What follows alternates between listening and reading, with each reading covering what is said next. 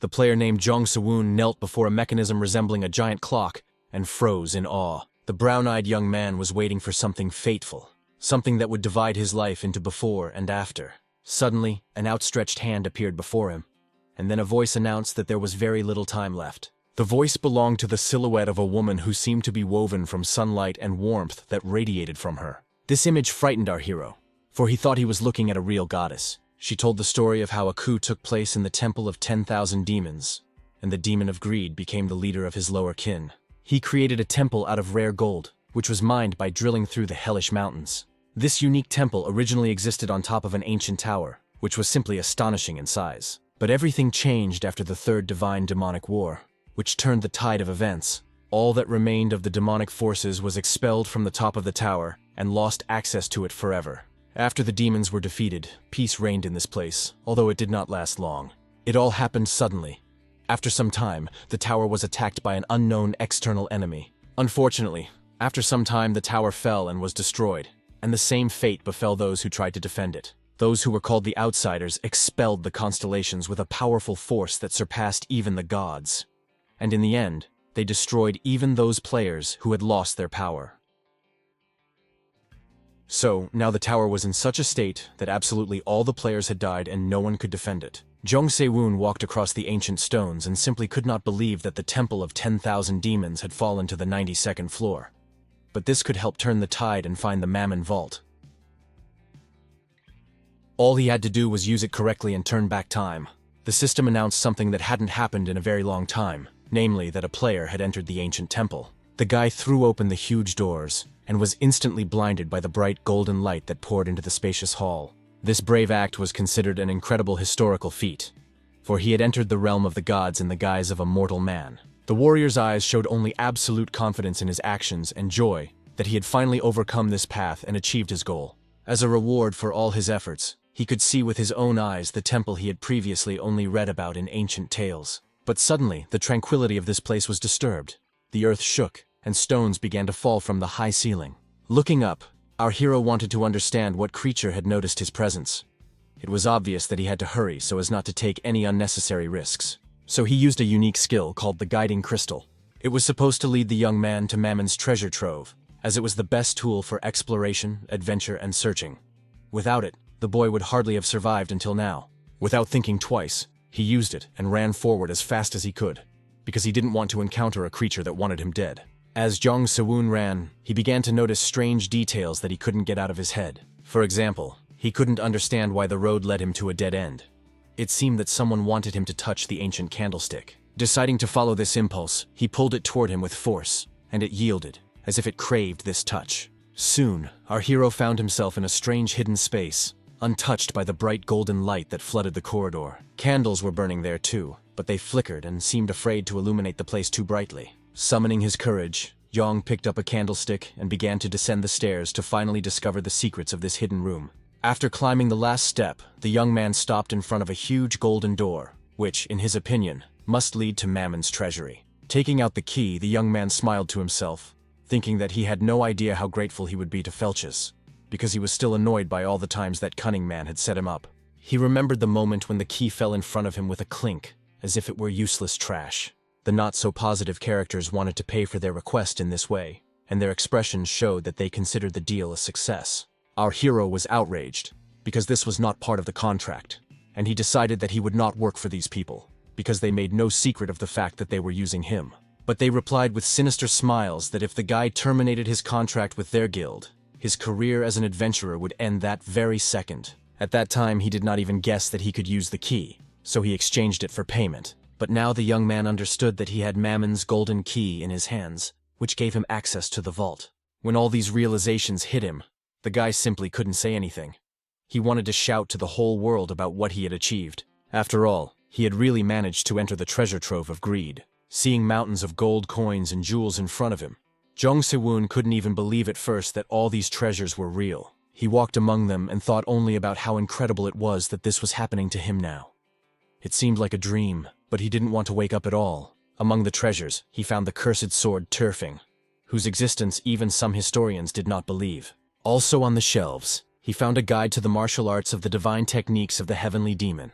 and also an ancient magic book of the Eighth Circle, and even the heart of a dragon, which seemed to still be beating quietly. While pondering where these things came from, our hero noticed that the ground was still shaking, which meant that the creature that had noticed his presence was approaching. There was very little time, so he had to use a unique skill called the Guiding Crystal. He ran, thinking only that his abilities must lead him to the treasure he so desperately wanted to find. The thought occurred to the young man that what he was looking for might be buried under a mountain of gold, which prompted him to get to work and start digging through the jewels with his hands. At some point, he realized that he was right. He was really lucky to find the most amazing thing he had dreamed of. In his hands was the hourglass of Kronos, made of pure gold that shimmered in the light. This object was created by Kronos himself, the god of time, and it was this hourglass that could turn back the user's time. But even if Si-Woon used this hourglass, the only thing he could change was the passage of time. He would not be able to bring back those who were already gone. But if the guy comes back and stops the divine demonic war and conquers the tower to stop the outsiders, then everything could be different. The hero might at least be able to prevent the worst-case scenarios that led to the catastrophe. There was only one way to find out if this was possible, and that was to do it right now. So Jong abruptly turned the clock over and made the grains of sand pour out quickly. The magic began to work, which could be felt by the fact that everything around sparkled and the air seemed to become electrified. System alerts indicated that time inside the tower had reversed for the first time. All the sand was supposed to run out in 9 minutes and 58 seconds, but it felt like it was taking forever. Our hero was determined that if he managed to return to the past, he would do whatever it took to prevent the current situation. But when everything around him began to shake and collapse, the guy realized that he had gotten himself into something truly dangerous. A terrifying creature burst out of the deepest depths of the earth, which had been watching the guy for a long time and was just waiting for the right moment to attack. Jong Si-Woon realized in time that it was time to run, so his reaction was immediate. He jumped up and ran away. Stopping to look around and assess the danger, the young man tried angrily to understand why they had decided to attack him right now. This creature resembled a shapeless heap from which a multitude of worms emerged, their mouths flashing with teeth as sharp as blades. All these monsters surrounded the hero and tried to attack him from different sides so that he would not have the slightest chance of escape. One attack nearly cost the guy his legs, because the creature's teeth were so close that Si-Woon was horrified when he discovered it. For the first time, real fear appeared in his eyes, and he began to realize that the situation was more serious than he had thought. A moment of despair made him look around carefully and notice that the treasury contained not only jewels, but also the weapons of the main gods. So, without thinking twice, he grabbed the dagger that attracted him the most and decided to try to fight back against the monster. This weapon was called Astrap and was considered one of Zeus's lightning bolts, with which he so fiercely struck his enemies. The young man decided that since he couldn't take all these treasures with him anyway, he would try at least some of them right there. Soon, the cave exploded with a dazzling light that burned away all the darkness inside, and the monsters let out a piercing scream. Their screams were so piercing that the young man felt as if his eardrums were about to burst. As is well known, frightened or wounded beasts that have been cornered are the most dangerous. So without thinking twice, the monster struck Seon hard with its tail. Jumping aside, the guy found himself even closer to his enemy, and now he could see his opponent in detail and understand how repulsive he was. Assessing the situation, our hero realized that the monster was much more dangerous than he had thought. So he had to come up with a plan of action immediately. His eyes showed confidence and determination.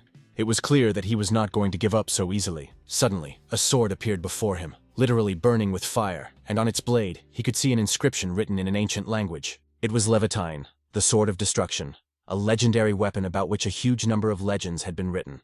No matter how strong the enemy was, the weapon of the chief gods could inflict sufficient damage, and besides, this sword existed to set the world on fire. Armed with these relics, the young man entered the fray, expecting that this time he would emerge victorious. But the monster was not one to give up its life easily, so the creature became even more ferocious as it launched another attack. This was followed by an explosion, and the cave was once again illuminated by a dazzling golden light. The two forces collided, and it remained to be seen who would win this time, the one who embodied light or the creature that was born of darkness itself. Jong Si-Woon made every effort to dodge the attacks and at the same time launch counterattacks that would help him kill the creature. His eyes burned with a real fire that seemed capable of burning everything it touched. Therefore, it was not surprising that another massive flash of light followed, illuminating even the darkest corners of the cave. Our hero realized that the outer layer that covered the other creatures was forming right now. Clutching the fiery sword in his hands, the boy looked fearfully at the charred particles of the monster that were burning out before his eyes. Soon, something new formed from these remains. A beast that resembled a wild boar in appearance. but its size was significantly larger than normal. A second later, it rushed straight at Se-yun with incredible speed, perhaps wanting to take advantage of the moment of surprise. Seeing the power of this creature, the hero began to doubt whether Levitine would be able to cope. And then he saw the spear. It was a spear of light called Brionac, and it was more powerful than the sword in the young man's hands. When he took it in his hands, he felt a surge of strength, as if power was flowing through his veins along with the light emanating from the weapon. It belonged to the god of light and was capable of piercing absolutely everything, so it had to be put to use. And Se-yun did what he had to do without hesitation, swinging his spear, taking aim, and trying to hit his target. Swinging his weapon, he released a burst of energy that helped guide the spear where it needed to go. And in the end, the target was hit. The entity that was woven from shadows and hatred now screamed piercingly, testifying to its defeat. The spear of light literally tore a giant hole in the monster, causing it to freeze in place from the sudden pain. But the power seemed to continue to grow, and Si-won covered his eyes so as not to be blinded by the powerful stream of light that was taking up more and more space. The guy felt tired and exhausted.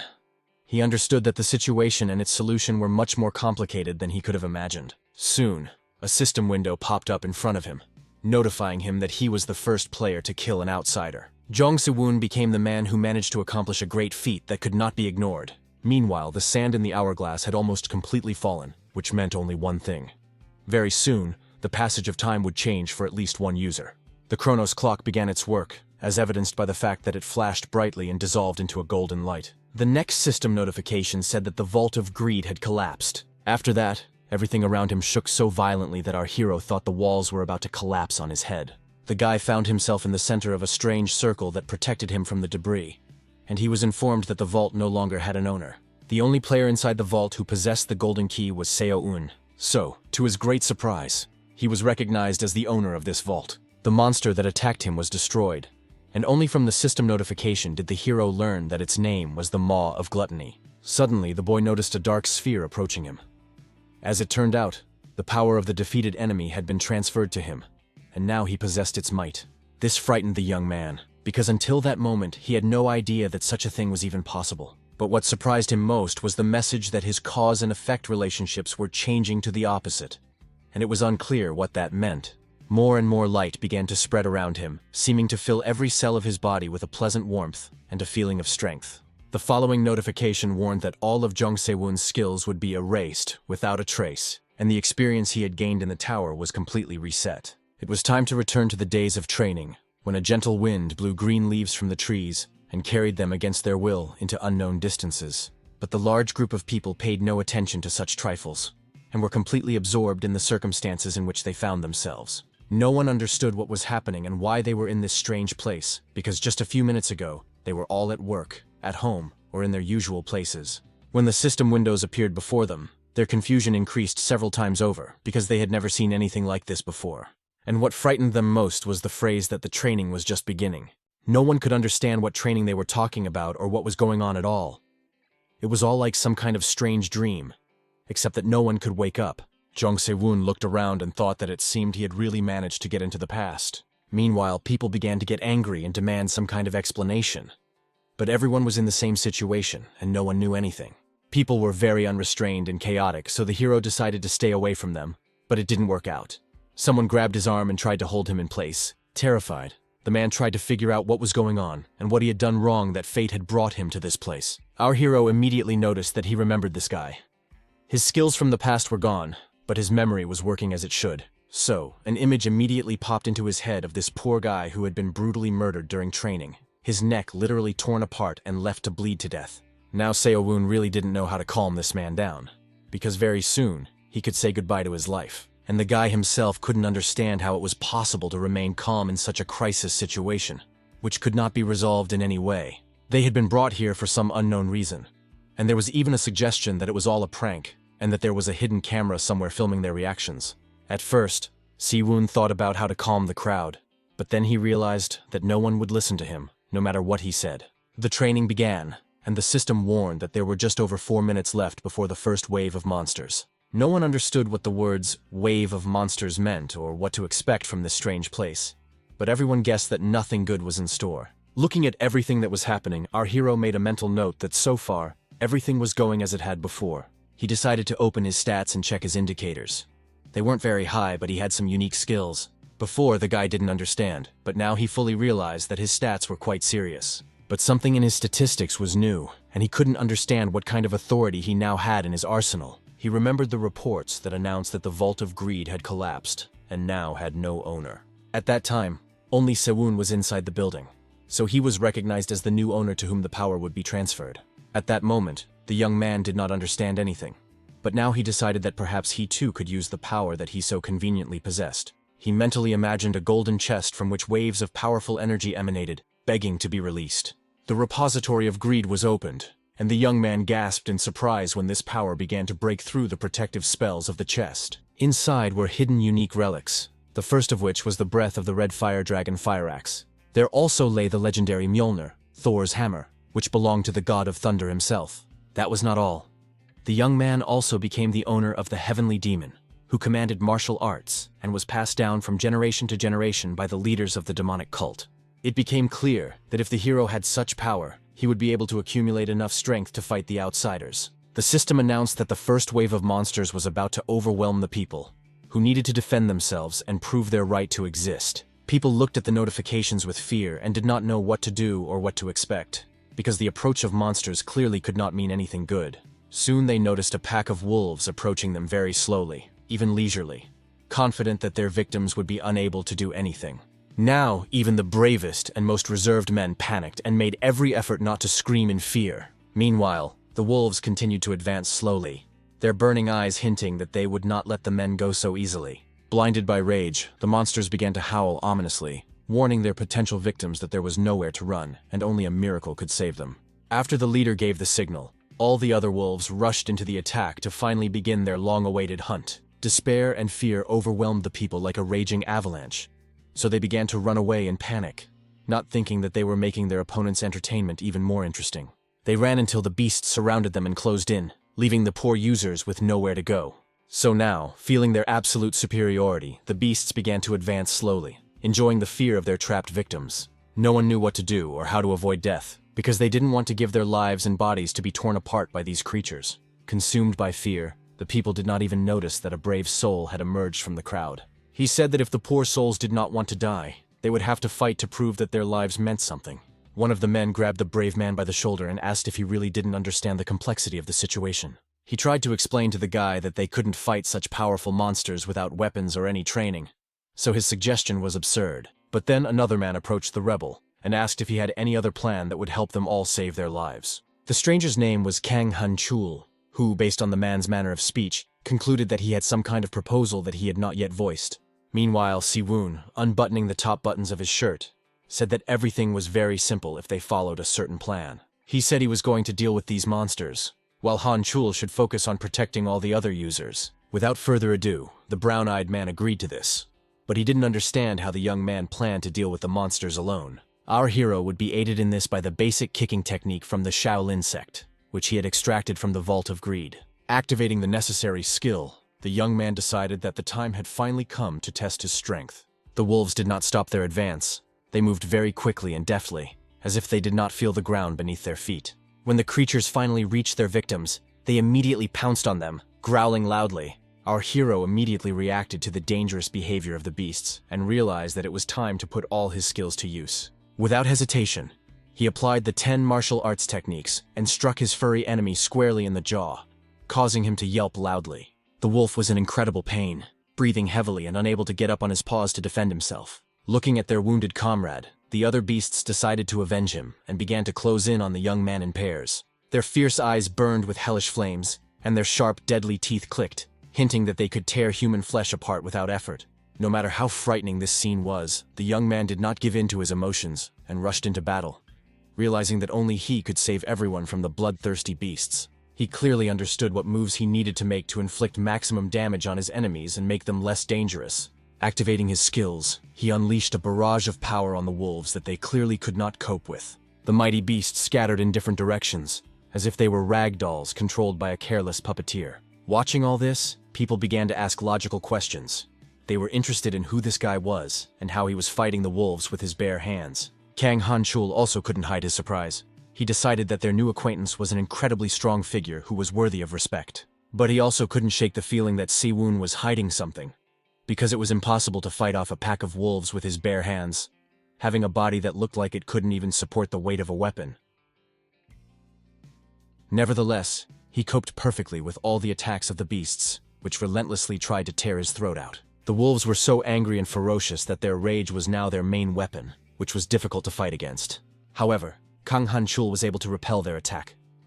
He felt a fire inside him, something he had never experienced before, which was neither fear nor impatience. Even the ferocious monsters sensed the power that lay within him and could not resist it. Hundreds of different thoughts raced through the man's head, but he tried to push them aside and focus on the moment. His eyes burned with the same fire as the wolves, so he decided it was time to act, because these creatures were beginning to annoy him with their intrusive attention. It took him only a second to grab the enemy by the head and squeeze it so hard that it growled pitifully. This only spurred the man to act even more confidently and ruthlessly, so without thinking twice, he launched another attack.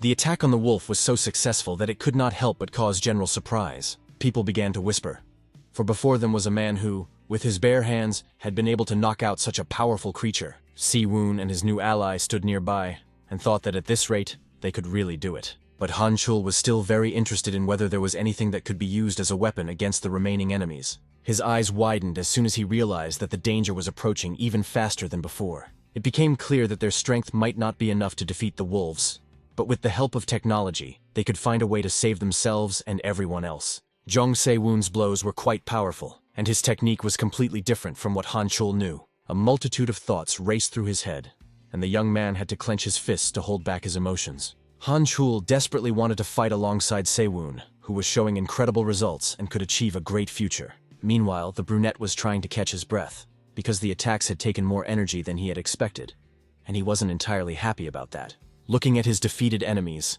he concluded that his efforts had finally paid off, and that the battle was finally coming to a logical conclusion. However, the guy sadly discovered that his body had become too weak to fight as before, because he was completely exhausted. But this whole nightmare wasn't over yet, as his inner voice told him. Carefully turning his head, he wanted to understand what strange feeling was haunting him, because suddenly he felt someone's very strong presence. The system notified him that a constellation called the Bowed Raven was looking down on him from above. Lifting his head, our hero thought that all this sounded extremely strange, and he was bothered by the fact that someone could watch him unhindered. He especially disliked the fact that the Bowed Raven was the original owner of the Vault of Greed, which now belonged to him. The creature that was watching him was truly terrifying and unpredictable. This humanoid bird did not take its eyes off Seun. It was also called Mammon, and it resembled a huge raven with an abyss in its eyes. This creature was extremely sinister. Only now did the young man notice that a flock of crows was circling above him, indicating that the demon god of greed was watching him, and had possibly noticed that Siwoon had used his power. It became clear that if the god found out that he had used items from the vault without his permission, he would not remain silent, so the hero did not know what to do. Perhaps he should have hidden his power. This Dark Lord would clearly not like the fact that someone had stolen his power and used it as they pleased. So Seo Unu had reason to fear what the offended deity, whose pride had been hurt, might do to him. The guy even thought that he wouldn't be surprised if punishment came down on him right here and now. It was sad if he was destined to stay in the past for so little time. He could only hope that the ancient weapon would help him fight off his enemies. A notification arrived that the constellation of the Bowed Raven had detected traces of distorted causality around our hero. Mammon nodded, remembering the existence of the hourglass. And now he understood what was going on. The guy was seriously frightened by what the system was telling him, because he no longer felt safe. The hero's tension clearly amused Mammon, who smiled slyly at the one who had stolen his treasures. At some point, all the crows disappeared as if they had never been there. So now the young man was staring at the sky as if it could reveal who was following him. The sky was clear, and the sun was shining so brightly, as if giving hope that everything would be fine. But the young man was not happy at all. He understood perfectly well that God knew that the hourglass had been used, but he was not reacting in any way. It was extremely strange that there was no reaction, because in that case, it was like tacit permission. If that was really the case, then our hero could use the power as he saw fit. He wanted to test the next power, but the young man learned that the Maw of Gluttony had been destroyed. This power had been granted to him after he defeated its previous owner. Now its power flowed through Seun's veins, waiting for him to let it burst out. Our hero was finally ready to activate this power and see what he could do with it. The system notified him that in order for the attack to be successful, he needed to identify a target. Looking at the dead enemies, the young man thought that at the moment, this might be somewhat difficult. Examining the wolf corpses, Seon became curious to see if his power would work on them. Deciding to try his luck, the boy raised his hand and tried to use the power of gluttony on the dead wolf. In the end, he succeeded. He had indeed summoned this power, and now powerful magic burst from his palms. The magical jaws reached the wolf's body and clamped down on it with sharp teeth, intending to tear it into small pieces. Soon, this thing devoured absolutely everything, leaving not even a small bone behind. The sight was disgusting and extremely terrifying. System notifications informed the guy that he had devoured the brown wolf, taking all its nutrients, strength, and agility.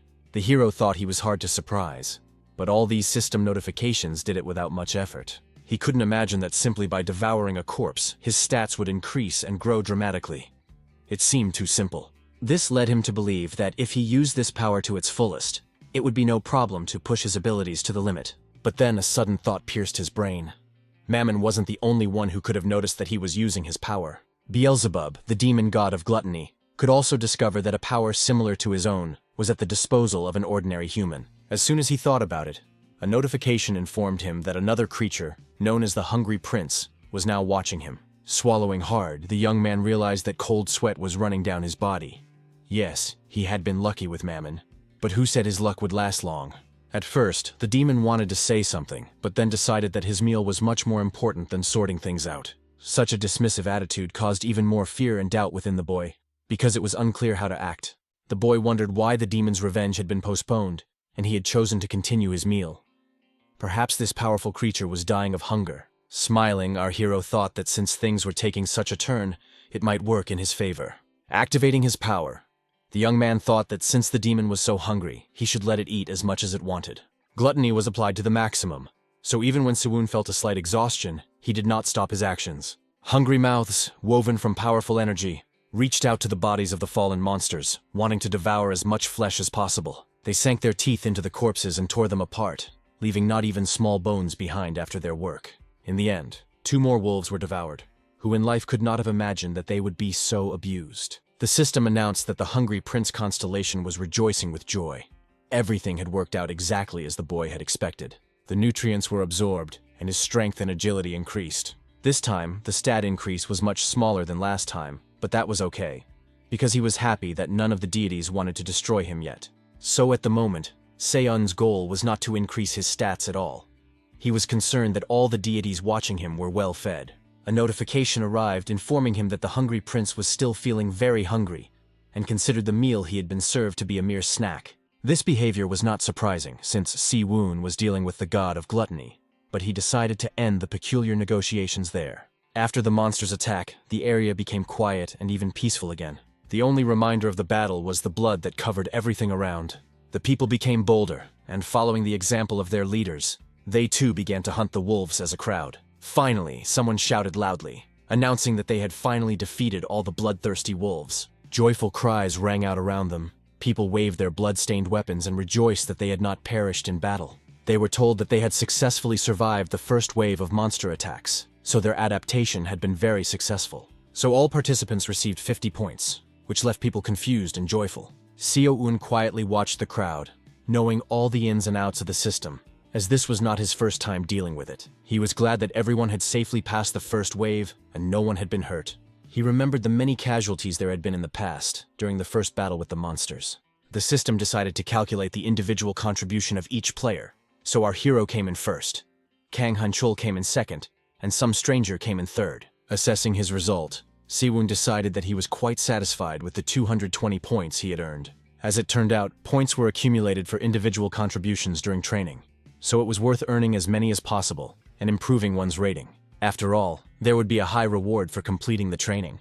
In addition, if they achieved good results, their chances of being selected as constellations would increase. Naturally, Seo-eun's goal was to take first place among all the other contenders. Although they had passed the first wave safely, the boy realized one simple thing that the others didn't care much about. But he immediately noticed this important detail and began to think about how to resolve the issue. He needed a weapon, preferably right now, because no one knew when the next wave of danger would come.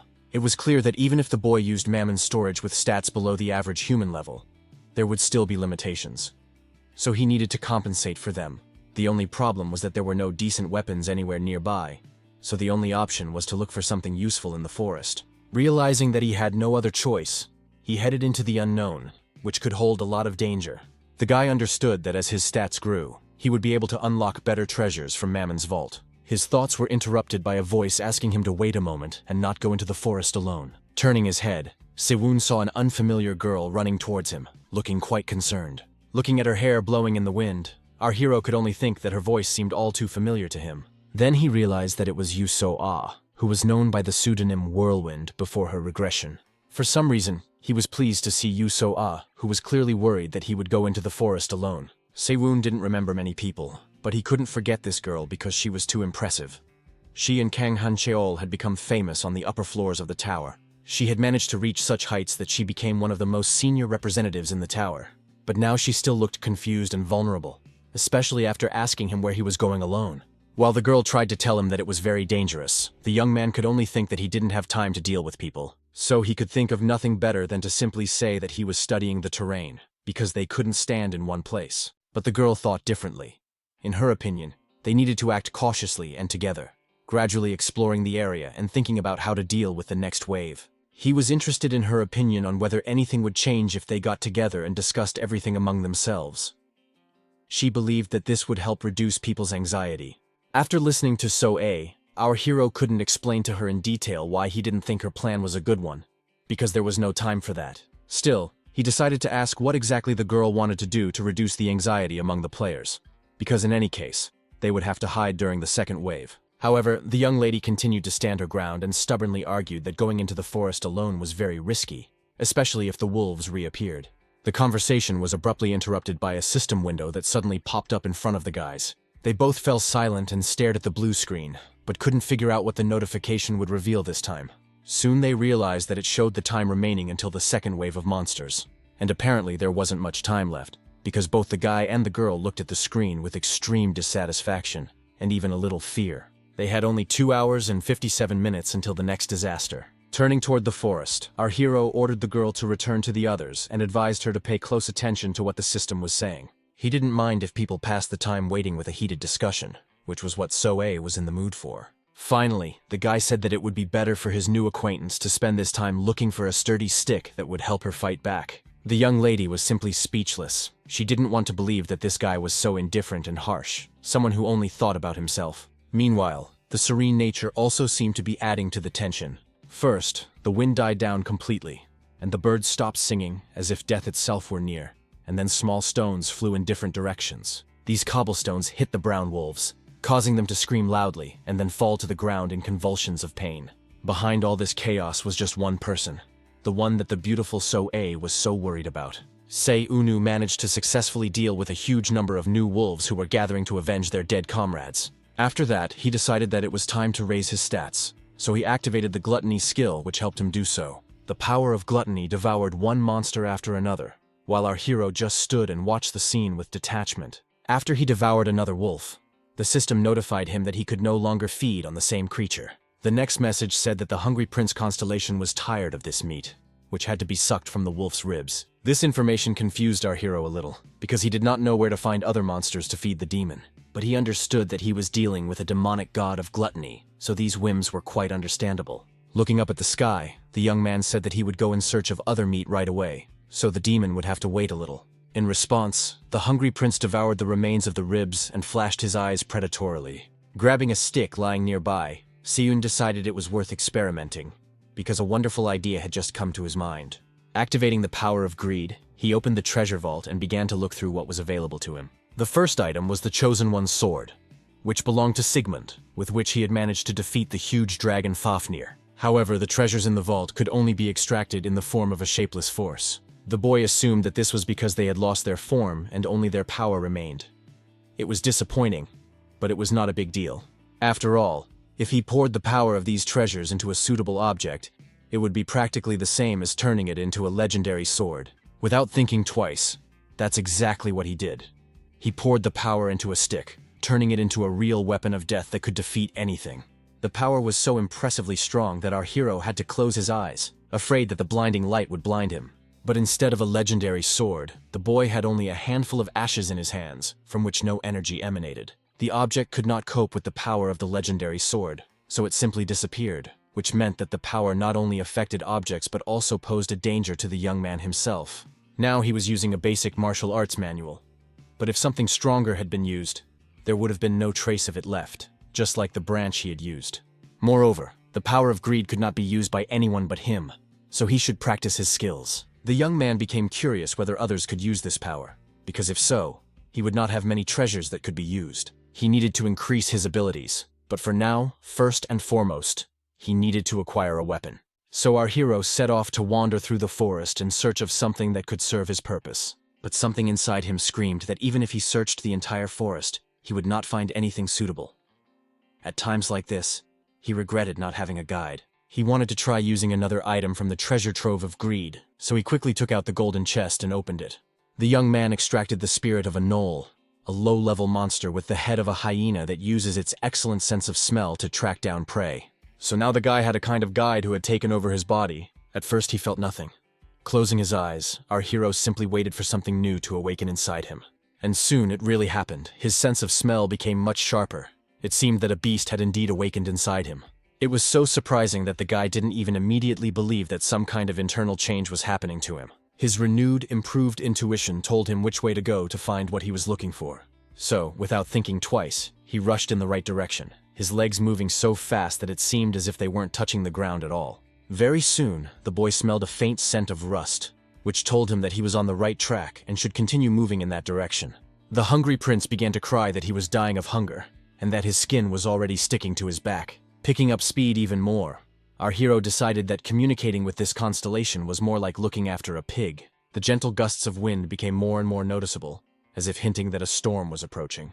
The place where our hero's newfound sense of smell led him was much further than he expected, so Se-woon was out of breath. His intuition told him that the monster was lurking somewhere nearby, but he couldn't figure out where to expect the enemy's attack. But suddenly, he felt something else, a strange sensation that enveloped his entire body and made him freeze in place. It was hard for him to believe that this was really happening, because he had never been able to predict anything so clearly before. He literally knew exactly which side the enemy would come from, so his intuition did not fail him. The huge beast was walking slowly in the shadows of the trees, but Se-woon knew exactly where it was, because his heightened sense of smell was working for him. But the boy's feet froze in place as soon as he realized he had no idea what kind of creature he was facing.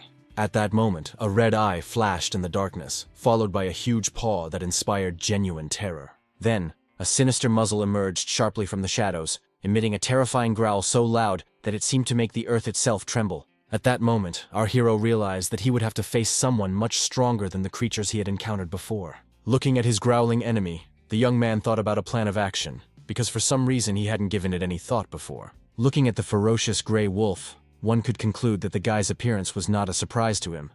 It seemed that he also possessed an exquisite intuition. Feeling the energy of this monster, Se-woon realized that before his regression, he would have simply run away. But now everything had changed, so he decided to stay and fight. A greenish flame engulfed our hero's body, demonstrating his strength and magic, so that the beast even staggered and moved back a little. This gave the guy confidence, which until that moment had threatened to leave him. But now he was almost 100% sure that he could handle it. The monster let out a battle cry and rushed into battle, showing off its deadly fangs, which were as sharp as razors. But the young man did not let the villain get close to him, striking him hard in the face and making him whimper pitifully. This attack helped Se-woon understand a few things. First, his enemy was not just big, but huge. Second, the wolf was much faster than its fellow creatures. The creature was clearly no ordinary monster, so he needed to come up with a clear plan that could help in this situation. A second later, the boy realized that his neck was starting to hurt. It turned out that the wolf had managed to cut his skin and draw blood. It was quite obvious that the enemy wanted him dead, and apparently the monster wanted to finish him off with one blow, hitting a vital spot. The smell of human blood excited the creature, which was already exhausted from its desire to feast on fresh flesh. If the hero had not mastered the 10 ways of martial arts, there would hardly be anything left of him. So there was only one right decision: to move as quickly and as maneuverably as possible, and of course with the utmost caution. Jumping up, he decided to use a skill that had not been used until now. The 10-way martial arts contained many different techniques, but for this situation, a strike from behind was most appropriate. However, the consequences of the strike came as a real surprise to the boy, and not a pleasant one at that. After the blow, the wolf was unharmed, and, moreover, did not even lose its balance, simply standing in the same position as before the attack. Siwoon had expended a lot of energy, and he felt it acutely, as his legs were shaking and it was almost impossible to stop them. Trying to understand what had happened and why his attack had been so ineffective, the guy assumed that it was all because of his low stats. Looking at the vicious wolf, it was clear that it had also been injured. Our hero had hit it in the stomach, and now that area had darkened, as if a circle had been burned there. But a minute later, there was no trace of the wound. The burn had healed, proving once again how strong the monster was. With a sharp lunge, the wolf tried to pounce on the guy again. This time its jaws almost biting the poor guy's head, which could have fatally injured him. Fortunately, the boy managed to jump aside in time. He knew he had strength and speed, but it wasn't enough to defeat his enemy. The creature's powerful paws clawed furiously at the ground, clearly extremely irritated at its failure to kill the boy. Now they stared intently at each other, and watched their slightest movements to immediately understand who would break the temporary calm and rush to attack first. Siwoon thought that there must be some way to help him in this hopeless situation. Meanwhile, brown wolves began to emerge from the thicket of the forest, slowly approaching the scene of the massacre. They bared their sharp teeth, as if supporting their leader, urging him to finish off the insolent man as soon as possible. When Siwoon saw all those approaching him, he couldn't believe that he would have to face such a huge number of opponents. He wanted to scream because he felt he was being treated unfairly. He couldn't even handle the gray wolf. And now it had called in reinforcements. Things were not looking good, as all the factors indicated. It was clear that at this rate, our hero would not even be able to escape, let alone engage in a full-fledged fight with several opponents. Not far from him, the guy saw a sword stuck in the ground, seemingly waiting for someone to notice it. The wolves did not hesitate. They were fierce and cruel, so they immediately rushed at their enemy, wanting to tear him to pieces. The rusty sword was not the most reliable weapon, but Seon had no alternative, so he didn't turn up his nose and pulled it out of the ground. The old weapon easily left the place where it was found, as if singing in the hands of its new owner. It seemed that the hero was holding only an ancient weapon, but after swinging it, it became clear that the blade was still sharp. The wolf found this out the hard way as the rusty metal cut him badly. So everything was going exactly as Seon had thought, and the plan he had created in his head was slowly coming to life. He definitely had the best sword he could find at this stage, so he appreciated what he had.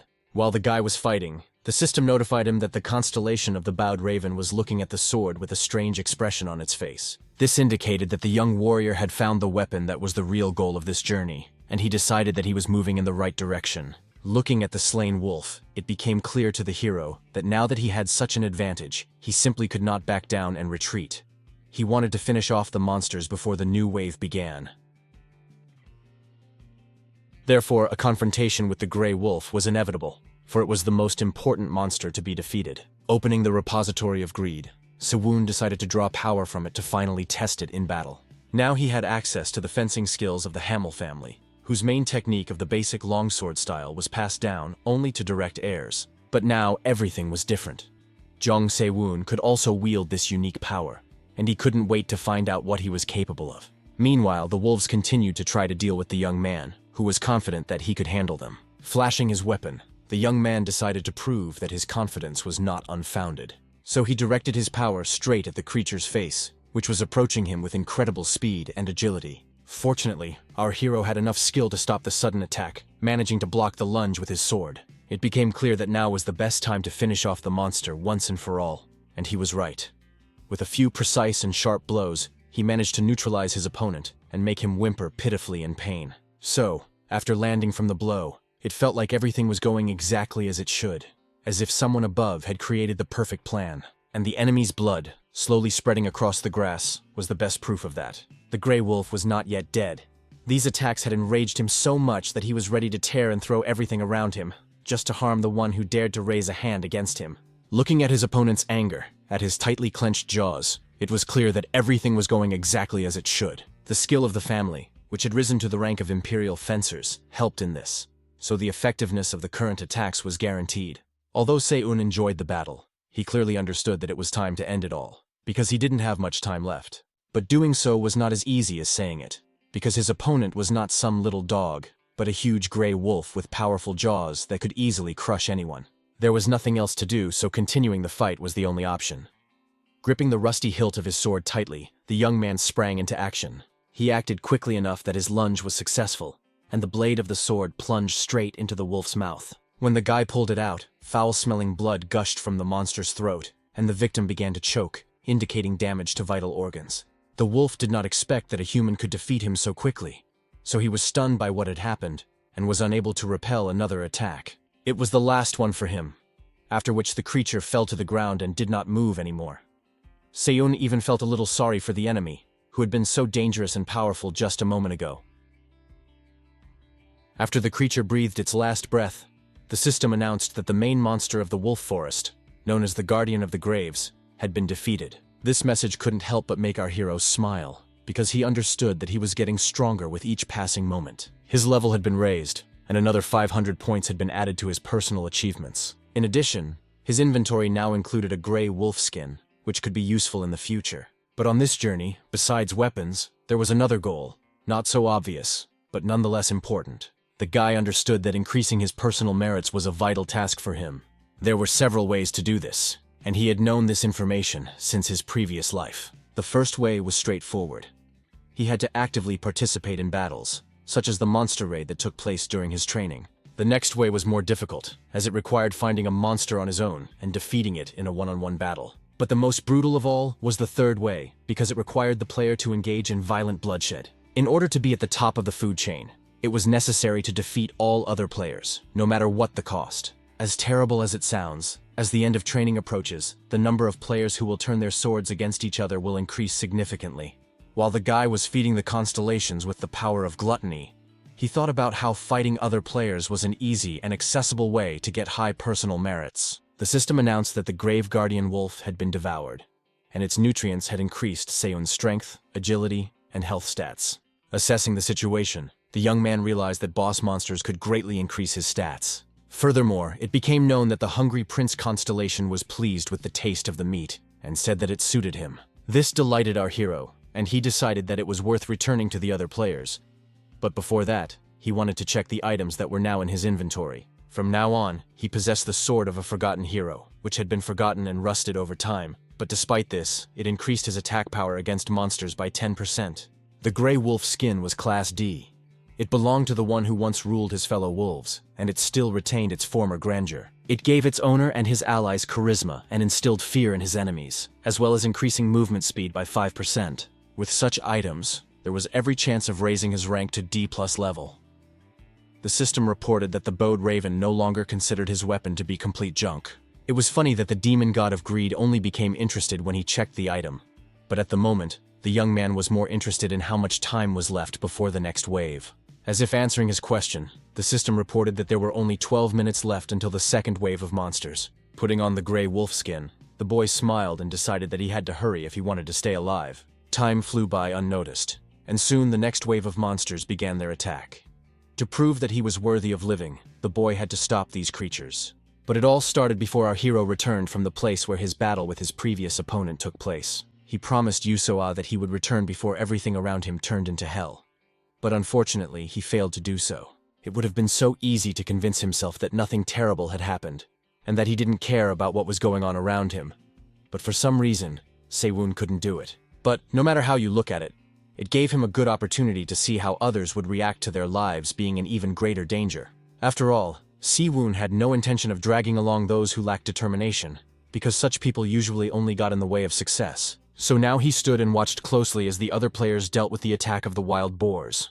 The monsters were very fast and ferocious, which meant that people would have to act immediately if they wanted to save their lives. Some couldn't take it, panicked, and ran away screaming.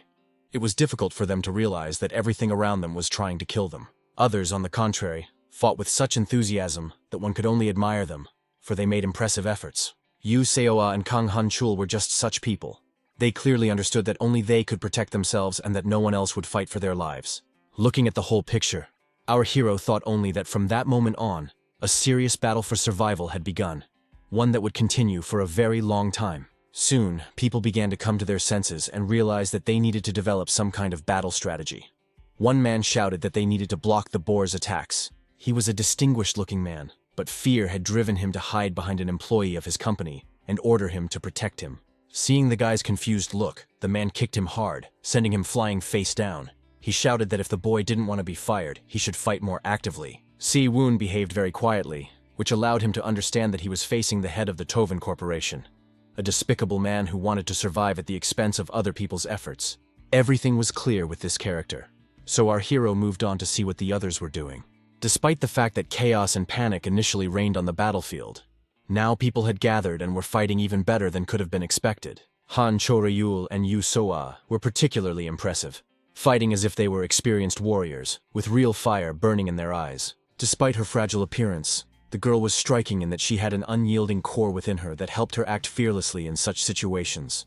Considering that they had no equipment, they did quite well, so they couldn't help but stand out from the crowd because they had great potential. Taking a step forward, the young man decided that it was time to finally step out of the shadows and show what he was capable of. A confident smile lit up his face as he began to move toward the chaos that was unfolding around him. The first to notice that Si-woon had joined the battle was the girl, who was very observant and noticed absolutely everything. She understood that only she could organize her own defense, so if she hadn't found a club, she would have been completely ineffective in battle, and most likely would have already been killed. It was obvious that these boars were on a completely different level compared to the wolves, which now seemed like cute little dogs. It seemed as if they could sense their victim's fear, and this made their eyes burn with a hellish flame that only death could extinguish. Yu Soa looked around appraisingly and concluded that even though they were fighting back well, the creatures continued to advance on them.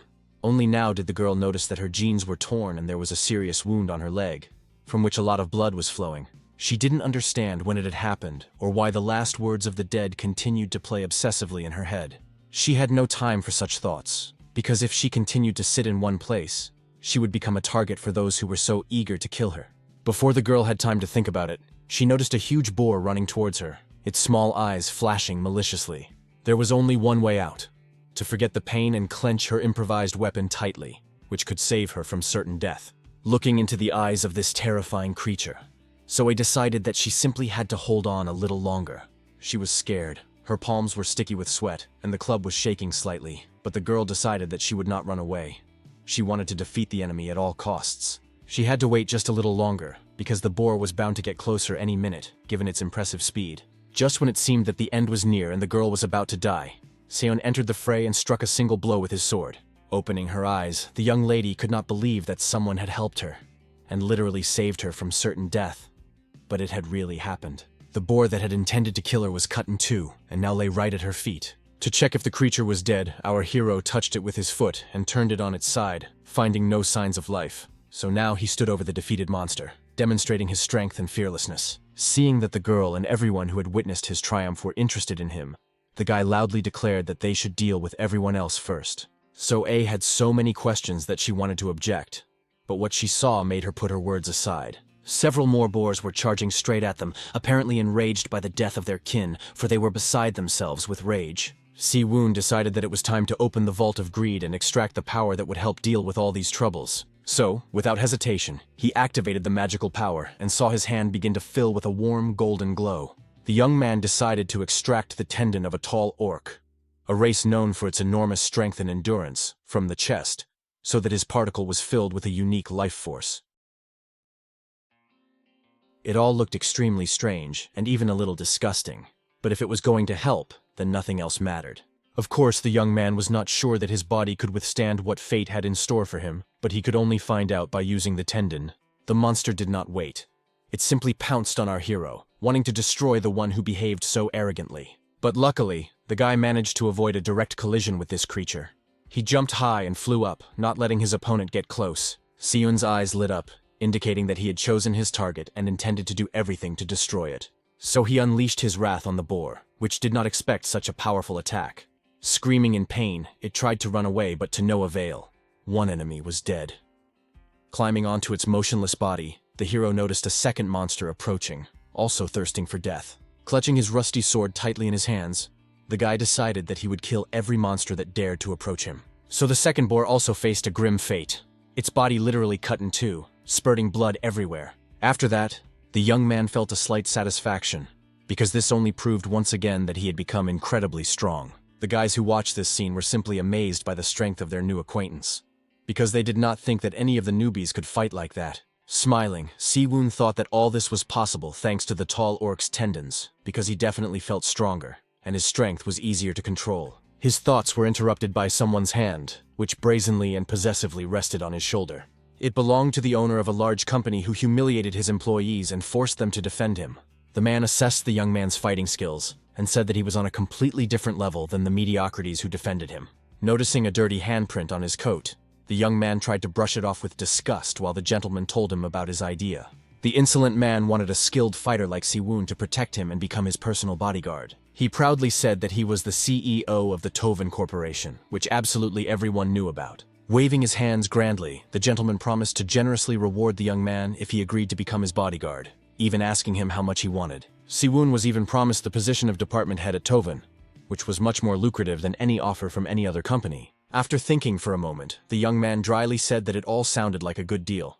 The man thought that the decision had been made and said that the young man had made the right choice. All Siwon had to do was protect this insolent young man, and he thought that this was actually not a bad option, because he was looking for a good meat shield. These words frightened the gentleman so much that he opened his mouth and couldn't make a sound. There were simply no words in his head to express his indignation, but he didn't need to speak. Siwon kicked the scoundrel, and he rolled across the ground like a ball. Outraged by such behavior, the man began to shout and ask what this worthless kid was going to do. His cry fell silent as soon as he heard the animals moving toward them. It wasn't 1 or even 2 boars, but 4, so he didn't stand a chance. The monsters slowed down a little as they approached the man. He looked at them with fear in his eyes and tried to understand why they had suddenly slowed down. In the end, he stopped caring, because his life was at stake, and it could end at any second. When the boars attacked this despicable man, Seo-woo didn't feel sorry for him at all. People like him caused a lot of problems just by being there, so it was better to get rid of him now. Looking at the faces of So-ae and Han Cho-ryul, it was clear that they also had no pity for the man. Yes, they were surprised by this outcome, but they felt no compassion for him whatsoever. The crouching raven watched all this with a sly smile, and the hungry prince begged for tasty prey again. Finally, the wave of monster attacks was over, and people surveyed the battlefield and marveled at how many boars they had to kill to survive. The system announced that all participants had successfully passed this test and could move on. The joyful people laughed with happiness and hugged each other.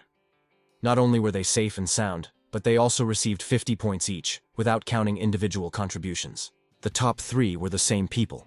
Seyun in first place, Han Chol in second, and So-ae in third. To improve his performance a little more, our hero decided to eat the brown boar. He was right. Once all the nutrients were absorbed, his strength and endurance increased by several points. The hungry prince devoured the boar with pleasure and eagerly awaited the continuation of the banquet. He decided to keep one for himself, because people also needed something to eat, and battles took a lot of energy. Before his regression, he had eaten only wolf meat, and he still remembered how terrible the flesh of predators tasted. It was difficult to imagine a more disgusting dish.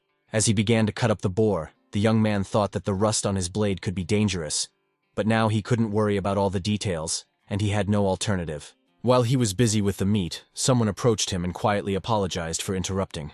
Turning his head, Sewon looked disapprovingly at the person who had decided to break the pleasant silence that had reigned after the noise of the battle. Standing in front of him was an unfamiliar girl, her eyes following the guy with interest, and eventually she asked if she could help him. Sewon's eyes immediately fell on her hands, which were covered in small cuts. She said that she owned a small restaurant and knew a thing or two about cutting meat. Deciding that the chef would do a better job than him, the young man allowed the stranger to help, and she beamed with joy when she received permission. The others also perked up.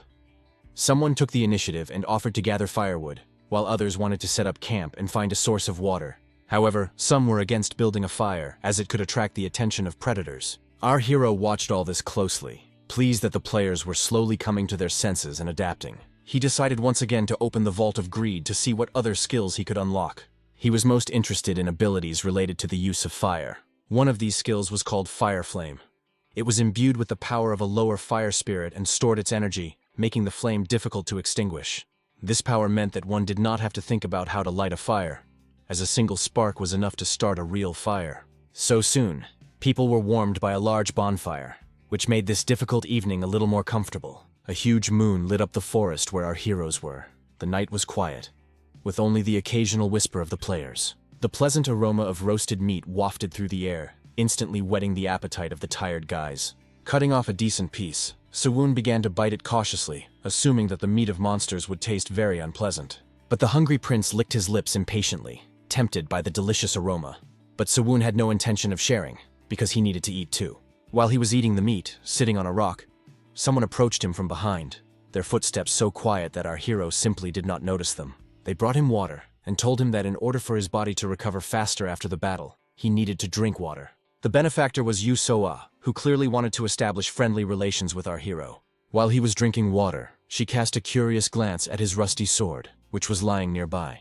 After a few minutes, the girl finally asked if the guy had managed to find this weapon in the forest. Shrugging his shoulders, he replied that he was just lucky. The young lady looked sadly at her wooden stick, clearly a little jealous of Siwon's luck. Our hero remembered hearing that before she developed her skills and talents, his acquaintance had always trained with a sword, and it was clear that she would not be able to reach her full potential with a wooden stick. Deciding to help Seo-A, the young man told her to look closely at the system message. Following his advice, she carefully examined the notification and noticed that she had 100 points in her account. But she didn't understand what that meant. Her face lit up with genuine surprise when she was told that she could buy a sword with that amount. It seemed impossible. But Siwon just said that she should focus on the points, and then a store menu would appear in front of her. It all resembled a game. Nodding his head, the young man said that it was a kind of game, and that the one who could adapt to the system and understand its rules, the fastest would survive. So A was completely absorbed in choosing a sword, her hand trembling slightly when it came time to make the final decision. Suddenly, a sword fell from above, landing right at the feet of the girl, who still couldn't accept the reality of what was happening. Examining the perfectly balanced weapon, So A asked how her acquaintance knew that such a thing was even possible. The guy said that he had simply adapted quickly to the situation. Smiling, the beauty said that she had thought in vain that she was quickly adapting to the current realities, but her new friend was coping much faster. The girl asked with interest if he had mentioned her name earlier. When talking about adaptation, the hero did not know how to explain that he knew it. But his acquaintance did not press him for answers. She simply thanked him for his help, and this brought a sincere smile to the young man's face. They sat by the fire almost all night, and all that time the guy thought only about how interesting it would be to work with this girl in the future. The long-awaited morning arrived, and the sun's rays gave everyone hope that the dark days would always come to an end. The fire was just dying down, as Siwon had kept it burning until almost dawn, wanting his new acquaintance to stay warm. But a peaceful life was only a dream, because there were only 58 minutes left until the third wave of monsters. So A's leadership qualities kicked in as soon as she saw the system notification, and she decided to wake everyone else up immediately. Upon learning of the imminent arrival of the third wave, people began to panic. They were scared and didn't know what to do. So A quickly realized what to do and said that they needed to bring stones from the forest to throw at the monsters, because support from behind would be very useful to them, and she asked everyone else to find sticks. Our hero watched the girl appraisingly. She had changed. It seemed that receiving the sword had unlocked her hidden leadership potential, which she was now putting to full use. It became clear that people were panicking much less, most likely because of So-A, who had taken on the role of a strong leader and given the players a minimal sense of security. This played into our hero's hands, as it allowed him to focus on the hidden treasure and not be distracted. After materializing the chest, the guy opened it and squinted, because the dazzling golden light hurt his eyes. This time, he took a mana circle out of the Vault of Greed, a secret teaching method that was passed on only to those mages who were sensitive to mana. The mana circle was the most basic element a mage needed for his sorcery to be successful. This particular circle was known as the least effective of the 7 towers. But it was also useful, as there were always different teaching methods. He knew that first, you had to lay the foundation using the blue tower method, and only then use more advanced teaching methods. But he shouldn't forget about Dantian, because its importance couldn't be underestimated. Taking a deep breath, the guy closed his eyes and tried to focus on his own power, which was splashing inside him. The hero knew that he could gather mana using the circle, but this was only a training method for using magic. To use martial arts, he had to improve his Dantian at every opportunity. He felt the energy around him. It reminded him of a smoothly flowing river, whose waves calmly washed the shore. Reflecting on the nuances of the blue tower, learned thanks to Mammon's treasures, the young man began to control his breathing. However, he could barely feel the energy coming from his lungs, and this was a little stressful. Despite this, our hero decided to try to carefully reach out to the energy that was locked deep inside him. He was curious to know if it was something that would remain inside him forever. He reached for this power with his hand and wanted to know if it would join him. After all, there weren't many energies that could allow this, and not all of them gave such privileges. But those who gave their permission were forever rooted in our hero's heart, and were the ones who showed him the way. The system notification announced that the first mana circle had been successfully created, thanks to the Blue Tower's training method. Now that the circle had been created, it was possible to collect and use magic, its level affecting the speed and power of the magical energy. The system considered that the boy had accomplished a remarkable feat, so it gave him 1,000 points as a reward. This attracted the attention of the new constellations. The three sisters with their backs turned were extremely surprised. The Heavenly Mother exclaimed in admiration, and the all-knowing became interested. Several deities, from the goddess of magic Hecate to Isis and Brahma, found it simply amazing. However, Mammon and Beelzebub were already on his side, and even though the boy was not their apostle, these deities were superior in rank to the constellations that had just appeared. The hungry prince was extremely saddened by the fact that many guests had appeared, and the bowed raven frowned and took out a treasure from the vault. The young man was distracted from these thoughts by a sharp sound that came from behind the bushes and grew louder and louder. The next message surprised our hero a little.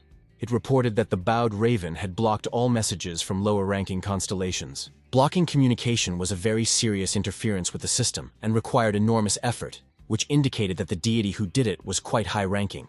The guy assumed that the blocked constellations were simply furious at such insolence.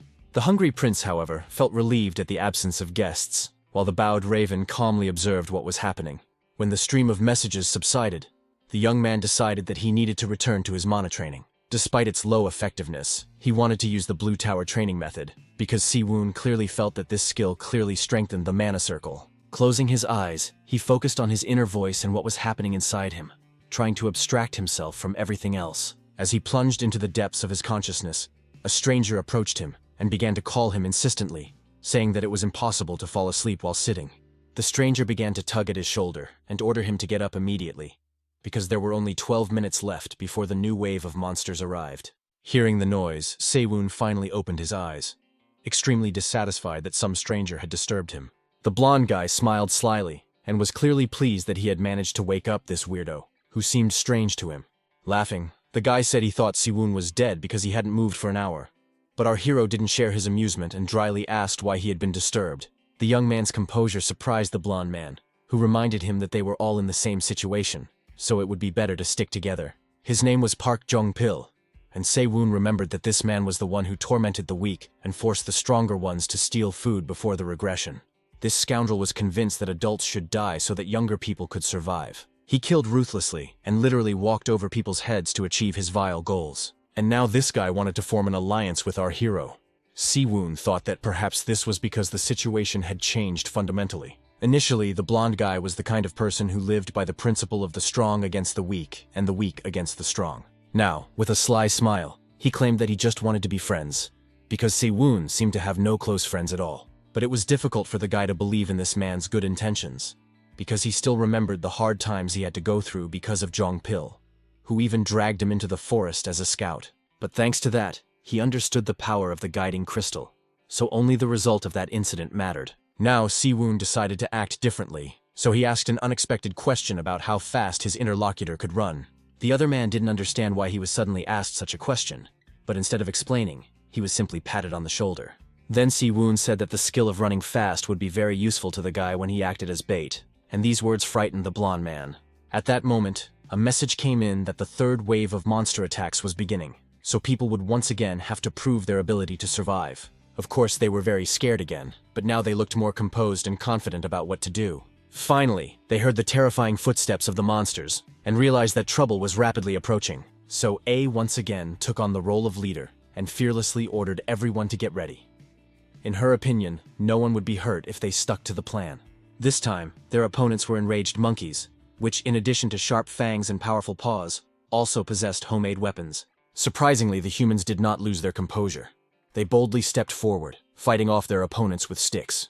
But despite the fact that they put in a lot of effort, it was not easy to fight, and the logical question arose: how to deal with these creatures? Assessing the situation, Soe realized that if things continued this way, their order could be destroyed, and it was necessary to urgently come up with a way to change the course of events. The battle was terrible, resembling a bloody massacre, but none of its participants were going to retreat. Siwoon realized that they needed to take more serious action if they wanted to defeat the giant killer monkeys. So, handing his new acquaintance a banana, our hero sent him to work as bait, even though the blonde guy doubted that it was a good idea. When the boy started making excuses, Siwoon simply kicked him to dispel any doubts about the correctness of these actions. After hitting his face on the ground, Jong-pil no longer had any questions. He was angry, but he understood that there was no other option. Although the monkeys made the choice for him, because they turned their attention to the noise and began to turn their heads toward the boys. John Pill realized this the moment he heard the wild pounding of many feet moving in his direction. When he looked up, he found that the monkeys were already standing right next to him, their eerie eyes wide open and staring at him. The only solution he could see was to run, move his legs as fast as possible, and hope that it would save his life. But no one was going to let him go just like that. The animals rushed after him, wanting to get themselves a hearty meal. Watching all this, Siwoon could only smile. He thought the guy would get hit at least a few times. But the blonde turned out to be much quicker than anyone could have imagined. Soon, Park Jong-pil began to cry pitifully and ask our hero for help, because he could no longer run away from the monsters. He simply had no strength left. Taking pity on the boy, Siwoon said he could come to him, and he didn't need to be told twice, already running, hoping for salvation. The young man decided it was time to activate a new combat skill that allowed him to use the power of fire. He asked Jong-pil to move out of the way, but Jong-pil did not immediately understand the meaning of this request, as he was overcome with panic. Opening the Vault of Greed, the young man realized that he needed to act immediately and use his power. The fire burned so naturally in his hands that it seemed as if this power had always been inside the hero, and now he had simply unlocked his full potential.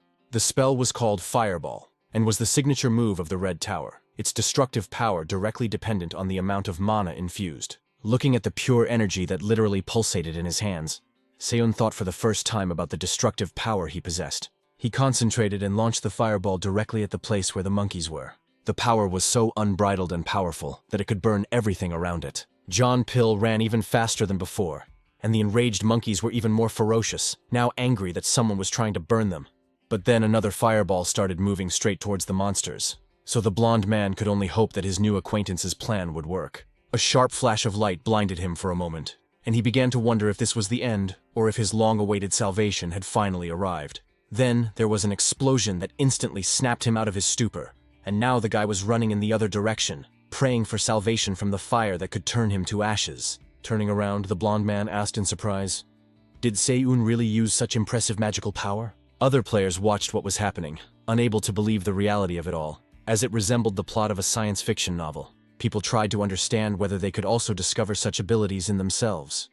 Siwoon decided not to interfere in the battle anymore, because then he would deprive others of the opportunity to gain experience. In any case, he understood perfectly well that he could earn points in other places where he would have no competition. Activating his power, our hero began to devour the brown monkey.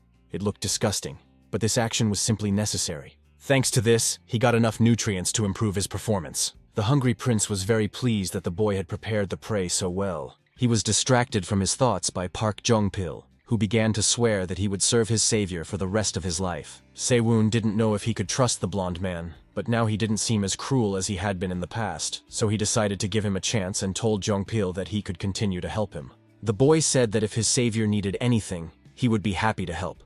But Siwoon didn't need anything at the moment, so he ordered his ally to eat bananas, because he would have to run a lot. Meanwhile, other monsters began to appear, and now, along with the monkeys, wild boars also posed a threat. For some reason, the animals were in no hurry to attack the people. They paid no attention to them at all and dug in the ground instead of attacking their enemies. The animals' behavior seemed extremely strange, as they were clearly trying to find something. But when they sensed someone approaching, they instantly stopped digging, raised their heads, and began to growl loudly. The sounds were so unpleasant and frightening that even the birds were scared and decided to leave the area. It took Seo-un only a couple of minutes to deal with the monsters. They didn't even have time to get their bearings before they were dead. After that, his level was immediately raised. The young man was surprised, because usually this happened after the 5th wave. Perhaps the power of authority had helped this time. This time, the 3rd wave was completed fairly quickly, so all participants received 50 points. Everything indicated that the main quest was also over. Our hero was surprised because he thought it would take much more than 10 minutes, which indicated that people had become more decisive. When the personal contribution ratings were displayed, it became clear that the 2nd and 3rd places had changed. The difference between the players was small, and the reason for this could have been the availability of normal weapons for So-A. Thinking about this, the young man noticed that the last boar had finally approached him. He had been waiting for him, because he planned to devour his body. This was no ordinary boar, but a boss monster called the Gravedigger. Opening the repository of greed, the guy decided it was worth trying out some new ability on it. He chose an ability called Sharpness. This magic had been developed in the Colorless Tower, and mana was used to increase the sharpness of weapons. Our hero couldn't wait to get this whole mess over with, because there wasn't much time left. The huge creature rushed straight at the guy, and judging by its size, it was clear that it had the advantage.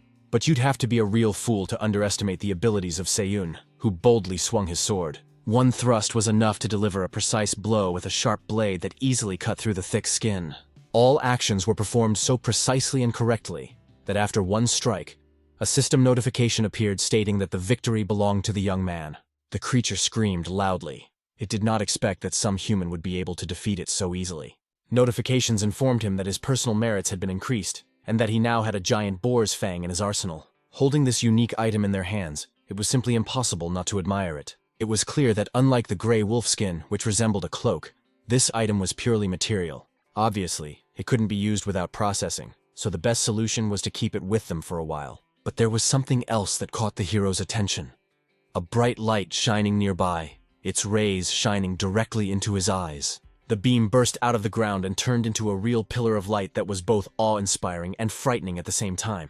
Soon, the system informed him that the young man had at his disposal the tool of a forgotten hero, which helped to control the sword. The boy immediately guessed that this was what the boars were trying to dig up, an ancient relic associated with the forgotten hero. The only way to learn more about this item was to use it and unlock its potential. Meanwhile, the players tried to deal with the aftermath of the third wave of the monster attack, carrying away the wounded and helping those in need. Trees had been cut down in a certain place, perhaps to set up camp. The location did look quite suitable. Touching one of the stumps, the young man activated the forgotten hero's tool and pulled out a sword. Opening the Vault of Greed, the boy also extracted a secret that was only given to those who began to forge in the Black Rock Gnome tribe. After examining his sword, Seiyun realized that he had to organize sword maintenance before the new wave. Touching the rusty blade, our hero thought about how he had never sharpened swords before regression. But this activity seemed very impressive and quite interesting to him. It seemed to allow him to better feel his weapon. An elderly man watched his work, convinced that there were hardly any blacksmiths left who could sharpen swords without using a polishing machine. Noticing him, Seiyun asked if the man knew anything about this craft, and the old man proudly replied that he had been making a living from iron for several decades. After examining the whetstone, the gentleman concluded that it was in excellent condition and asked where the young man had found such a high-quality item. The young man said he had found it by accident. Getting to work, the man said that even though the sword was old and rusty, it had perfect balance and minimal damage to the blade. Watching the master at work, the young man couldn't help but wonder if there had been such a person in the camp before, because he got the impression that this was no ordinary blacksmith. Seeing his reflection in the blade of the sword, the old man finally stopped and said that he had not been so focused in a long time. Looking at his weapon, our hero could not believe his eyes, for it seemed that he was holding a completely different sword in his hands. It even felt different, as if a layer of rust had been holding back the true power and potential of this object. Now the sword of the forgotten hero, who had disappeared long ago, had regained its former glory, all thanks to the skillful craftsmanship of the blacksmith. The old man cheerfully said that although the sword felt simple, it was the most sensitive of all those he had ever dealt with. After that, our hero asked the gentleman to also take care of the fang of a giant boar and the skin of a gray wolf, as with the right treatment, they could be very useful. The system notified that the soldier with the golden crown had shown interest in a player named Go Chang-sok. Seeing this name on the blue screen, our hero literally froze in place, because now he knew for sure that this was no ordinary blacksmith. The soldier with the golden crown himself, one of the 72 lords of the 7 deadly sins, was interested in him. He was the 28th and was known as Duke Bereth. This deity was incredibly powerful and deservedly held such a high position among the others. There were those who considered him an ordinary fanatic who liked to appear in public on his impressive scarlet horse. But Bereth was skilled in alchemy and was able to turn metals into gold. His skill with iron could only be compared to that of Hephaestus, who lived on Mount Olympus. But there was one huge difference between them. Hephaestus valued balance, while Bereth was focused on destruction itself. So the weapons he created were coveted even by the gods. When Mr. Chang-sok saw this message, he was completely confused and couldn't understand what it all meant. Siwoon said that the constellation had taken an interest in the old man. But this explanation only raised more questions for Mr. Chang. Then the young man explained that constellations were the names given to divine beings who were transcendent and lived at the top of the tower. Now Chang-soka was interested in why they were interested in him, and how his new acquaintance knew all this. Smiling, the young man shared that he was receiving attention from another constellation. Still, the man didn't understand what to do. Siwoon comforted him and told him that he should just behave as he had before. The young man shared that the constellations were not only harmless, but could even be useful, as their attention gave certain privileges. He gave the example of his ability to control fire, and said that everyone could do something similar. Smiling, the old man said that it all sounded very tempting and he would like to try it. Reaching out his hand, the young man said that in that case, he would very much like to work together. Responding to the handshake, Changsok said that this alliance was much better than fighting alone with only a wooden stick. A faint smile lit up the young man's face. He was glad that he now had such a talented person by his side, because with him around, he would have less to worry about in terms of equipment. The system reported that there were 3 hours and 21 minutes left until the 4th wave of monsters. The repository of greed was opened again, and a skill of 3 talents was extracted from it. It was a method of observing everything in space. Focusing on the power within himself, our hero began to immerse himself in the magical energy that this skill provided. Since he had created a mana circle, his next step was to become a Dantian. The main thing was not to lose his determination. The mana circle was created in his heart, and right now the guy could feel it. The power, like a living organism, was emerging inside him. Dantian was the name given to what opened up in the lower abdomen. In order for this flow of energy to open, it had to be directed and moved independently, without expecting or demanding anything. Soon, news came that the young man had successfully opened his Dantian with the help of the 3 talents skill. Opening his eyes, our hero was simply amazed, for it seemed to him that he had awakened after a long sleep and was finally able to unlock his true power. The opening of the Dantian allowed him to control his internal energy, which increased the effectiveness of all martial arts. After catching his breath, the guy finally came to his senses and realized that there was only an hour left before the next wave of monsters. Opening his eyes, the hero noticed someone standing in front of him, watching him closely. It was Mr. Changsok, who had finished cleaning the weapon and was handing it back to its owner. The blade literally shone in the sun, so well polished was it. Taking the sword, Sewon examined it and nodded approvingly, saying that the work had been done much faster than he could have expected. Changsok was clearly tired, and he shared that he would like to find some materials for polishing. Our hero decided to look through his belongings. In his arsenal was a gray wolf cloak, which skilled craftsmen had processed so carefully that it retained its original strength. The item was truly unique, but whether it could help with polishing was a big question. Now the inventory also included a dagger made from a fang, the blade of which had been sharpened and shaped using a special grinding method that allowed it to reveal its full power. The craftsman who made it from the material provided by Se-un asked if he liked the final result, and the guy was not just satisfied, he was delighted. The new dagger was truly impressive, as it was a D-level item, and without any additional tools, as expected, it was worthy of Barrett's attention. From the leftover leather, Changsok made an excellent sheath that held the weapon perfectly. Looking at the master's work, the young man said that he preferred him to take care of the equipment in the camp, instead of participating in the battle. Changsok did not mind using his skills for the greater good. The system announced that there were only 57 minutes left until the 4th wave of monster attacks. It was obvious that the next wave would be even more difficult, so soon calls to begin preparations for battle were heard in the camp. So A warned the players that, according to Seyun, this wave would be much more dangerous than all the previous ones. People were visibly nervous, although they tried to reassure themselves that they were now strong and well-trained enough. Soe didn't like this very much. She noticed that everyone had become too relaxed because they had suffered minimal casualties, and this made her anxious. She was distracted from these thoughts by a sharp sound, which indicated that someone had landed nearby after jumping. Sure enough, Hanchul decided to make a more dramatic entrance than usual, so after his jump and punch, cracks appeared in the ground. He glanced at the people attentively and said that no one should panic, his eyes burning with pure confidence in what he said. The players quickly calculated this and were surprised, because they did not understand how this guy could be 100% convinced that everything would end well. So A warned that there was only 1 minute left before the monsters appeared, which meant that soon they would have to show their strength and prove that they were worthy of continuing to live. These words didn't really resonate with the guy, but he understood that Soa was just trying to stir people up and make them fight for their lives. Looking at him with her beautiful brown eyes, the girl thanked Han Choryul for deciding to help her organize the players. He didn't respond, because he didn't think he deserved any thanks, since he was just doing what he had to do. Soon, everyone saw a system notification that the 4th wave of the monster invasion had begun, and they had to prove their worth again. The creatures did not keep them waiting.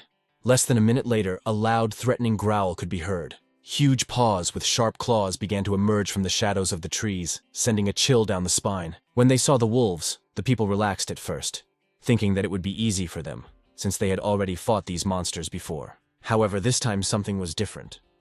As the creatures approached, it became clear that they were simply enormous, much larger than ordinary wolves. This sudden realization made the players back away. But no one was ready to drop their weapons and surrender yet, as they all understood that their lives depended on it. John Pill stood next to our hero and panicked, wanting to run away when he realized what giants they were dealing with. In the past, Se-woon was the same, always afraid and almost trembling with panic when faced with huge beasts, which filled him with real terror. But Soa and Han-chul were completely different. They were brave and courageous, the kind of people who lead others without the slightest hesitation. Without taking his eyes off them, Se-woon ordered the blonde man to stop talking immediately and start running as fast as his legs would carry him. When the blonde clearly showed his dissatisfaction, our hero looked at him sternly and asked if he had any complaints about his orders. The blonde man recoiled and remained silent, realizing that sometimes people can be scarier than monsters, and knowing Se-woon's strength, it was better to do as he wanted. Starting his run, John Pill shouted that he was very unhappy, but these words meant nothing, because he was already following orders. The wolves immediately noticed the movement and, of course, did not ignore it, because they were already eager to feast on fresh flesh. Crying in fear, he tried to run as fast as he could, because it was clear that his survival depended on it. The monsters got so close that he could hear their jaws snapping as they tried to grab his leg or arm. When there were too many creatures, Se-woon finally decided to intervene, so he activated his firepower and took aim. He directed a pillar of flame right where the largest number of enraged beasts had gathered, trying to devour the blonde man. Under attack from our hero, the monsters burned, whimpering pitifully. The hungry prince was pleased with his well-cooked meal, so he was in a cheerful mood. Some of the wolves managed to escape the fire, but they were all extremely angry and frightened, and their bodies were covered with burn wounds. Taking out his cleansed sword, the young man grinned and said that the time had come for retribution. As they say, an eye for an eye, a tooth for a tooth. Opening the vault of greed, the boy took out the art of the bloody wolf sword, created by a man who had broken with the outside world to fight the wolf packs. An ancient power filled his body, hinting that he was now ready to fight such strong opponents who greatly exceeded him in size. He was already a fairly confident guy, but now his self-belief grew even stronger, and he entered the battle without any fear. The wolves were also eager to fight, so the first victims of the young man's sword were not long in coming. He used a special skill of the bloody wolf sword art called the first form of the claw. Se-woon's eyes burned with determination. He was determined to destroy all creatures that posed any threat to him or the other players. He was pleased that his Dantian was now open, which meant that his martial arts would become even stronger. Taking advantage of this, he increased his physical abilities using his internal energy. However, his opponents were not intimidated. On the contrary, they became even more aggressive and were now so angry that it was frightening to even look at their faces. The system reported that the first form of his ability had been increased, which was made possible by his internal energy. Now, our hero was an absolute force, burning with such a powerful fire inside him that it could burn everything in its path. Without hesitation, he directed his energy at his opponents, who clearly did not expect to encounter anything like this, and were simply discouraged. Soon, their blood splattered our hero's clothes. There was no pity inside him, only pure calculation. He wanted to know how long this energy charge would last. John Pill was so shocked by what was happening that his brain's defensive reaction made him laugh out loud and ask if this was really a human being in front of him, and not some movie hero. In response, the guy said that the blonde guy should stop joking around, then activated his power and absorbed what was left of the gray wolf. The nutrients he gained increased his strength and agility by several points, and the hungry prince opened his mouth wide to get his share of the meal. After that, he did the same thing with some other dead animals to get more nutrients. Seeing how strangely everyone else was looking at him, John Peel ironically asked if he could stop helping with things like this. But the battle was not over yet, and many people continued to tremble with fear and make new attempts to protect themselves from a terrible death. After such a hot surprise from Se-woon, the wolves were even more enraged and attacked people with even greater enthusiasm, trying to bite through the carotid artery right away. The others also continued to fight. Han-chul confidently swung his fists and fought off the creatures, doing quite well. Despite her obvious fatigue, Soa also continued to fight, swinging her sword and trying to inflict fatal wounds on the unfortunate creatures that came within her reach. Assessing his allies, Se-woon concluded that it was difficult for Kang Han-chul to cope with the speed of the wolves. He couldn't keep up with their nimble movements. Soa, on the other hand, performed very well in battle. Yes, she was exhausted, but she demonstrated quite good fighting technique. Her stubbornness, determination, and courage made one admire this girl, who seemed to have an experienced warrior inside her, one that she could only reveal in such circumstances. She did not fight, but literally danced to the song hummed by her blade, which mercilessly pierced the bodies of monsters. The system reported that the constellation called the Crowned Spider was watching Yusoe's sword skills with interest. This curiosity was quite understandable, as the girl was showing impressive results for someone who had never held a sword before. The Crowned Spider was the name given to Baal himself, a high-ranking demon among the 72 highest-ranking demons, a master swordsman and commander of the demonic legions. Therefore, it was only natural that such a creature would take an interest in a young and very talented warrior. Baal clearly wanted to assess her potential, so he began to watch her closely. He literally followed her every breath, every movement of her sword, and the slightest change in her body position.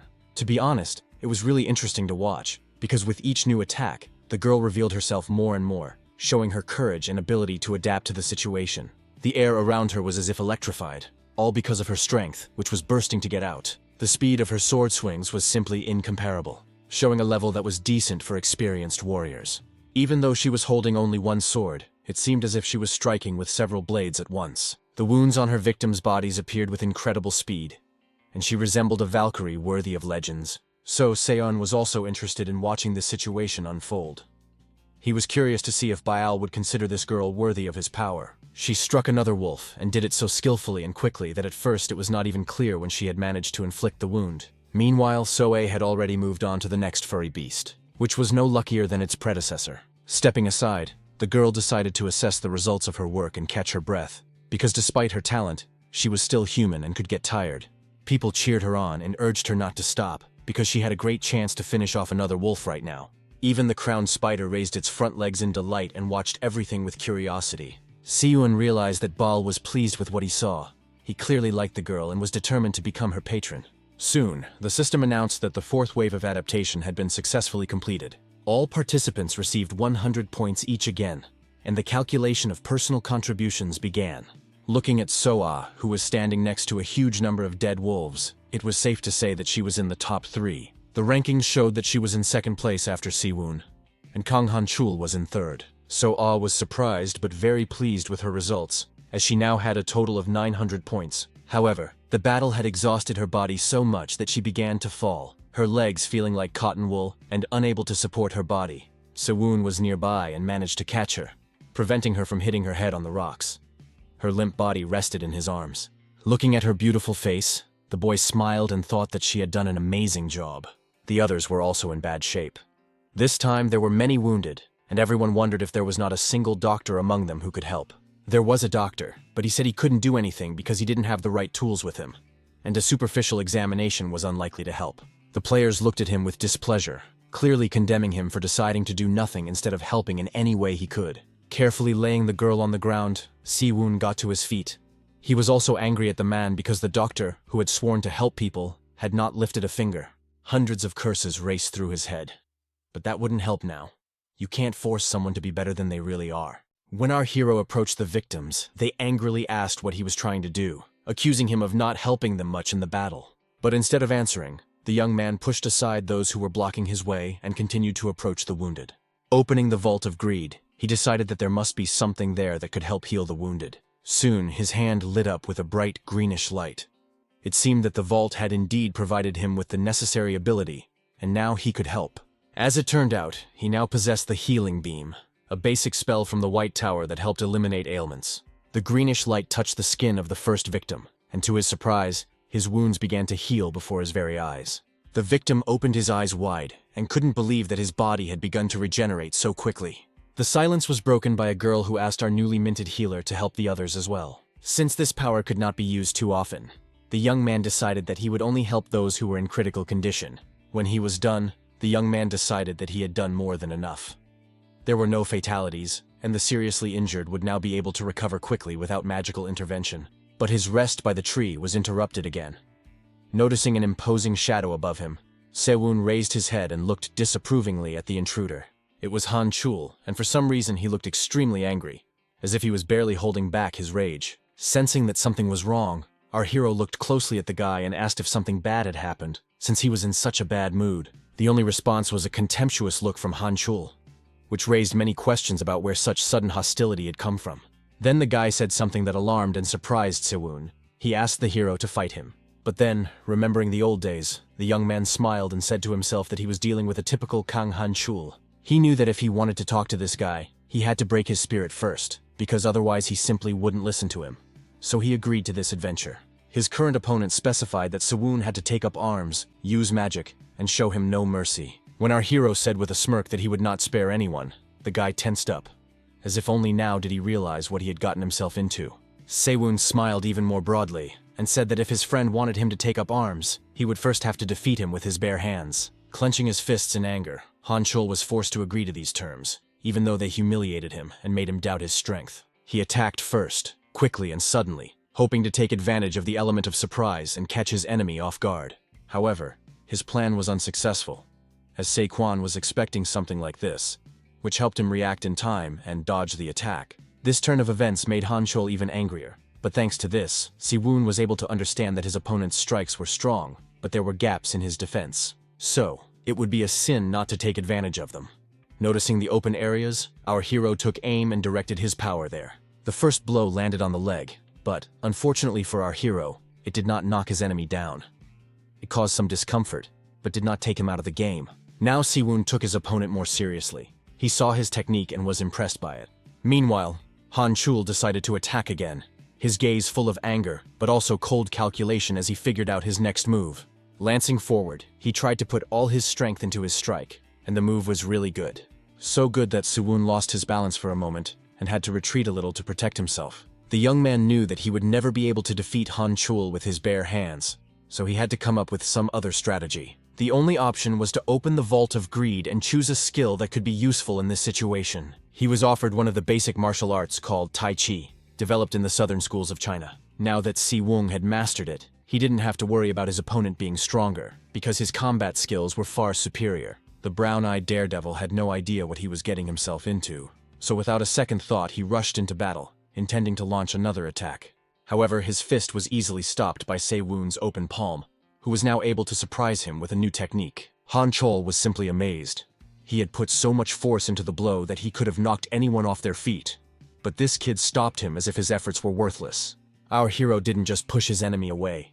He literally slammed him into a tree with his strength, knocking all the air out of the poor guy's lungs. After that blow, even the tree was smoking.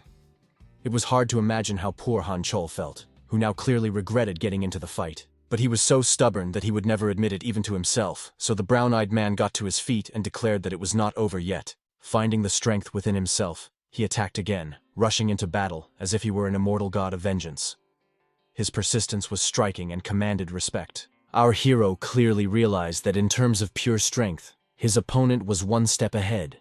But that was not all that could lead to victory. For example, the secret of Tai Chi was not in brute force, but in learning to control the surrounding energy at will. An attack based solely on strength was not entirely successful, because everything in this world required balance. So Siwoon decided to show his opponent how else to fight and win. The powerful blow landed squarely on Han Choryul's shoulder. He did not expect such sharp pain, so he seemed slightly disoriented.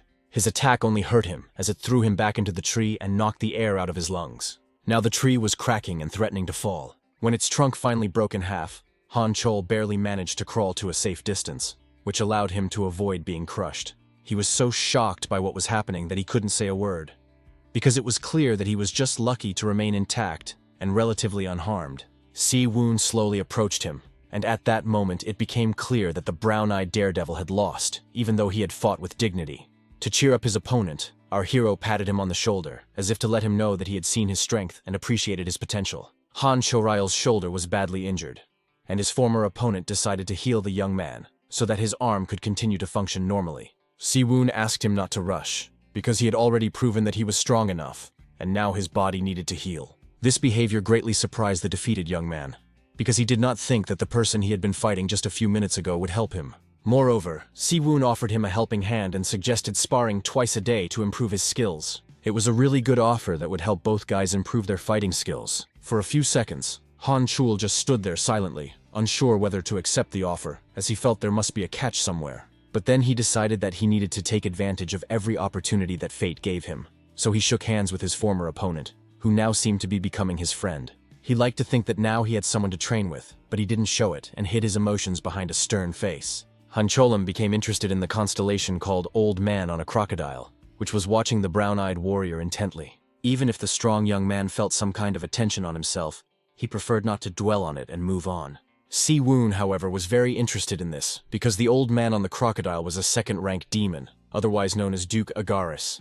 The fifth wave of the monster invasion was not long in coming, and soon the system announced its beginning. This time, people were very serious and combative. Now they understood more clearly that their lives directly depended on their ability to fight. Seo-un also noticed that the players' attitude toward the battle had changed significantly, and they all wondered what kind of creatures would attack this time. The answer was not long in coming, as soon as the deafening sound of many hooves could be heard. This time, it was wild boars that had gathered to test the people's ability to survive. But they were not like the ones they had encountered before. These were black and larger. So A took on the role of leader and ordered the guys to grip their weapons tightly so that they could fight these creatures with dignity. Sensing danger, Jeonpil immediately jumped up to our hero, politely stating that he was ready to help and asking what they were dealing with. Looking at his blonde friend, the young man said that this time he was not going to make him run and thus attract the attention of the monsters. Watching the others fight, Si-woon thought about how he had had to hold back until now in order to match the skill level of everyone else. But seeing the heights the other players had reached, he realized he no longer wanted to do that, especially since each of them had to earn points for their contribution. Only when the boar ran up to So-ae as close as possible did she realize how huge it was, exceeding even the size of the wolves that had attacked them last time. Surprisingly, the girl quickly pulled herself together and did not lose her composure at all. She jumped up sharply and made a precise strike with her sword. Si-woon watched her and couldn't help but rejoice that the beauty was becoming stronger and more resilient with each new wave. Now he was interested in how Han Chul was doing. One of the monsters was rushing towards the brown-eyed warrior, a huge boar fiercely shaking its head, showing off its huge sharp fangs. But Han Chul was no coward either, so he was already waiting for the best moment to attack this strong beast. He had a plan in his head that could well be called insane. He wanted to grab the enemy by the fangs and throw it over himself. Waiting for the right moment, he got down to business. One could doubt his strength as much as one wanted, but he really was able to lift the boar above himself, which was already impressive. Watching all this, Si-woon was stunned to realize that his friend had just used the Tai Chi technique to carry out his plan. He guessed that the guy had made a contract with Agaris, and now his strength had increased many times over. At this rate, he wouldn't have to intervene in the fight, which surprised Jeonpil very much.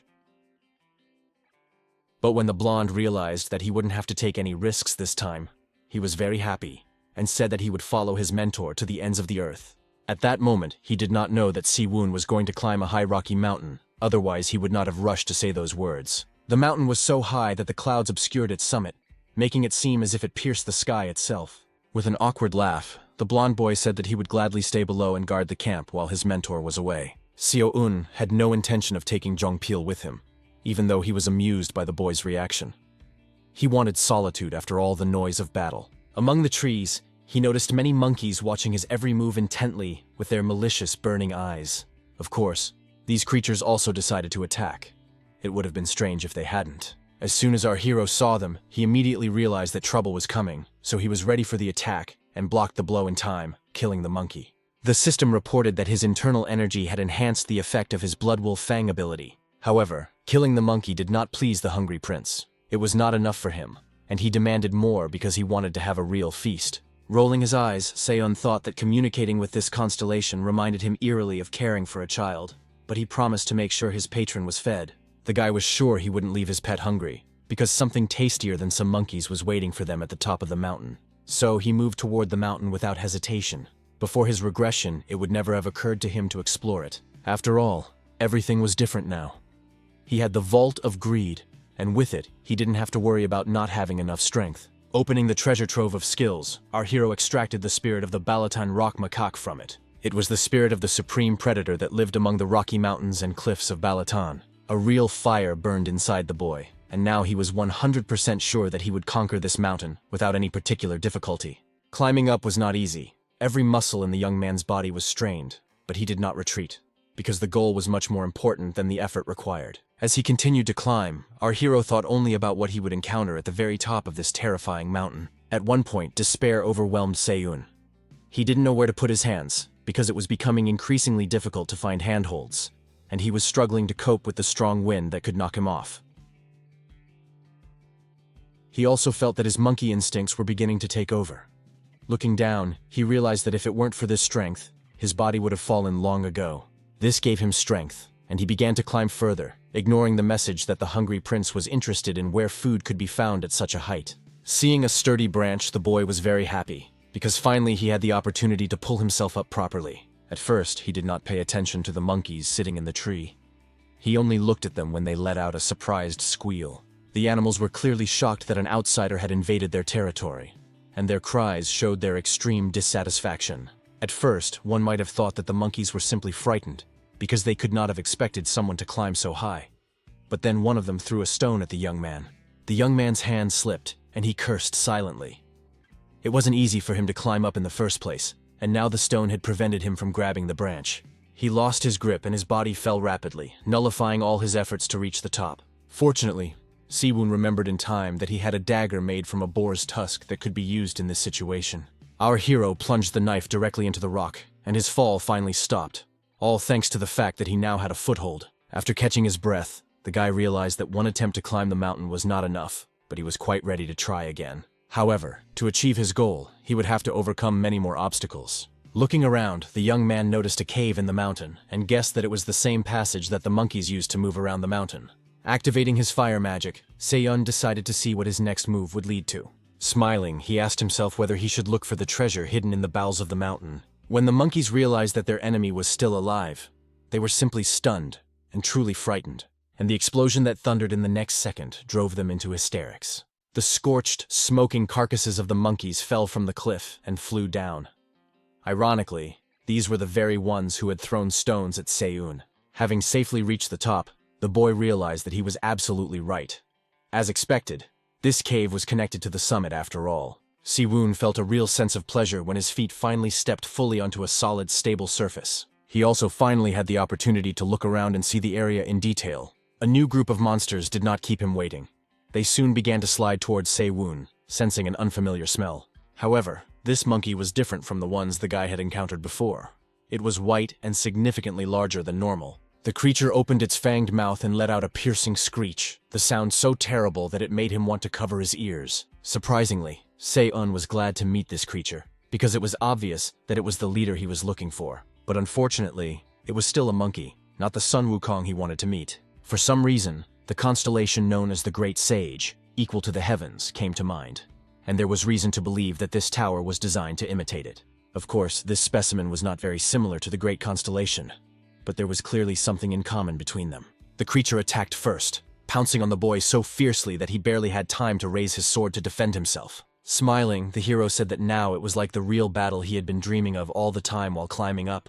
With every second, it became more and more difficult to defend himself, because the monkey was incredibly fast. There were moments when our invincible Siwoon missed his strikes and got hit in the face, which hurt him, and made him even angrier. For a monster boss that appeared during the training period, the monkey possessed truly impressive weapon skills. The guy realized that if he continued to only defend himself without going on the offensive, he would find himself in a very disadvantageous position. And very soon he realized that he was right, because the creature was feeling more and more confident, and now it was difficult to stop it. Putting his hand on the hilt of his dagger, Seiyun thought only about how to turn the tide so that he could get close to his enemy's throat. It was clear that he had to attack in such a way as to minimize the damage he received, so he had to move extremely quickly. Finally, the young man was able to get closer, and now had the opportunity to engage in a closer confrontation with the enemy. He even managed to grab his opponent's weapon, which gave him a certain sense of control. He pulled the stick toward himself and tried to wrest it from the monster's hands, but it was clutching it too tightly. These actions angered the monkey so much that it was beside itself with rage, saliva even dripping from its mouth. It was really difficult to take the weapon away, and at one point, Siwoon decided to give up. But then he changed his mind and continued to pull it toward him. And it was the right decision, because in the end, he managed to achieve his goal, take the enemy's weapon away, and send it flying. After that, he was finally able to stop for a second and catch his breath to assess the situation and think about what to do next. The iron rod he had taken from the monkey was much heavier than he could have imagined. However, the respite was short-lived, as the creature soon regained consciousness and began baring its fangs and trying to attack. Even without its weapon, which it obviously wanted back, it looked threatening and imposing, emanating powerful waves of dark energy. In order not to slip up and be completely confident in his abilities, our hero decided to open the Vault of Greed. He took out the dog-beating staff technique which was designed to scare away animals that threatened beggars. So now his skill with the staff had increased, and the guy could fight his former owner. The monkey noticed changes in how his opponent stood and held the staff. His body position indicated that he now knew how to handle the weapon. Noticing the fear in the monster's eyes, our hero smiled smugly. He already knew that he would do everything to win, and now his opponent finally understood this too. The whole mountain seemed to come alive because of what was happening at its summit. The monkey was not going to give up. It was painful and difficult, but it stubbornly fought back and tried to counterattack. All this was in vain, because soon the guy delivered the final blow, after which the system finally announced that he had defeated the monster boss. The hero's level was raised, his points increased, and he also received the Monkey Mountain Nutstone. Looking at this stone, Seo-woon immediately thought that he could give it to the old man Chang-sok, so that he could decide if it was of any use. After that, he activated his power and began to devour the remains of the monster, apologizing to the constellation for keeping it waiting. After absorbing its nutrients, the system notified him that his agility and intelligence stats had increased. Gaining 10 stats at once was an excellent result, and it became clear that at this rate, he could reach unprecedented heights. Having finished with this task, the guy decided that it was worth doing something else, because new monsters would not be long in coming. But before descending the mountain, Seo-woon decided to satisfy his curiosity and see what the monkey was guarding. Grabbing the rock with his hand, he reached up and decided to uncover this mystery for himself. Now he was standing at a narrow passageway that needed to be widened a little to allow him to squeeze through. The system announced that Seo-woon had found a hidden dungeon, which was the training ground of a forgotten hero. Smiling, the boy thought it was hard to believe that he had found a dungeon in the very first chapter of his training. Finding this place meant that he could gain much more experience than on ordinary battlefields, and completing it would give him rewards. And for the first person to complete it, the reward could be multiplied several times over. Taking a confident step forward, the young man decided that there was no point in delaying if he had decided to go all the way. The repository of greed was opened again, and a new ability was found and successfully extracted. His new skill was called Night Owl Eyes, which allowed its owner to see everything even in pitch darkness. Now he could calmly move forward without fear that the enemy would catch him off guard, jumping out from some dark corner. The atmosphere in the cave was creepy, to say the least, with bats everywhere, watching his every move with their red eyes. Fighting off the animals that flew right into his face, Seon realized that he had been descending steadily since the entrance.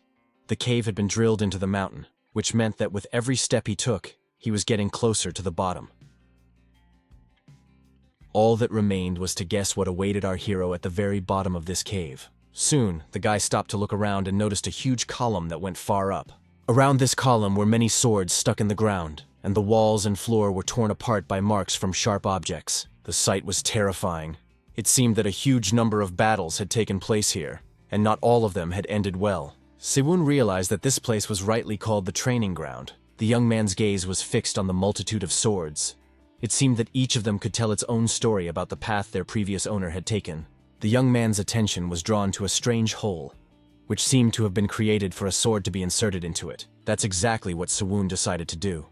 He didn't know if his idea would work, but he understood clearly that he would have to complete a series of quests, so the young man took the sword of a forgotten hero out of its sheath. To dispel any doubts, he took a running start and aimed, holding the sword in front of him. The blade hit the right spot perfectly, and the hole lit up with a bright light, as if approving of this action. After that, the system immediately announced that the player had earned the right to challenge the forgotten hero. The light grew brighter and brighter, and at one point, Seo-woon thought it might blind him, and then he would hardly be able to pass through this dungeon. Behind the hero, he heard a strange sound. He didn't turn his head, but even without doing so, he could clearly sense someone else's persistent presence. It was the ghost of a warrior, apparently the very forgotten hero that the system had so often spoken of. Turning his head sharply, our hero thought with fear. Could it be that everything started so quickly? He was clearly a little confused, but this confusion did not prevent him from starting to think about a plan of action that would be a good solution in the circumstances. It was time to take out his sword and finally begin what Seo-woon had come to this dungeon for. The system warned that the trial had begun, and only the broken sword could be used in it. Magic was also prohibited. But Seo-woon wasn't too bothered by the fact that he couldn't use his usual equipment and magical powers. He was informed that the duel with the forgotten hero would begin as soon as he picked up the broken sword. The young man's hands gripped the sword's hilt tightly, indicating that he accepted the fight and was ready to face the consequences of his decision. The forgotten hero immediately froze in place, as if sensing that someone was calling him back to the world of the living. The next moment the ghost lunged forward, his movements smooth but very precise, hinting that this character could pose a serious threat. Se-woon did not expect such a fast attack, so he barely managed to react in time, and only by a miracle was he able to raise his sword in time to block the blow. The forgotten hero's eyes sparkled with joy and anticipation. It had been a long time since anyone had challenged him. The battle began, so intense that Se-woon began to wonder how he would be able to defeat such a strong opponent without using magical power. By nature, our hero was very curious, so he asked if other people had come here before him and become rivals of the ghost. Looking closely at the young man, the forgotten hero said that a long time ago, a man had come to his abode. The young man immediately concluded that his predecessor had failed, since the warrior's ghost was still here. Instead of answering, the hero attacked Se-woon and made such a lunge that it was extremely difficult for him to parry. The swords clanged loudly as they struck each other, and it seemed that the force of the blows was so great that cracks might appear on the blades. Se-woon was not mistaken. What he feared had happened. At some point his weapon was split in two, the blade broke, and could no longer protect its temporary owner. This greatly amused the forgotten hero. It seemed he knew this would happen, but the expression on his opponent's face made him feel satisfied. The blows did not stop. They became faster and more intense, forcing the young man to retreat. It became more and more difficult to parry the blows, and with each step backward, the young man approached the place where the swords lay, and he had to be careful not to stumble upon them. His opponent's caution encouraged the warrior to attack more aggressively, giving the young man no chance to counterattack. His fighting technique was unique. Se-woon had never seen anyone so skilled with a weapon, literally feeling it as part of his body. In turn, the ghost assessed the young man's abilities as normal, but in his opinion, the young man lacked speed of movement. They were too slow. Se-woon was surprised when he heard his opponent say that he clearly had experience, but his body couldn't keep up with him and slowed him down. Throwing the broken sword aside, the young man realized that the enemy had come to this conclusion after they had crossed swords only a few times. Picking up a new blade from the ground, the boy asked if the ghost was going to let him pass this test. The forgotten hero froze for a moment, then asked with a smirk if his opponent had finally noticed that his attacks used the energy of the sword.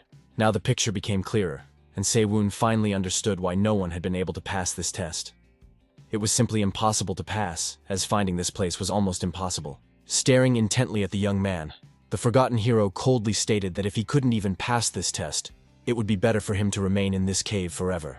After these words, the ghost launched another attack, which seemed even more ferocious than all the previous ones. Another centimeter, and the hero's blade could have cut through Se-woon's skin and taken his life. The young man had to use all his agility to avoid the sword blows that could have wounded him. The ghost didn't like this very much, and asked how long the boy was going to keep dodging. The warrior was not a monster and did not intend to continue attacking in the same pattern. Se-woon knew that his opponent was right, because with ordinary monsters, it was enough to understand how they attacked. But with the forgotten hero, everything was different. If he continued to dodge, there was a chance he would suffer serious damage. If he couldn't dodge and couldn't block the blows, then there wasn't much choice. He had to think of another plan of action. So he had to open the Vault of Greed and take out the Taiji sword. Now that the powerful weapon was in the young man's hands, he realized that he had a much better chance of winning. After all, this weapon was imbued with the basic sword technique of the Wudan sect, which spoke of its great power. It was time to counterattack. The ghost did not expect this, so he was disoriented and unpleasantly surprised, but he quickly picked up the new pace of the battle and began to adapt to it, making increasingly powerful and rapid attacks. Se-woon was completely focused on this battle. He had never felt as skilled a warrior as he did now. The ghost noticed this too, and now the guy's movements became faster and smoother, as if he finally felt comfortable in battle. The guy definitely made a good move, but the forgotten warrior thought it wasn't enough. So he got as close to our hero as possible, and decided that he would finally be able to defeat him. It wasn't that simple though. Se-woon anticipated his opponent's move and took steps to turn the situation to his advantage. To do this, he used the Blood Wolf technique, which would definitely knock the enemy off balance. And so it happened. The ghost was completely immobilized as a result of this attack, but this effect would not last long. The walls of this cave had seen many battles, but this one was unlike any other. No one who had ever entered here could fight the forgotten hero for so long. The warrior himself understood that he had encountered an impressive person who had mastered the most complex combat techniques. He was surprised that the young man was able to predict his moves, which was simply impossible without vast experience. The ghost began to think that the young man was hiding his strength from him, because he saw no signs that Se-woon had learned the technique of the soft sword. Our hero could barely keep himself from laughing, because he had just opened the treasure vault and gained this power literally a few minutes ago. Of course, it might have looked like he was hiding his power, So now the logical question arose as to how the test would end. The Forgotten Warrior said that his opponent would most likely pass this test, since he was one of the few who had managed to disarm him. So, with such potential, he could well win this battle. These words, which were in fact an acknowledgement of his strength, greatly surprised the young man. Meanwhile, the ghost continued to say that he doubted that anyone was capable of taking his sword away from him. Sewon suggested that this must be the very power that the forgotten hero had been guarding all this time. So, without hesitation, he inserted the sword into the new glowing hole and waited to see how it would all end. But when he pulled the weapon toward him to remove it from the slot, he encountered difficulties, as if the steel were stuck there. The hero approached him from behind and, instead of attacking, ordered the young man to be patient and wait, because soon the sword would recognize him as its master. Smiling, Sion thought that some treasures are worth waiting for a little longer, because then they are valued even more. When the sword slowly began to yield to him, the young man happily thought that now he would surely have a sword of at least A rank. It wasn't going fast, but luckily, our hero was one of those who knew how to wait patiently for his moment. Looking at the drops of sweat dripping onto the ground from the strain, he remembered that in his previous life, he had reached the 92nd floor of the tower without any talent. But soon, it wasn't just sweat dripping. Sewon felt a metallic taste in his mouth and realized that his chin was wet with blood. The tension grew with every passing second, and the sword remained in a strange crevice that glowed brighter and brighter. Not knowing how long this torment would continue, Sewon made a decision within himself that he would stand until the very end, until his strength left his body. As soon as he thought about it and made up his mind, the blade began to leave the opening, so that soon the young man had a unique weapon with a beautiful hilt in his hands. Before him was the true form of the forgotten hero's sword, a weapon that could be the stuff of legends. The hero himself smiled sadly and said that the young man was still struggling with the blade, but soon the unique weapon would accept him as its new master. After that, the ghost said that in the future, he hoped the young man would show him something even greater. Then he disappeared, literally dissolving into thin air. The system notified that Sewon had perfectly completed the hidden dungeon called the Training Ground of the Forgotten Hero. His level was raised thanks to his feat, and as a reward, he received a lot of personal merit points and, of course, the sword itself. When the constellation Bent Raven found out about this, it literally flew up from its place. Meanwhile, a battle raged below, with the fanged monkeys wanting to devour as many people as possible. The sixth wave began, which meant that people had to prove once again that they had the right to exist. So A was one of those who coped perfectly with this task. She was the kind of person who thought about others even in the most difficult situations. So she ordered her comrades to keep their formation and not forget that their advantage lay in unity. Han Chol only heard her words with half an ear. He was so absorbed in the battle that he didn't want to be distracted by anything. He increasingly felt that he was beginning to get used to a new way of life that forced him to prove his right to exist every time. Having finished with one monster, the guy stepped aside a little to assess the situation and understand how much more effort was needed. He noticed that Soe had quietly approached him and was looking intently at his face, as if trying to understand what he was thinking. Finally, she spoke, and the first thing that came out of her mouth was her concern that Sewon had not been seen for a long time, and she was afraid that something might have happened to him. Han Chul did not respond. He was almost 100% sure that nothing terrible had happened to this resilient boy. But the girl wouldn't let up. She said she was very worried and wanted to go look for him, suggesting that the brown-eyed boy go with her. Closing his eyes in irritation, he said that there was no need for that. Soa's eyes flashed with anger. She couldn't understand how the guy could be so emotionless that he didn't care about anyone or worry about anything.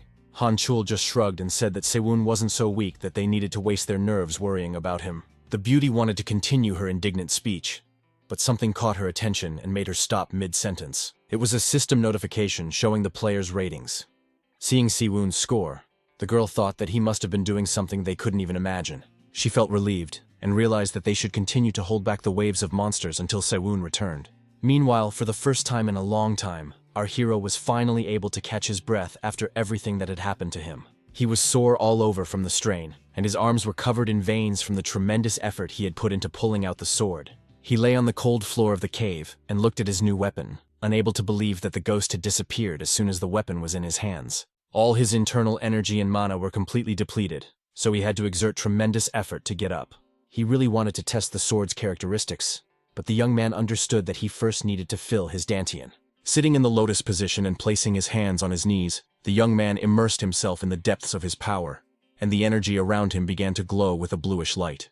At some point, he felt a strong inner restlessness, as if something was preventing him from fully diving into himself. The strange sensation in his body became more and more insistent, and our hero wondered fearfully what it all meant. He realized that there was something behind him that was affecting him with its energy, so he turned his head and looked carefully. To his great surprise, literally a meter away from him was a huge pillar of light that seemed to be pulling him in with its power. Now it became clear that the reward for passing through the dungeon was not only the sword. The vault of greed opened, and the young man gained access to the circle of dark mana, which was only passed on to direct disciples in the Black Tower.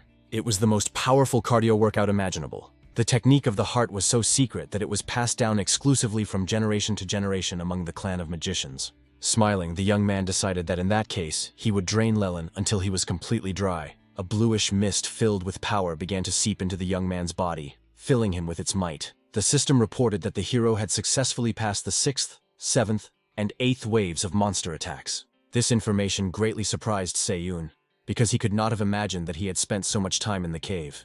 It seemed to him that he had been there for only a short time. But it turned out that a whole day and a half had passed since he left the camp. The guy was very happy that his comrades had managed to hold out so well without him. Soon, the final test of the first chapter of training awaited them.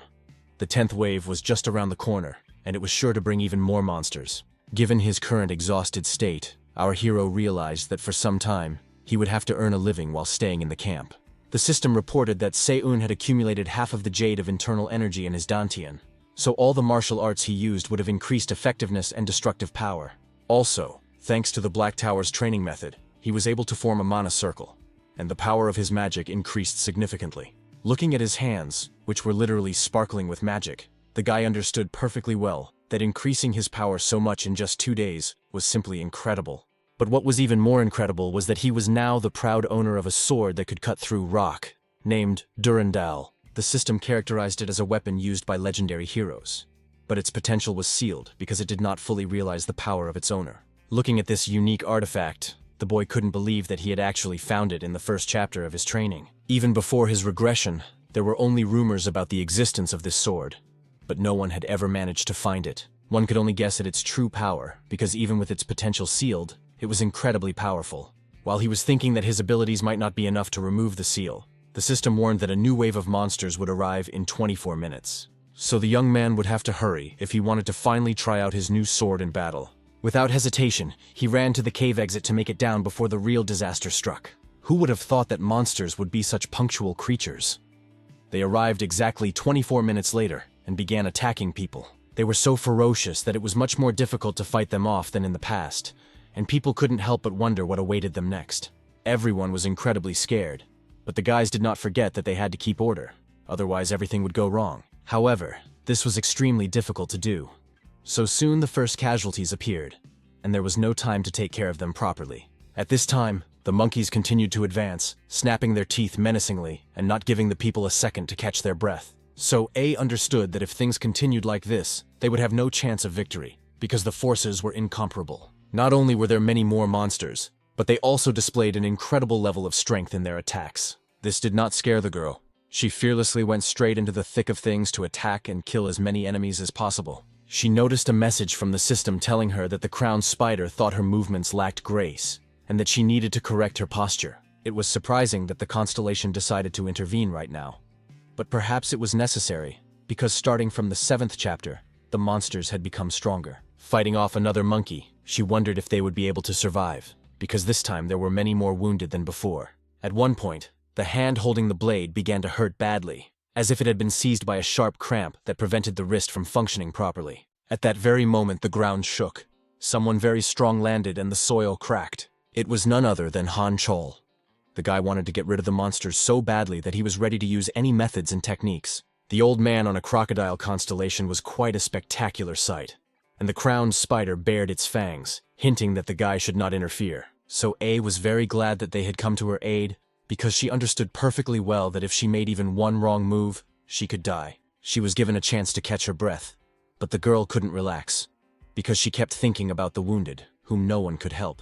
Sensing her thoughts, Han Chol said that if she fell while protecting them, the entire camp would be destroyed. She understood that he was right, but he was also seriously injured, so they were in trouble. Just as Soa thought that if Se-yoon didn't come, they might die, she immediately heard a strange cry coming from nearby. It was John Pill, who was running with several bananas in his hands, shouting that they were all at their limit and everything could be destroyed in an instant. He was running so fast that he neglected to pay attention, and because of this, his foot caught on a rock. The fall was hard, and only the higher powers knew if the blonde man would be able to escape the monsters that were following him. They opened their hungry mouths to sink their teeth into tender human flesh, and only a miracle could stop them. The blonde man himself understood that his chances were minimal, so he covered his face with his hand and did not even try to hide the tears that ran down his cheeks in fear. Suddenly, there was a bright flash that seemed to electrocute the creatures. They screamed and froze in place, then began to writhe in pain. So A's eyes widened when she read the message that the crowned spider was bowing its head before the demon god. Hancho Ryu received a similar notification and was just as surprised as his emotional girlfriend. Soon the flash faded, and one could see the charred bodies of the monkeys, which stank strongly of burnt flesh and fur. It was all the work of Se-woon, who arrived just in time and made a rather spectacular appearance that impressed everyone, even the constellations. The guy's appearance delighted Jeon-pil the most, who had already said goodbye to life 10 times, and now seemed to have risen from the dead. He felt so calm at the sight of Se-woon, who radiated stoic calm and strength directed against his enemies. Opening the Vault of Greed, our hero drew the necessary strength from it and decided that there was no time to waste. He used a skill called Chain Lightning and struck all the monkeys within a radius of several meters. Assessing the situation, the young man realized that everything was much more dangerous than he had thought. Yes, the guys were holding up well, but if he had arrived a little later, they could have been seriously injured. But what was the point in thinking about that now? At the moment, everyone was safe and sound, and that was all that mattered. Suddenly, the system reported that the constellation of the Jolly Donkey Head was laughing and pointing at Park Chung-pil. It seemed that the blonde's cheerful disposition had not gone unnoticed, and he too had been chosen as a favorite. It was strange that he had attracted attention so late. Meanwhile, the other players couldn't comprehend what they had seen. It was hard for them to believe that Si-woon had actually used magic. Looking at our hero, they began to call him the Blood Wolf, because his strength and bravery were no different from those of a powerful beast. Hearing this nickname, the boy was a little embarrassed. He didn't understand why they were comparing him to someone they had killed during the first monster invasions. Clearing his throat, Jeon-pil stepped forward, acting as if he wanted to make a speech. Winking at Se-woon, he asked if he liked the nickname he had come up with, but the answer was a moment of silence. Laughing awkwardly, the guy said that he decided to play on associations, because the hero's sword gave off the scent of blood, and he himself always wore a wolfskin cloak. For the player, the title was as important as the name, because that's how others would refer to him. So Seo-woo simply wanted to eliminate the bothersome blonde. He mentally promised himself that he would be the one to give the title to Jeon-pil. But these thoughts were interrupted by the announcement of the end of the 9th wave. At the end of this massacre, each participant received 200 experience points. Looking at the rankings, it became clear that everything was stable there, with Si-woon in first place, So-a in second, and Kang Han-chul in third. By the way, the guys immediately ran up to the young man. It was clear that the girl was worried, but her companion showed no emotion. Despite saying that she was nervous, So-a's eyes expressed dissatisfaction, as if she was annoyed that the guy had made her nervous. Not wanting to explain anything, our hero said that he would tell them everything a little later, and that now they should all focus on taking care of the camp and the injured. Realizing that he was blatantly avoiding the conversation, the girl glared at him and muttered that she would definitely demand the full story. Smiling at So-a's persistence, he realized that he didn't even want to argue with her, because for now, she was the unofficial leader of the camp. Han-chul approached Se-woon and muttered that the girl had become much stronger than she had been before. Meeting Si-woon's gaze, the brown-eyed warrior suggested they meet at the old broken tree. At first, the young man did not understand what his comrade meant. But then he guessed that he was hinting at a duel, which they had not had in a long time. Just then, Jeon-pil appeared next to him. It seemed that this annoying blonde was following him everywhere. But he could still be useful, so Si-woon ordered him to immediately report on the situation, because he was interested in how things were going in the camp. The talkative young man said that after our hero left for the mountain, they successfully passed the 6th wave of the monster invasion. However, starting with the 7th wave, there were certain problems. Listening carefully to the boy, Se-woon wondered if he had always had this talent. In the past, the blonde boy clung to Kang Han-chul and caused a lot of trouble. But now he surprised everyone with his good memory and briefing skills. Everything pointed to the fact that he was indeed worthy of interest from the 6th-rank demon lord, who was called Valifor. While Se-woon was pondering this, he didn't pay much attention to the story. His attention only drawn to the mention of the twins who had set up wooden barricades. It was an extremely interesting way to restrain monsters, one that could only have been devised by those with a good level of intelligence, but he couldn't remember there being any twins among them. Deciding to think about it later, Se-woong went to the broken tree where he was supposed to meet Han Cho-reum. There were two red-haired girls arguing that the fortifications needed to be built stronger. Their opinions differed, as the second girl was sure that they might not finish in time before the war started. John Pil approached them, called them by their names, Hanarayum and Han Da-won, and asked what the girls were doing and why they hadn't greeted Se-woon. Seeing the twins, hundreds of questions immediately popped into the young man's head about where they came from. But then he remembered how impressed he was with how diligently they fought off the monsters. It seemed that our hero was simply inattentive and did not think that there were two redheads, not one. Now both girls were standing right in front of him and couldn't take their enthusiastic eyes off him. They couldn't believe that the Blood Wolf himself was standing in front of them. Hearing this nickname, Se-woon recoiled. He couldn't get used to being called that. Closing his eyes, he caught himself thinking that he wanted to strangle the blonde man with his own hands for coming up with this title for him. Approaching the girls, Se-woon told them that they had done a wonderful job. He learned that they had been able to buy weapons because Soa had shown them how. Smiling, the leader said that it would be very useful during the next monster invasions, and the red-haired girls said that they needed more wood to prepare for the next wave. Se-woon didn't even know if he should tell them that wooden barricades wouldn't be much help during the 10th wave. The guy paid attention to the girls for one simple reason. The constellations Black Kintush and Black Raven had paid attention to them. These unique twin crows had chosen these girls for a reason, and one could only guess what had interested them. The creatures were demons of the 38th and 39th ranks, called Halfas and Malfas, each of whom had the ability to build and fortify. Combined, these two abilities would be very useful in battle. When the hero said that he would deal with the tree himself, the girls' eyes lit up, and it was clear that they were very happy that someone was paying attention to them. They shouted that Bloody Wolf was the best, and the guy smiled, but thought to himself that he didn't want to be called that. For several minutes, they walked silently along the path into the forest, which was surprisingly picturesque. At one point, the young man stopped and took his sword out of its sheath, which beautifully reflected the golden rays of sunlight. Peeking out from behind Cheon-pil's back, the girls asked in surprise if Se-woon was going to chop down a tree with his unrivaled sword, which could become dull. Without turning his head, the young man said that everything would be fine and that he could definitely manage without an axe. Swinging his blade, he ran toward the tree he had chosen, his movement suggesting that the plant had no chance. His incredibly powerful blow struck the tree sharply and without the slightest hesitation. One blow was enough to split the tree trunk almost in half. Everyone was simply delighted. The guys admired the strength of their leader and were proud to be able to fight shoulder to shoulder with him.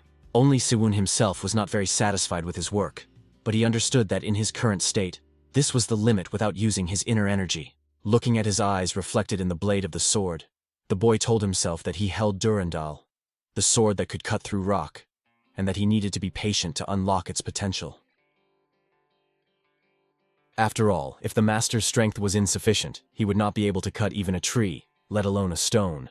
So Se-woon would have to go a long way. Opening the Vault of Greed, the hero decided to use the skills that were available to him at the moment. He drew on the ability of the Taishan 18 Strike Sword, a martial art known for its large and powerful physique. It was the best option, allowing him to cut down a tree with a single blow, so it was worth trying it out in practice. Without thinking twice, the guy struck a single, clear, sweeping blow that showed all his strength and power. The tree shook and a clear-cut line appeared on it, which was so thin and delicate that it was barely noticeable. But this barely noticeable line produced an amazing result, and soon the trunk swayed and fell to the ground. The crash was so loud that even the birds flew away in different directions to avoid being hurt by the force of the blow. This delighted the young man's companions, as it was the first time they had seen anyone fell a tree with just 2 blows. The system announced that thanks to internal energy, the second skill of the Taishan sword was strengthened several times over. Our hero could literally feel the new power filling every cell of his body and making his blood boil. He struck another blow, this time more powerful, and waited to see what would happen. Everyone was pleasantly surprised when they saw that one strike had knocked down 2 more trees that could be used to build barricades. The power was astonishing, and no one present could deny it, for no one had ever seen anything like it before. Se-woon looked skeptically at what he had done, indifferent, because he knew that there was always room for improvement. Without looking at the twin girls, our hero said that they didn't need to worry about transporting the wood, because John Pil would take care of it. When he asked in surprise if he was going to carry it all himself, the young man smiled and said that this was exactly what his right-hand man would do. While the blonde stood there wondering how to deal with all this, the constellation that had taken an interest in them couldn't stop laughing. A few hours later, it was the middle of the night. It was quiet and warm, which was a welcome relief, but for some, it was not so peaceful and not at all conducive to rest. Jean-Pil was carrying wood and complaining that his strength was running out. When the boy fell and almost crushed himself with the wood, Sewon said irritably that he was whining too much. Despite our hero joking that the blonde guy should carry everything himself, the fool had already delivered 3 logs. Sewon had already considered leaving this work to Jean-Pil, but then decided to take pity on him and ask for help from Han Cho-ryul, who was incredibly strong. Having dealt with the twins' problems, Sewon decided that he no longer needed to stay at the camp and had to move on. But his attention was drawn to a man who, for some reason, went over to the injured players and sat down near them. Moans of pain could be heard from that place. People were suffering and in agony. Someone was screaming that they couldn't feel their arm at all, and someone else could barely find the strength to breathe. The girl said anxiously that she would help everyone she could, but first she would examine the seriously injured. This was Lee Han-il, a healer with whom our hero had communicated more than once. She was brave and very self-sacrificing, always at the forefront of treating patients. She had a unique talent for healing and could treat patients without using any instruments. She was watched over by the constellation of the bloodied lion, which growled softly and licked up the blood around the girl. So Sewon immediately understood that this amazing healer had been chosen by the great demon Morbas, who occupied the 5th place. Morbas was a great commander of hell who was capable of both causing illness and healing. Seeing how hard the girl worked, the young man concluded that she had not yet fully mastered the power of the constellation. So he suggested that they divide the roles. Sewon wanted to treat patients with severe external wounds, and she would treat those with internal wounds. The young man believed that with the power of Morbas, this would be more effective. Hearing these words, the girl was surprised, not understanding where he had learned this information. Deciding not to ask unnecessary questions, she got up and silently went to treat those with serious internal injuries. Meanwhile, our hero took advantage of his solitude and opened the Vault of Greed. He extracted a skill from it that allowed him to heal other people, as such a skill was found in his modest arsenal. Using his new ability, he began to closely monitor how the wounds on the victim's body began to heal. Han-yul was very surprised. She knew that the guy had been impressive before, but now his skills had improved significantly. Sewon said that it was a natural development of his power, but in reality, he had used a 2nd-level spell, which is why it was so powerful. However, our hero said that his companion would soon become a real pro who would heal better than him. After all, the constellation she had contracted with was so powerful that soon everyone would be amazed by her abilities. The bloodied lion was flattered by such praise, and the bowed raven thought that the description perfectly suited the Lord of Hell. One could only imagine the power this creature possessed, since even other constellations bowed their heads before him and showed him respect. While the guys were treating the wounded, it got completely dark outside. They healed most of the victims, and Sewon decided to attend to other matters, saying that if the girl needed his help, he would gladly fulfill any request. Walking along the path, the hero pondered Han-yul's contract with Morbas. It turned out that the structure of the camp was much stronger than he had expected. He couldn't have imagined that everything had changed so much while he was on Rocky Mountain. People had clearly progressed in their skills. He was curious to know who would be the next to sign a contract with the constellation. And then he noticed an old man named Changsok, who was making weapons. Approaching closer, the young man greeted the elderly gentleman, who looked up from his work. The young man quickly realized that the equipment used by So-ae and Han Chol had been made by this skilled craftsman, and the quality was excellent, as if it had been custom-made. Noticing Sewon's new sword, the old man's eyes lit up, and he became interested in where he had gotten such a magnificent weapon, as Changsok had never seen anything like it before. The man thought that the young man had simply disappeared, absorbed in his own affairs, but as it turned out, he had returned this legendary masterpiece of a sword. When Sewon asked the old man to be more careful because he could burn a hole in the blade with his gaze, Jungseok hid his smile and said that his blade didn't even need to be sharpened. But at that moment, the boy was not interested in the sword. He asked the gentleman to look at something else. After these words, he handed the old man a stone, which at first glance seemed to be an ordinary cobblestone of no value. The constellation that caught the old man's eye was called the Soldier with the Golden Crown, and it considered the material to be suitable, while Changseok said that they were looking at a unique ore. As our hero expected, the master immediately recognized the material, which was called Fundu Stone, obtained for defeating the monkey boss on the Rocky Mountain. It was the best that could be obtained at this stage, so the young man hoped that this ore could be used to make armor.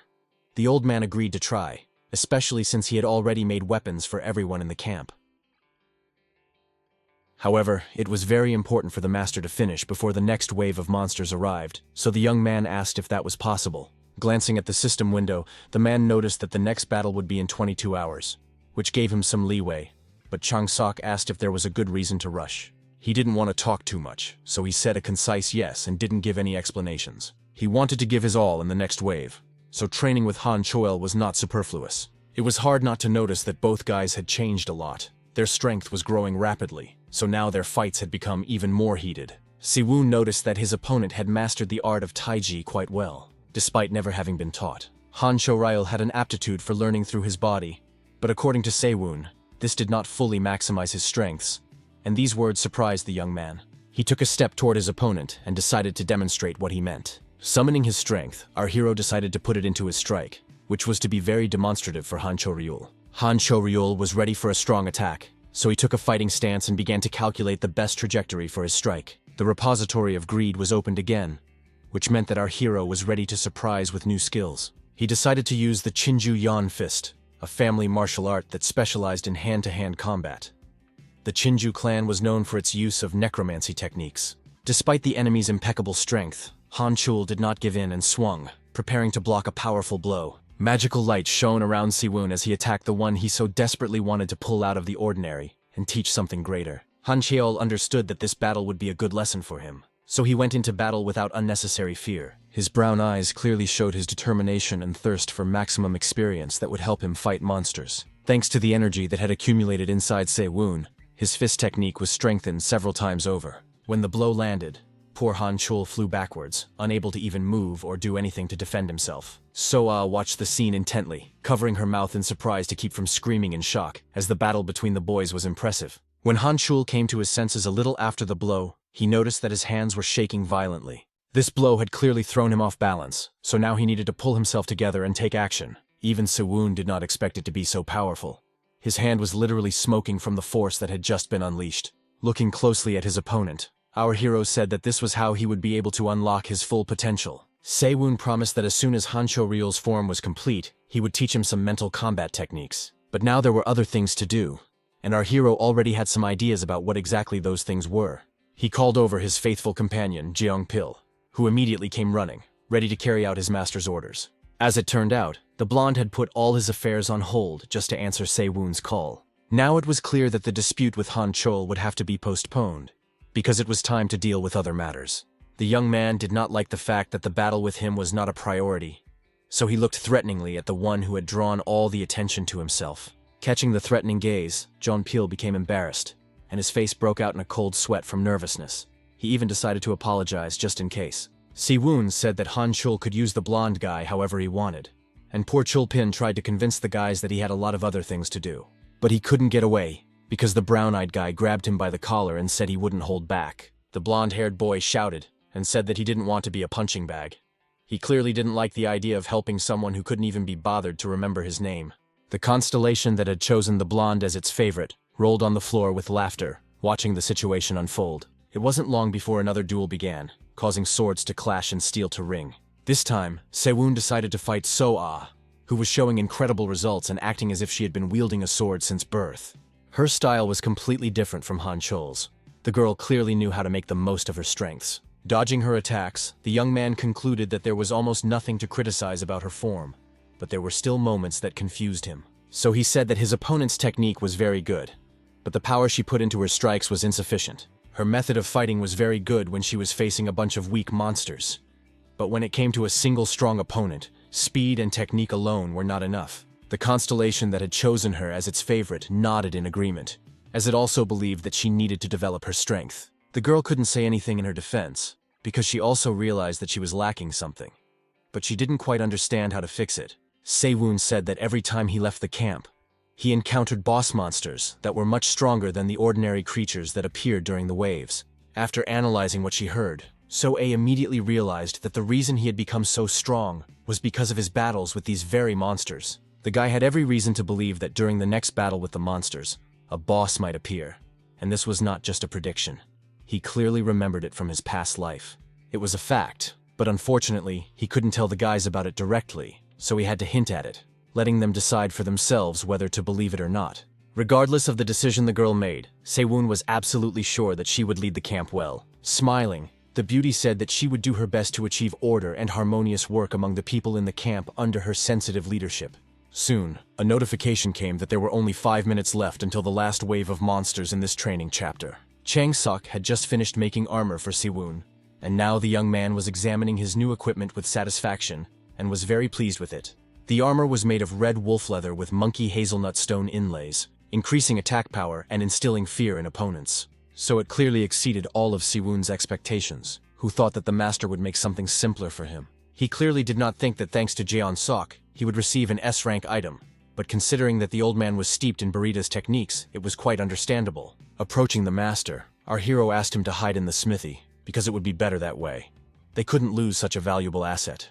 The man really wanted to see the moment when his masterpiece would shine, especially since he was sure that the boy could handle the monsters, so he had nothing to fear. Smiling at the old man's courage, our hero said that in that case, he should stay behind everyone else to be at a safe distance. Time ran out, and the system announced that the 10th wave of monsters had begun, which was the final wave in the adaptation period. Soon, heavy footsteps could be heard, and it became apparent that the approaching monster had huge clawed paws. This time, the people were dealing with incredibly large and terrifying red wolves, which made them want to run as far away as possible just by looking at them. But that wasn't all, as it turned out that they would also have to face rabid monkeys that were eager to attack their enemies. At first, the guys felt relieved when they realized that they would have to fight monsters they had already encountered, and some even rushed into battle. But when the boars appeared, everyone began to wonder if there were too many monsters that wanted them dead. So A decided to cheer up her comrades, saying that they should not be afraid of those they had already defeated, and ordered them to remain calm and line up around the barricades.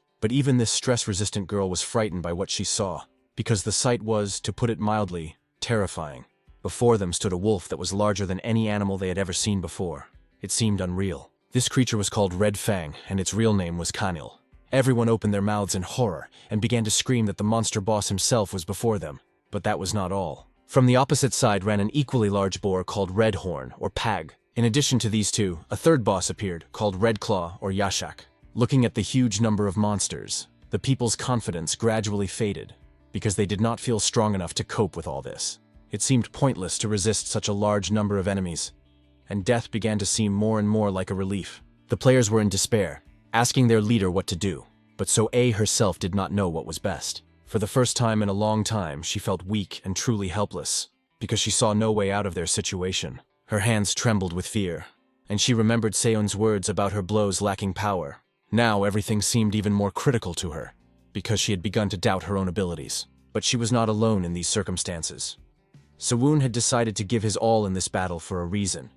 He clearly did not want to lose people in this battle. Thanks to his intense cardio training, the guy's technique had gotten stronger, so his first opponent was soon screaming in pain. His strike was precise and hit exactly where it needed to, the sword cutting through tough flesh and causing the boss to bleed profusely. The red wolves who watched this slaughter were extremely frightened by what they saw of the enemy's strength, and the effect of the armor and cloak that Siwoon wore only reinforced this effect. Without turning his head, he addressed So-A and Han Choryul, telling them not to interfere in his battle. He wanted to test his strength and show everyone what he was capable of.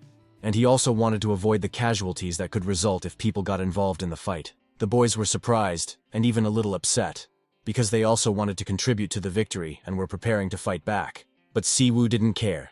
He activated his power and made it clear that he was not going to listen to any objections. Now was not the time for them. The Black Tower's skill helped strengthen the chain lightning technique.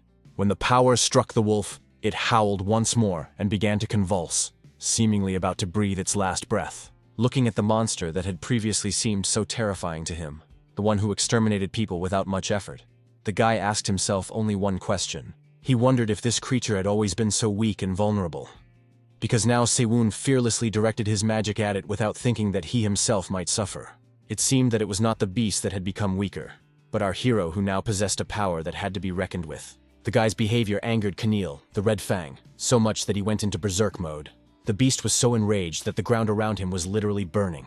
He was an elemental force, a fire that could burn everything in its path. Noticing the monster's behavior, memories flashed through the young man's mind, and he remembered that before the regression, a similar attack had destroyed the camp with just one blow. Now everything was different. Siwoon knew all the monster's moves and skills, which meant he had the advantage. The creature desperately snapped its teeth and tried to reach its prey, but at the moment, all was in vain.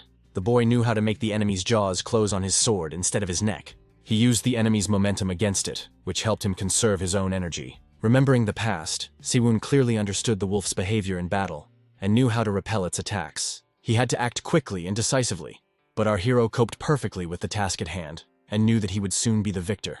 His body moved so fast that it looked like a shadow moving around the boss. But it was not a shadow, but a warrior who knew exactly what to do. So he jumped on the enemy without hesitation and pierced his head with his sword. The system announced that Red Fang had been defeated, and for winning alone, he was awarded extra points and the legendary Fang of Canilla. It felt a little strange to Seon to realize that he had just defeated the one who had previously evoked animalistic fear within him. Activating his power, he absorbed the Fang and the very essence of this monster, thereby increasing his stats. The fear among the monsters grew so much that they began to retreat. Feeling an incredible threat, the beasts were disoriented by the death of their leader. People saw the most ferocious creatures running away, and, to be honest, were quietly glad that Sewon was on their side and not against them. Deciding that the guys could take care of the frightened wolves themselves, our hero decided it was time to deal with the next boss. It was a creature that could only be defeated with a tremendous amount of effort, both physical and magical. The huge boar ran straight at the people, sensing their fear and feeding on it, feeling like the true master of their lives. But Hanchul was already waiting for him, having decided to disobey Sewon and engage in a battle with the boss that he might not win. At first, Sewon was angry, but then he smiled at his comrade's courage, for he was ready to face this giant creature head-on, using only his strength. Pag, also known as Redhorn, used the power of an earthquake to intimidate and disorient his opponents. But this had no effect on Hanchul, who was already rushing at the enemy, swinging his fists. His courage amazed everyone who saw him. His fist struck with such force that it caused the ground to crack and rocks to crumble. As it turned out, Hanchul managed to neutralize the earthquake with his blow, adapting well to the power of the Agaris constellation, which had taken an interest in him. Approaching the brave man, our hero asked him if he remembered the first technique of Chinju Yon's fist, to which he replied that he could only handle the first form. Putting his hand on the hilt of his sword, Sewon said that in that case, the brown-eyed man could follow him. Swinging his arm, the guy decided to take action and attack the enemy, as he had just gotten close enough to him. This action greatly angered the boar, and it was in pain, so it began to shake its head desperately to get rid of the unpleasant sensations. Seon's magical power was already at its peak, and his internal energy enhanced the Kansi fist technique, making him even more powerful. His fists slammed into the enemy's body with all his might. The beast screamed and tried to escape, but to no avail. One of its fangs was damaged so badly that it fell out, and while the monster was disoriented, the guy struck again. The brown-eyed daredevil's work impressed the old man on the crocodile constellation, so it willingly gave its warrior the power of earthquake. This immediately strengthened Hanchul, who was already prepared to do anything to achieve victory. The guy felt a surge of strength and energy inside him, which gave him new resources for attacking, and he couldn't help but take advantage of it. So soon the creature screamed again. This time the pain became even more all-consuming, and it was clear how much it was suffering. Soon, another boss fell to the ground and was completely defeated by those he considered much weaker than himself. The system reported that the Red Horn, Pag, had fallen, and the guys were moving toward victory faster and faster. Hanchul was in shock. He himself did not expect to have such power within him. He was surprised, and even a little scared. Standing in front of the defeated enemy's body, the boy read with surprise the messages that his personal achievements had increased, and that Pog's heart was now in his inventory. Looking at his hands, he wondered if this was what the real power that now lived inside him looked like. Smiling, Siwon said that this was the true power that Hanchul possessed, and now he had to fully reveal it in order to learn how to use it without the constellation.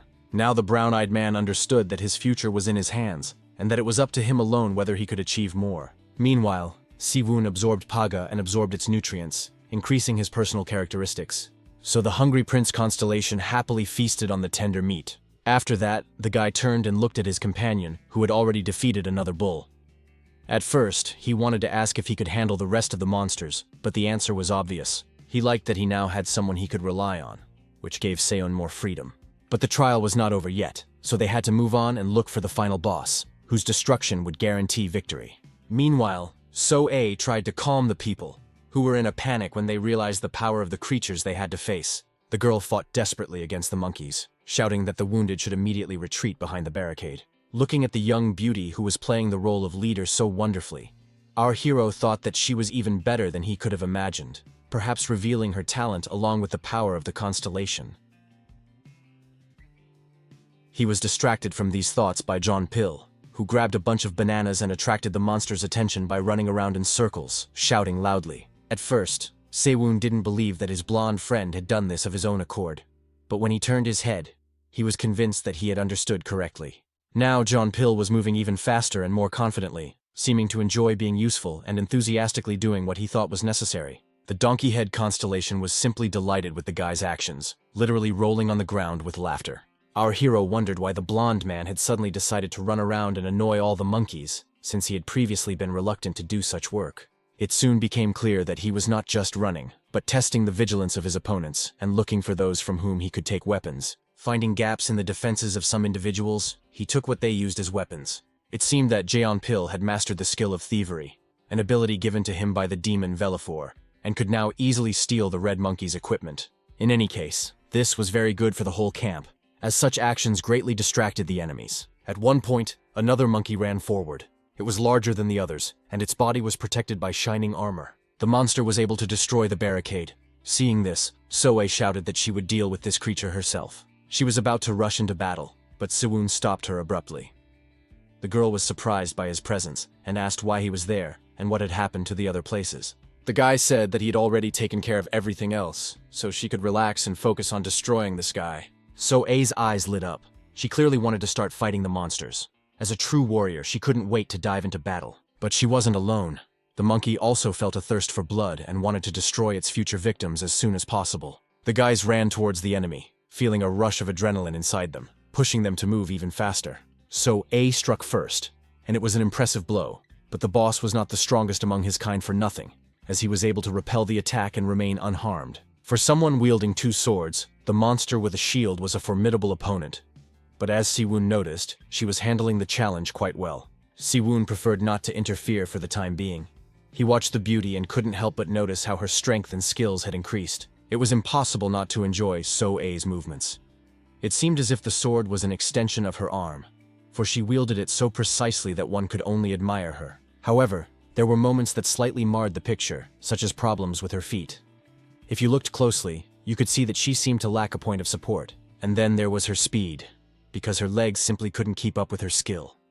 Our hero immediately noticed this and asked the young lady to follow in his footsteps. She was surprised that he wanted her to do it now, but the guy believed that the fastest way to learn was in real combat. Opening the repository of greed, the young man extracted a skill called Camilla's Double Sword Mastery. This skill was unique, literally one of only 5 in existence, allowing him to move his feet as fast as possible. It seemed as if the legs became so light that they moved like a leaf caught in a hurricane. Seo could only hope that the girl would be able to keep up with his pace, because it was more difficult than it might seem at first glance. As expected, Soa opened her mouth in surprise, unable to believe that anyone was capable of such movements, because it was impossible to catch his feet as they moved. Meanwhile, Sewon did not stop.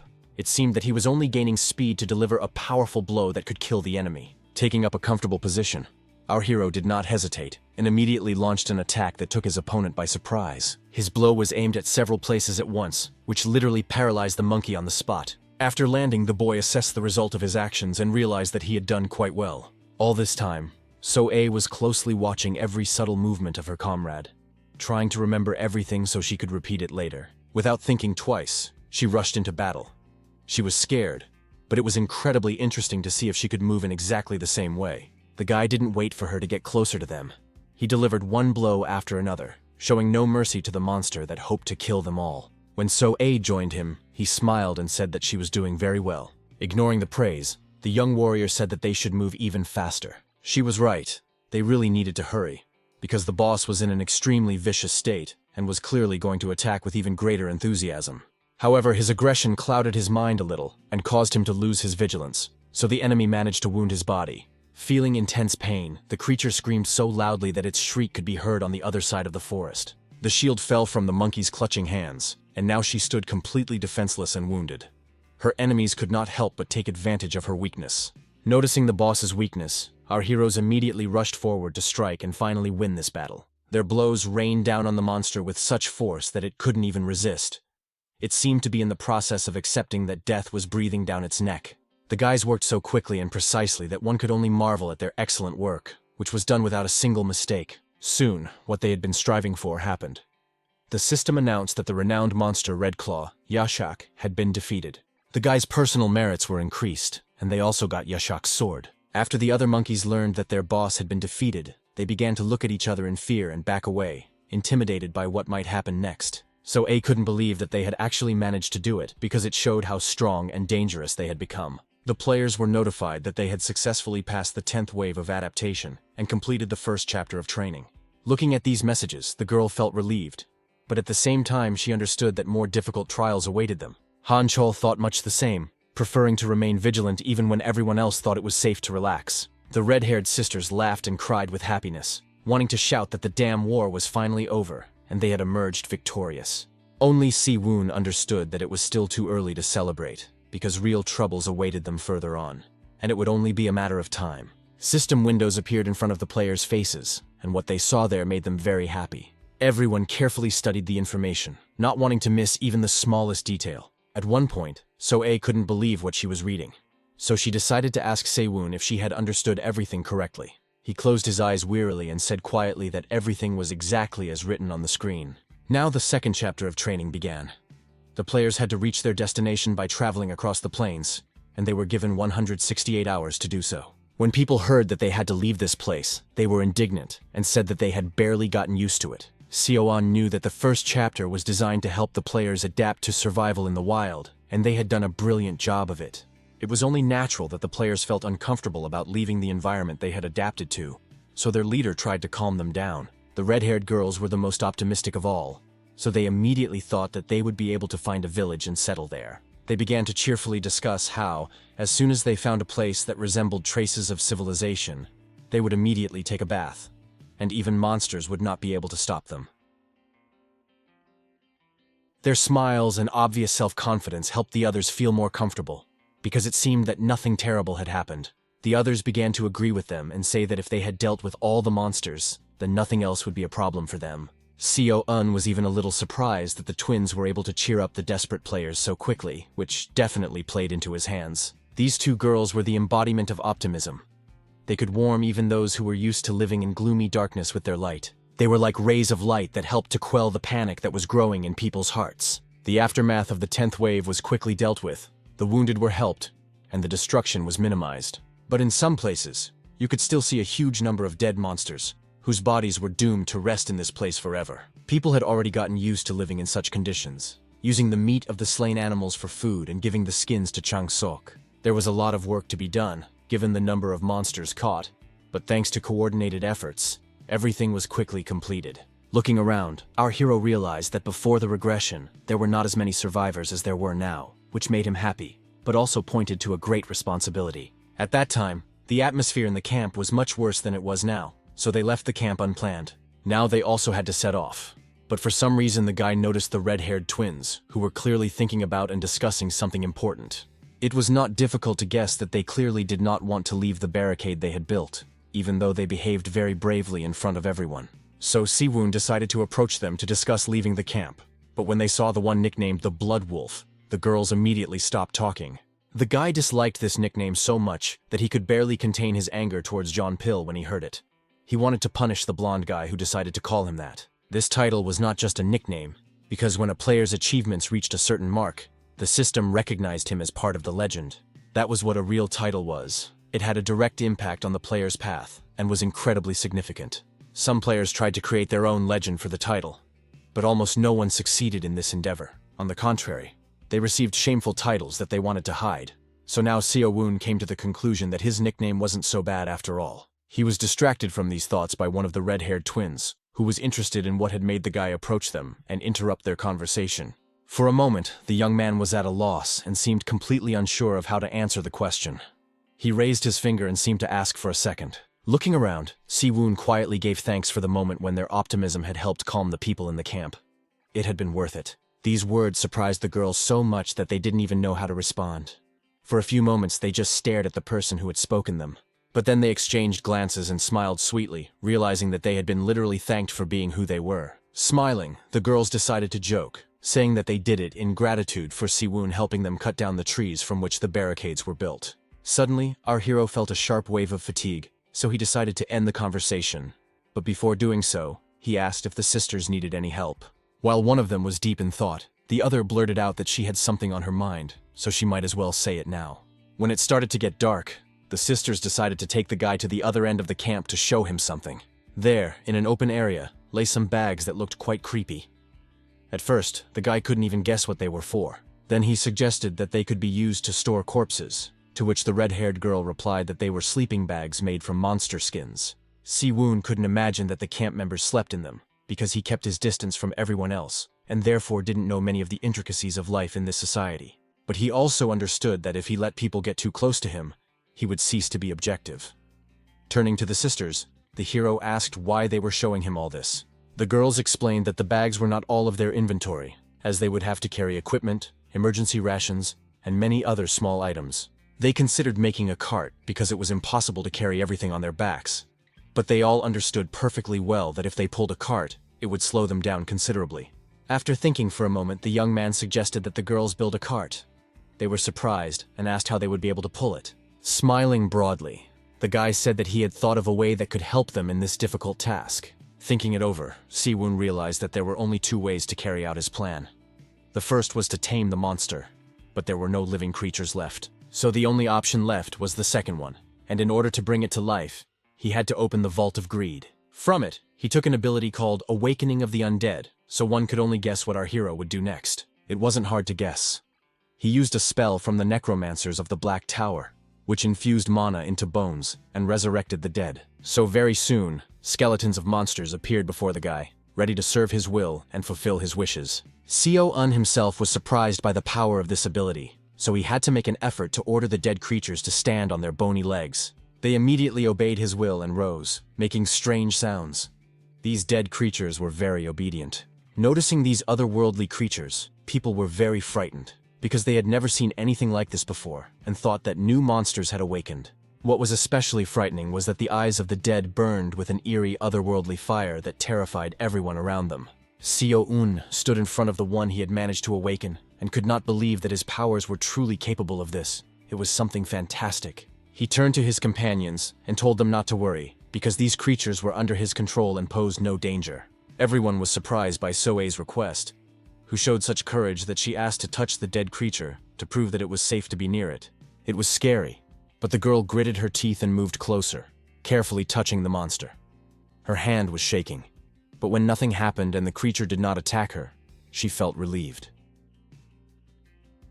Now she moved her hand more freely over the smooth bones, convincing herself and others that they were in no danger. The twins jumped up to her and began to chirp excitedly about how these animals resembled pets, and now they would have someone to take care of. Now the three of them touched the smooth bones and marveled at how amazing these creatures were. The skeletons obeyed only the commands of their master, so all their movements were at Se-un's will. As the whole camp watched the girls pet the monsters, the mood clearly improved, and now there was no tension in the air. Finally, night fell, and for the first time in a long time, Si-woon was able to truly relax. Only now did he realize how tired he was, both physically and mentally. He rested in the sleeping bag that the sisters had made, and it was hard not to notice that their work was simply amazing. Before closing his eyes, the young man saw a message saying that the hungry prince was satisfied with the hearty dinner that Se-woon had prepared for him. The boy thought to himself that now the constellation would have to refrain a little, since he had eaten so well. His head was filled with hundreds of thoughts about the past and the losses they had suffered, but he had to leave that behind and move on, starting the second chapter of his training. He needed to focus on what lay ahead. So turning on his side, Si-woon decided to take advantage of this moment of peace and rest properly. He understood that if he missed this chance that fate had given him, it would be almost impossible to return. No sooner had the boy closed his eyes and begun to fall asleep, than he was awakened by a light feather that landed right on his head.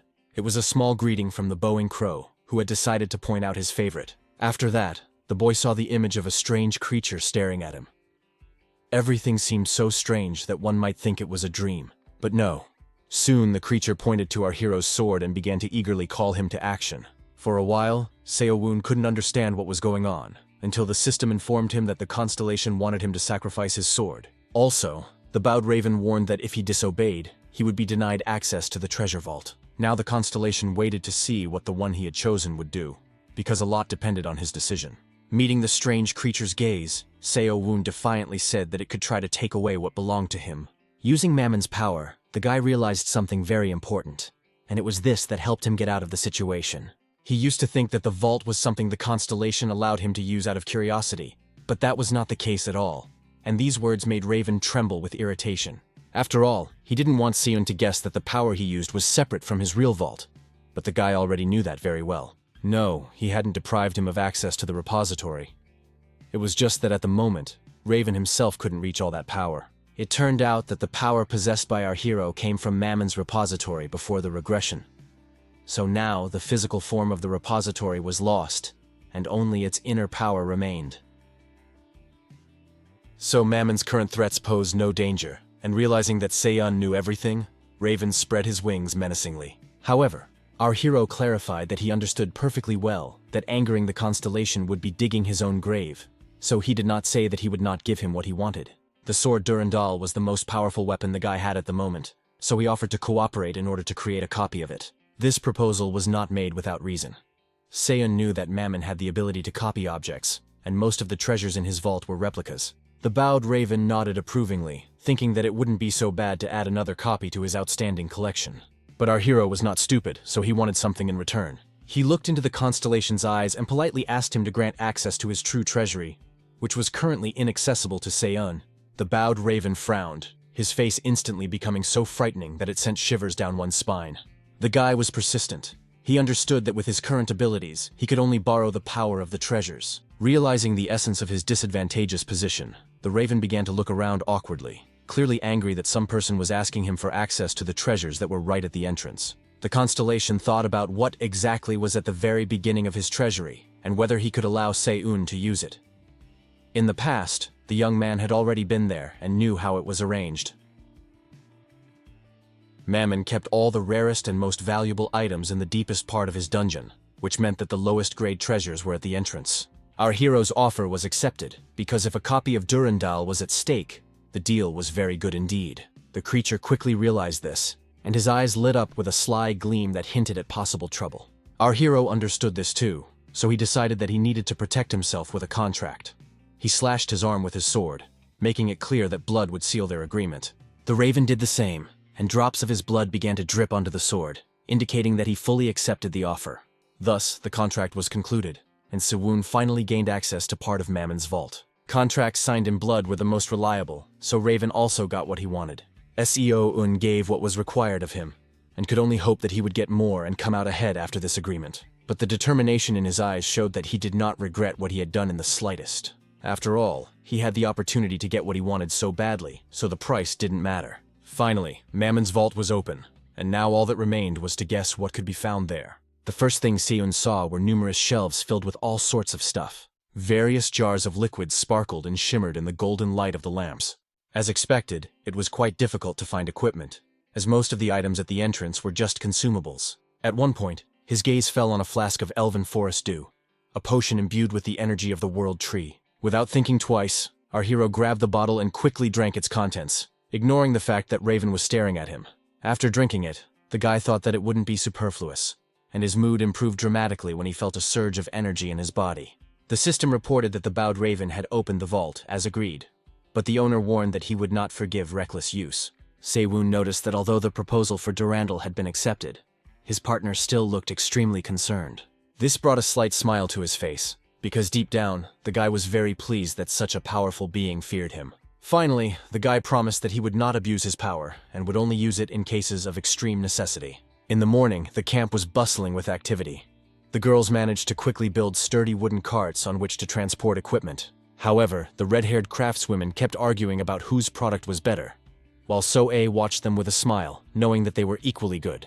Our hero began to ask if he could help in any way, but something caught his attention so much that he couldn't hide his surprise. A young man in a white coat was hovering around his lively pets, running his hands over their smooth bones and behaving as if he were studying the creature. This strange scientist was completely unfamiliar, and Seon immediately became wary that he did not remember him from his past life. He assumed that this man had died before his regression, so his memory had simply erased this character.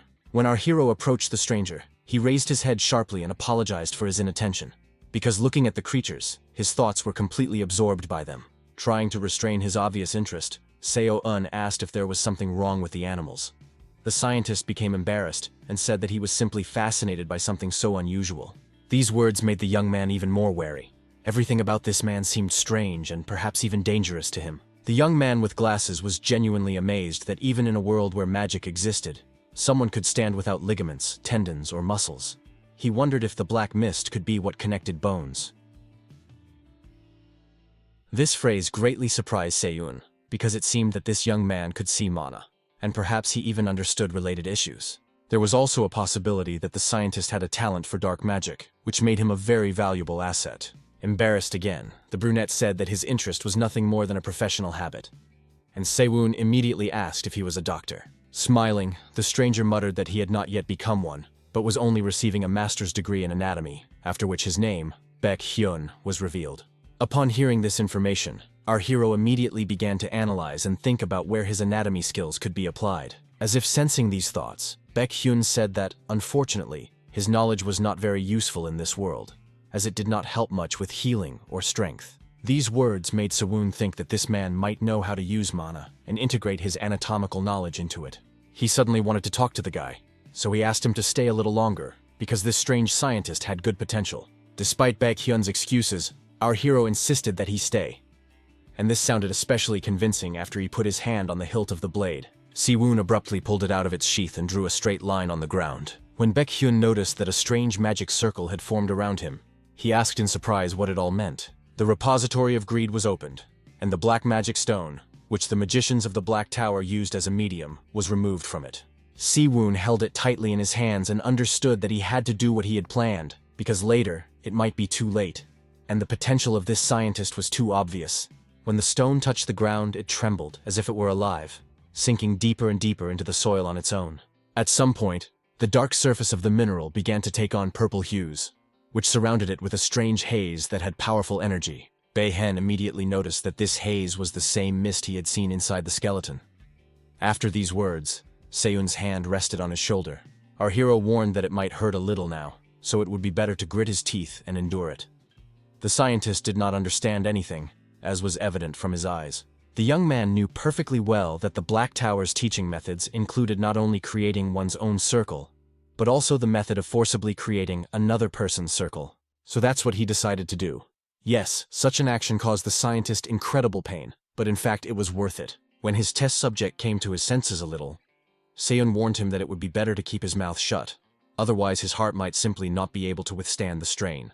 Baek Hyun clenched his teeth, though it was unclear whether it was from tension or anger, but he clearly did not look very friendly, and he was not yet filled with gratitude towards his new acquaintance. Siwoon's hands remained on the test subject's shoulders, electric shocks running through them as if they were small lightning bolts. Despite this, the scientist visibly relaxed and allowed his body to resist the pressure.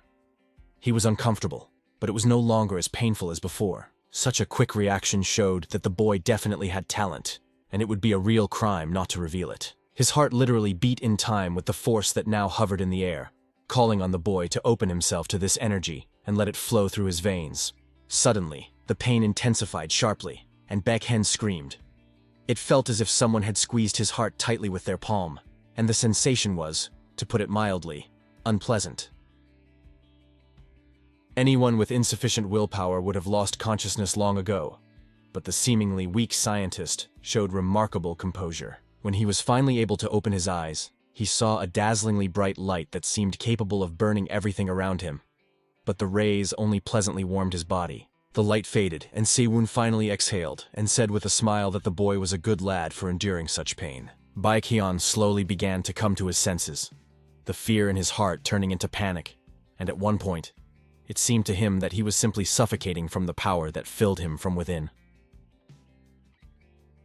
But then he calmed down in an instant, his body became light, and now literally hovered above the magic stone, which was located right in the magic circle. Watching the whole process, Seyun thought that everything was going even better than he could have imagined, as the scientist very quickly absorbed the mana from the high-grade black stone. Opening his eyes this time, Baek Hen felt fatigue in his body. The pain was gone, replaced by a sense of exhaustion. Fixing his gaze on the young man, our hero thanked him for his hard work, which not everyone could have accomplished. Moving closer to the body of his revived monster, he noticed that every bone was saturated with a purple haze, which was actually mana. Baek Hen looked at his hands and decided to do what came to mind.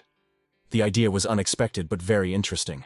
As soon as he brought his hand close to the bones, the purple glow became even brighter, as if it was reaching out to him, letting him know that there was a response to his call. This light filled the bones of the dead animal, and at one point it seemed as if it had breathed life into this creature that had left the world of the living.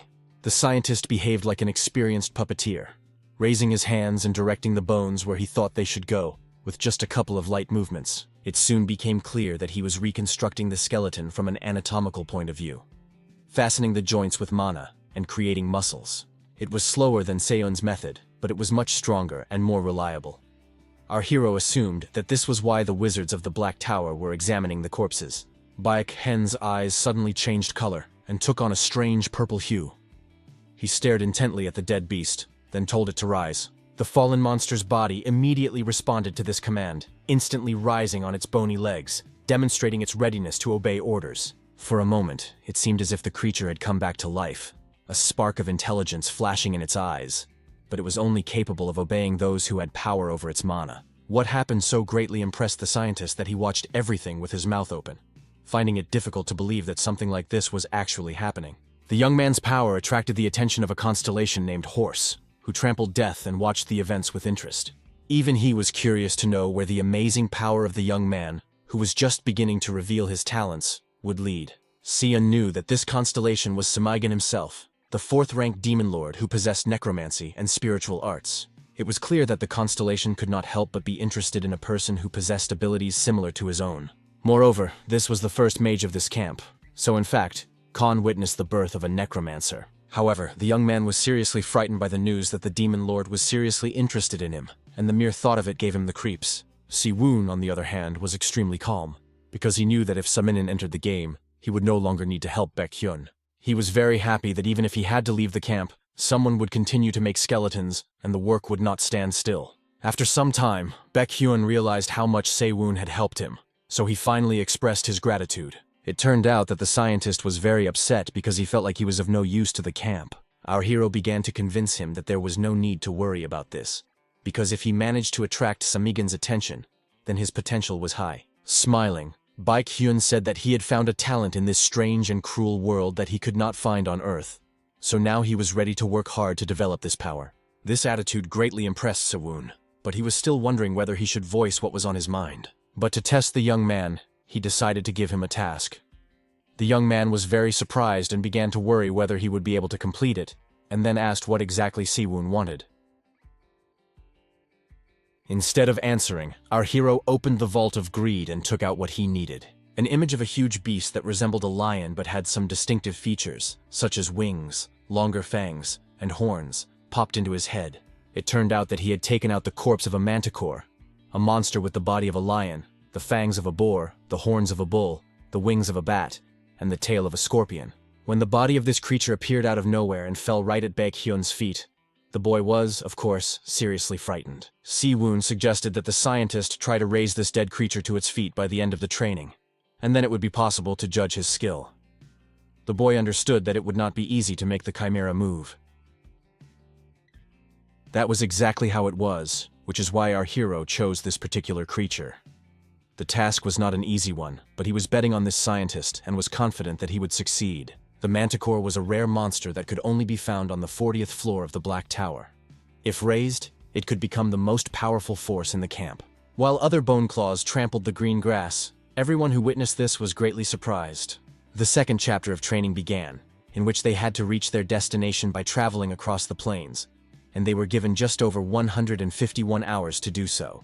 The people set off on their journey, not knowing when monsters might appear, so it was decided to take turns watching in all directions.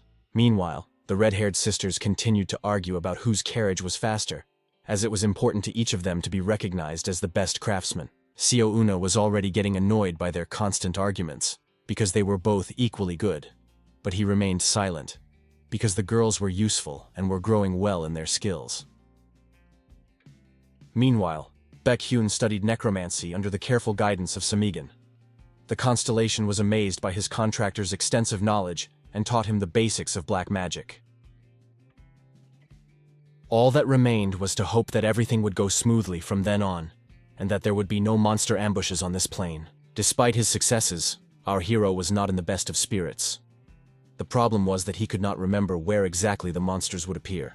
At such moments, he felt uncomfortable and uncertain because he couldn't come up with a strategy. Deciding that sitting and blaming himself was a bad decision, our hero called over John Pill, who arrived in a minute. He asked his blonde friend to walk around the neighborhood to scout the area and check if there were any monsters hiding nearby. Xiaowu wanted the boy to go a little further ahead, to which he replied with incomprehension, saying that they had already observed the situation from the front. Pointing his finger into the distance, our hero said that the blonde boy should go even further, about a few kilometers, and scout the area there. This order so upset Zhang Pil that he reminded him that even though he had fast legs, he was still a human being who could not cover such a distance too quickly. Siwoon himself understood that the young man would have to run for several hours without stopping to carry out his order, but that was assuming he had only 2 legs. With these thoughts in mind, he began rummaging through his bag, trying to find something that would help speed up his loyal comrade. Pulling out a large bone, our hero proudly declared that this item should help solve their problem. After that, he focused on his power and began to direct it into the bones. A purple light shone around him, and the bones smoothly flew upward. Soon these bones formed a complete skeleton of some creature that was ready to fulfill any whim of its master.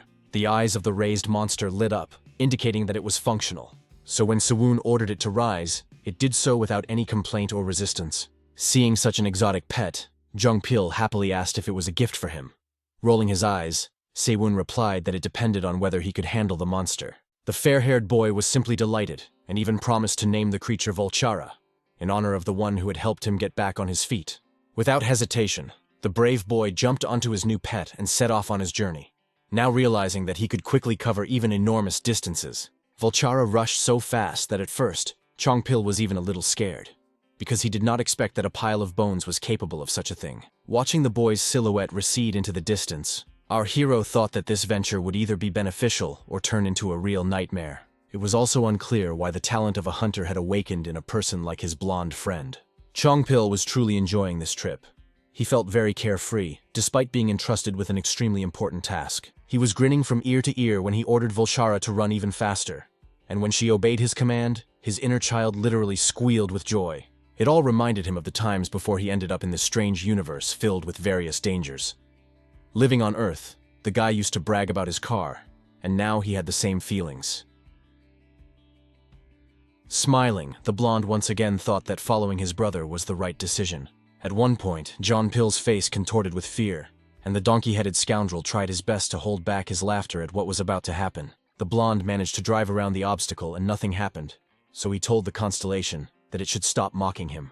In response, the scoundrel finally decided to show the boy his true form, and as he expected, it threw the young man off balance, as he clearly did not expect to see anything like that. At some point, the monster suddenly froze in place. At first, Cheon Pil didn't understand what was going on, but after listening carefully, he realized that the clearing was too quiet, as if everything had frozen in anticipation of something terrible. Seeing the reason for the stillness around him, the blonde man screamed loudly and abruptly used the skill Hasty Escape. He also tried to hide from those who were waiting for him nearby, hoping to taste human flesh. The monster stood stubbornly in place and did not intend to move anywhere, which frightened Zhang Pil even more, because a feeling of hopelessness began to grow inside him, especially when he saw green-skinned creatures whose bodies resembled humans approaching him. There were so many goblins that the blonde man simply couldn't understand how he could possibly fight them off. His former cheerfulness vanished in an instant, replaced by anxiety and an all-consuming animal fear of the inevitable. Fighting was pointless, so Cheon Pil used very hasty escape and mentally prayed that Volchara would finally move and take him as far away from the goblins as possible. This made the donkey-headed scoundrel laugh loudly and roll on the ground, clutching his stomach. Unfortunately, the goblins had no intention of letting the boy go. They rushed in pursuit and ran faster than anyone could have imagined, apparently eager to get a bite to eat. Zhang Pilyu had never been so scared in his life. It seemed to him that the monsters were about to catch up with him, and he would have to say goodbye to his wonderful life. Fighting back tears, the young man comforted himself with the thought that if he could get to Siwoon, he would protect him and take care of these creatures. He ran so fast that after a while, he began to make out the outlines of the camp and the carts moving towards him. He made it. He reached his comrades. Siwoon was the first to notice his blonde friend returning to the camp. He was still a decent distance away, but even now you could sense his intense panic. Only a blind person could fail to notice it, for the blonde man's face was literally contorted with fear, and he was screaming so loudly that it sounded like someone had turned on a siren. Seeing this, our hero was naturally surprised, but the only thing he could say to his friend was to ask him to duck down as quickly as possible. Fortunately, Zhang Pil somehow managed to read his lips and understand what was required of him. As soon as the boy did what he had to do, Siwoon activated his magical power and summoned an all-consuming flame that was supposed to destroy all his enemies. Noticing that the flames were rushing straight at him, the blonde boy screamed even louder and asked if anyone really thought this would help him and not kill him before the goblins did. He didn't even expect the magic to work so precisely and not touch him, while his enemies would gradually turn to ash. Brushing his hands off, the boy smiled contentedly and said that there was no better method for fighting numerous enemies than good old fire. When Soe realized what was happening, she immediately ordered her people to hide behind the carts so as not to become accidental victims of the carnage. Han Chol watched the events unfold closely and thought about the best methods to use to not only win, but also to improve his skills. At one point, they all noticed that something resembling arrows was flying straight at them, so they had to find cover urgently. The red-haired sisters managed to quickly hide behind a cart as ordered. They were very frightened by the unexpected attack and did not immediately understand what was happening. Looking around, our hero realized that no one was hurt.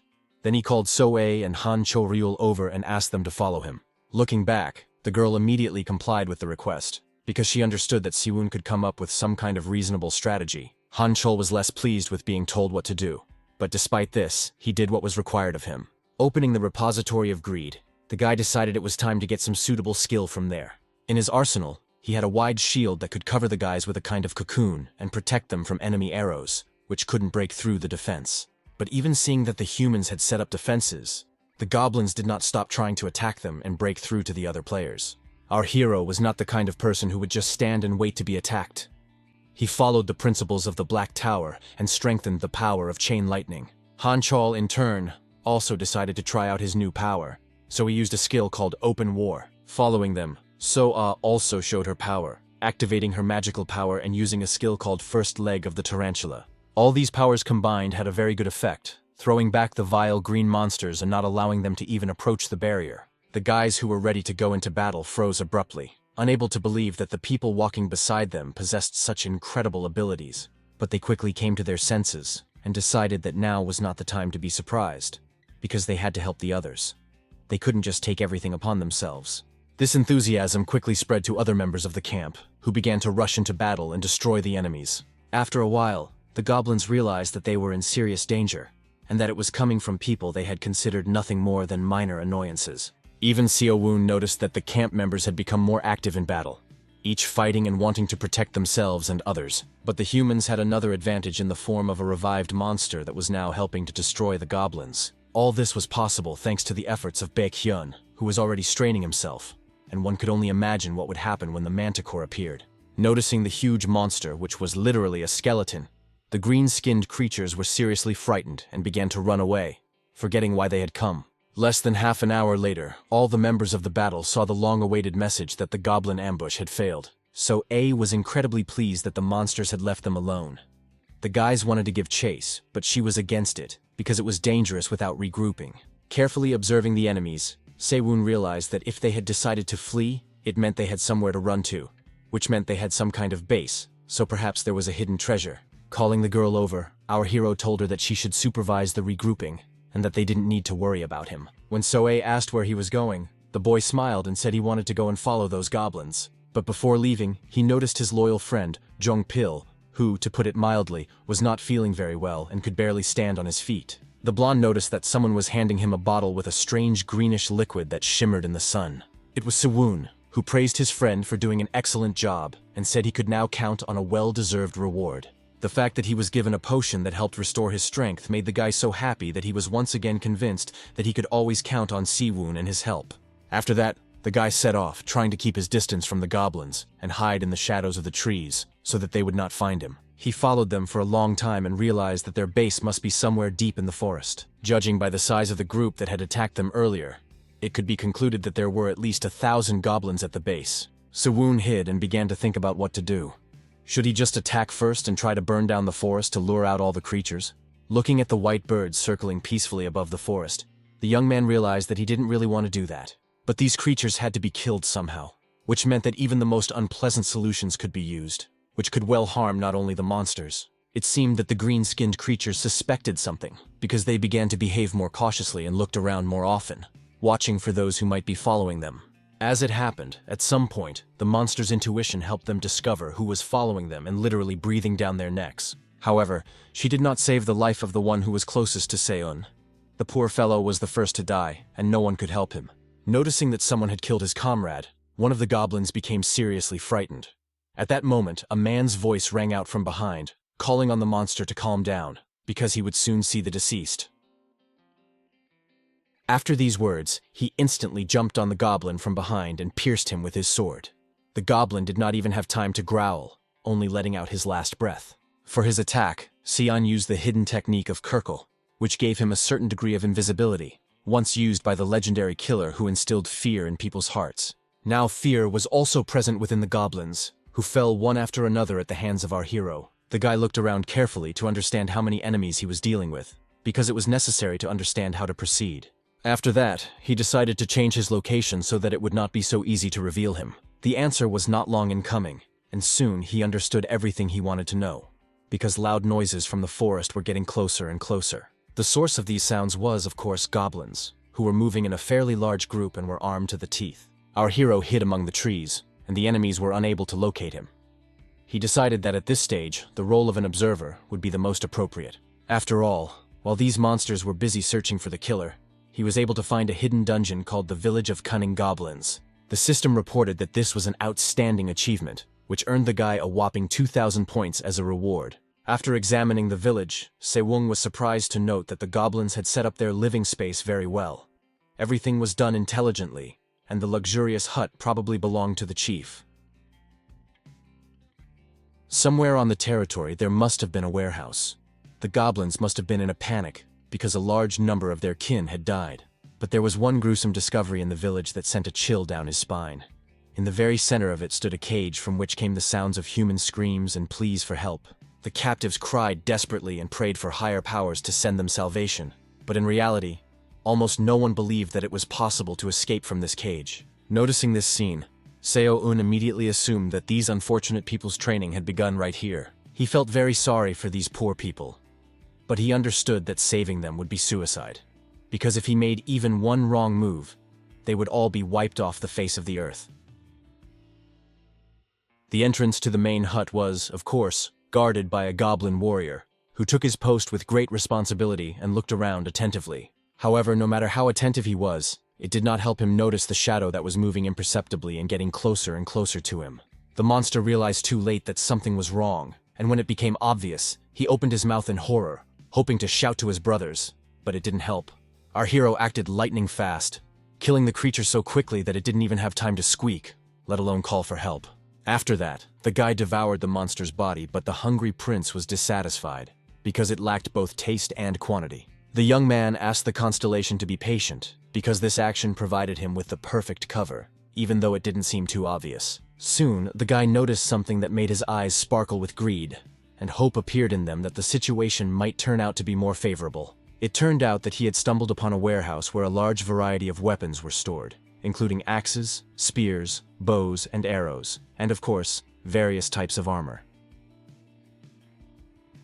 Upon entering, our hero realized that there were many decent weapons that could be put to good use, but the hungry prince was disappointed that there was no food to be found.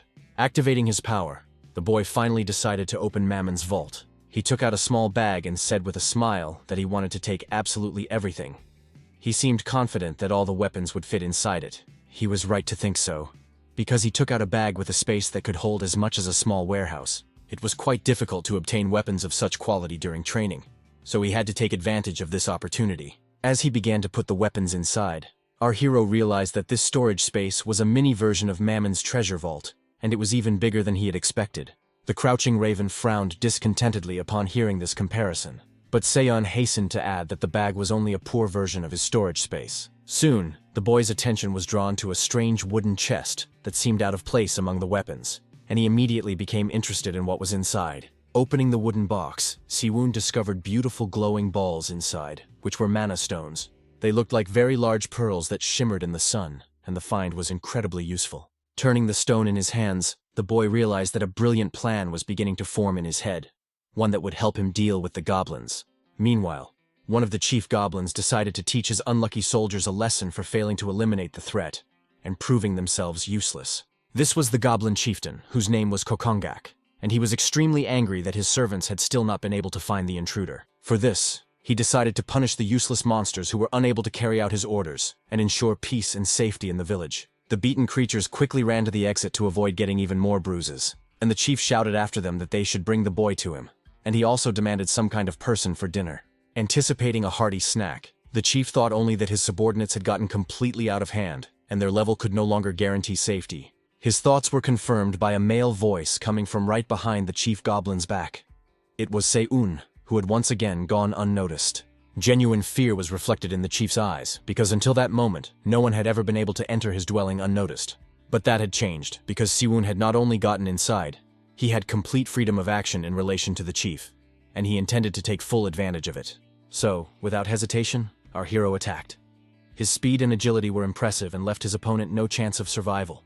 The enemy's sword wounded the goblin right in the neck, releasing a huge amount of bloody spray, which caused the monster to freeze in fear. Stepping aside to avoid getting dirty, Se-un said that he had no time to explain his actions to the enemy. The goblin was interested in only one thing: how some kid could get so close to him without being noticed.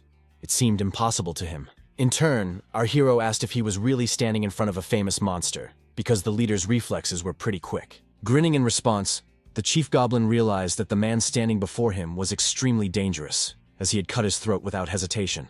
So, instead of engaging in combat, the chief began to scream like a small child, trying to attract the attention of his guards and call them to his aid. Snapping his fingers, Se-un smiled slyly and said that it was too late and that it was unlikely that anyone would come here to save the leader.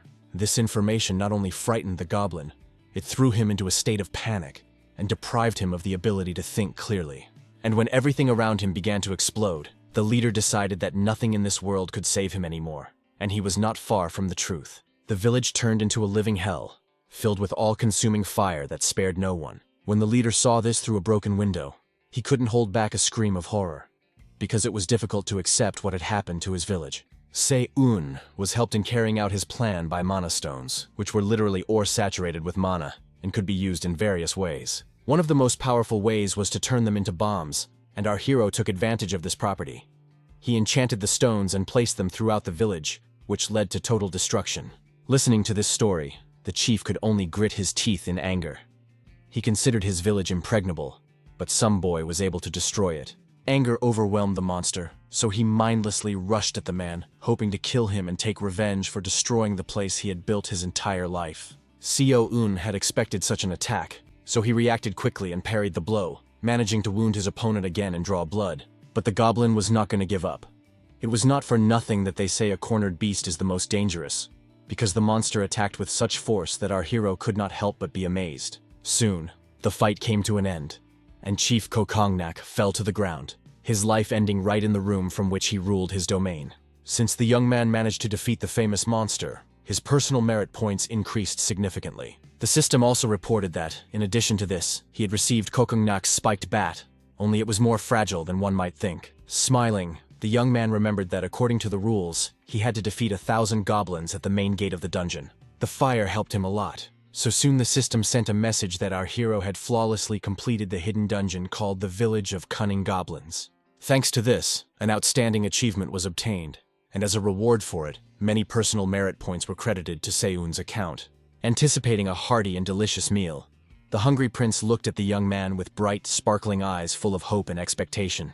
Not wanting to keep the constellation waiting too long, the young man devoured the monster's bodies, increasing his agility and intelligence by several points. The system also informed the hero that a small amount of internal energy and mana had been absorbed into the Dantian and the circle. The hungry prince was very pleased with what was happening.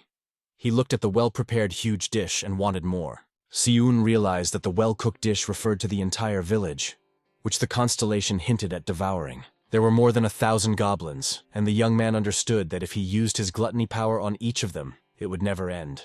Taking pity on the young man who was racking his brains over what to do, the hungry prince strengthened his gluttony and raised it by 1 level. Now his gluttony allowed him to devour many corpses at once and get more nutrients for it. Se-un really liked the fact that he could absorb nutrients in larger quantities. This option was just perfect for him. So now, with his new power, he easily devoured the entire village of cunning goblins and fed his insatiable master. When the fangs of gluttony descended on the village, chaos ensued.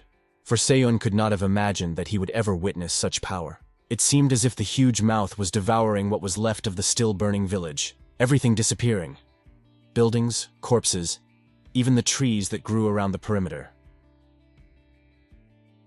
Our hero could only watch all this with his mouth open and think how lucky he was to be on the same team as the Hungry Prince, because he did not want to become enemies with such a creature. But despite his fear, the young man was attracted to this power, and at times he forgot what a powerful creature he was dealing with, because sometimes it behaved like a hungry child.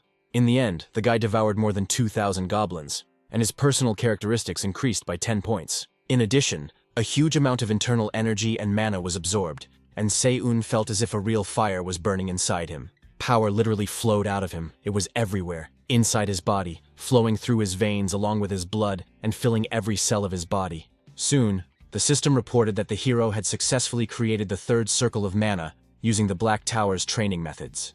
This allowed the young man to use third-level magic, and the Black Tower's methods also increased Se-un's destructive power. The guy couldn't help but be pleased with the fact that they were only in the second chapter of training, and he was already in the third circle. In addition, he set a tower record and accomplished an impressive feat, for which he received an additional 100,000 points. This stunned the young man. He did not expect his achievements to be valued so highly. Now, numerous constellations associated with magic began to take an interest in him, and the bowed raven severed ties with the lower-level constellations. The system reported that the constellation, which was called the Fifth Day, was looking at Se-un with a beautiful smile. Opening his mouth in surprise, our hero tried to wrap his head around the fact that this was Freya, the goddess of love and beauty, meaning that he had already received attention from the highest constellation. Usually, such characters only appeared at the end of training and bestowed their attention only on the most highly skilled players. The only thing that was unclear was how the goddess could have joined his company, which already consisted of 2 demons. Suddenly, a message came that Raven had declared that he would not tolerate anyone showing interest in his possessions, but the Fifth Day simply ignored it. This made Raven's feathers quiver with anger, but Freya did not seem concerned, which was good because the boy had no intention of offending the goddess. He understood that in order to prevent the coming war of demons, he needed to befriend the divine beings. The guy was pulled out of his thoughts by the screams of people who had broken free from their prisons and were now free. The rescued people began to approach our hero and thank him for his help, asking him how he managed to deal with the goblins. The people cried and said that they had already accepted the fact that they would die in these cages, but now they had been freed and would never forget the young man's kindness. Se-un felt awkward hearing these words, because he hadn't really cared about the prisoners, but now he began to think about what to do with them and whether to take them with him. Our hero had not planned to save anyone. It had happened by accident, so he did not feel particularly responsible. While he was thinking about this, the rescued man watched him intently and muttered through clenched teeth that he knew what the young man was thinking. He said that none of them were going to hold back the guy who had already done too much for them, and that it wasn't a problem for them to get to their destination on their own. It immediately became clear that this man had taken on the role of leader, so there was no need to worry that this group of people would scatter like a flock of frightened sheep. The self-proclaimed leader looked like a reliable person who inspired confidence in those around him. Se-un assumed that these were the survivors from the first chapter of training, and he still had no intention of protecting them. However, he said that if people still wanted to follow him, they would have to be more determined than ever. These words made the leader's eyes light up with hope, because apparently he wanted to join Se-un. In the end, they all set off together. They had to walk for 3 days without stopping to catch up with the rest of the camp. The wagon with equipment and provisions rolled steadily forward, leaving behind the forest and everyone who might be in it. Han Chol carefully made sure that everything was calm in the camp and that no one disturbed the order. Everyone had to do their job. In addition, he worked hard. So A even asked him to take a break, because pulling the cart alone was, to put it mildly, not very easy. The young man said he didn't need help because this was just training that the old man on the crocodile had arranged for him. Despite these words, it was clear that the young man was making a tremendous effort to stay on his feet. Deciding to distract her friend a little, So A asked if he thought Se-un would be able to handle the goblins. Nodding his head, the brown-eyed man said that the boy was not weak to begin with and would return even stronger than he was. The girl's eyes reflected sincere admiration. Se-un already seemed very strong to her, and she didn't understand how that strength could increase even more. Meanwhile, Jongpil mounted his pet and raced through the forest. For the first time, he was so serious. When Soa noticed the expression on the boy's face, she was frightened, for it expressed concern, fatigue, and genuine anxiety. Finally, the poor guy was able to get up from the resurrected monster, and as soon as his feet touched the ground, he threw up. Healer Han Yul immediately noticed this. She urged people not to panic and said that she would examine the boy right away. She touched his head with her hand, and a soft light burst from her palm, enveloping the patient. It did not burn, but gave off a soothing warmth. A few seconds later, the doctor recoiled from the poor boy in horror and announced fearfully that Jeon Pilyu was so ill because his body had been poisoned. These words shocked So-A. She couldn't understand how this was possible and assumed that it was the work of goblins. But Han-il reported that there were no injuries on the boy's body, which meant that he had inhaled something. But when she smelled the odor coming from the victim, everything fell into place, and the girl was horrified by her own thoughts. Han-yul reacted quickly and immediately ordered everyone to wet a cloth and cover their mouths and noses with it, saying that there was poison in the air. These words seriously frightened everyone who heard her order, because no one could have imagined that the situation was so serious. Unfortunately, the doctor's words were soon confirmed. Some people who decided not to obey her began to suffer from severe suffocation, and after a while, foam began to come out of their mouths. The system sent a notification that the bloodied lion was announcing that it was time to make a choice, because there were too many patients. After reading this, Han-yul was horrified. She thought she had finally become a real healer, and now she was being forced to choose who would live and who would die. Clutching her trembling hands anxiously, the girl began to think about how much she wanted the man who had once helped the wounded to be with her now. Suddenly, the Vault of Greed opened, which meant that Si-woon had found a way to help in this situation. A skill called Breeze was used, so the girls immediately froze in place when they felt the touch of a light breeze. This spell was used in the Green Tower.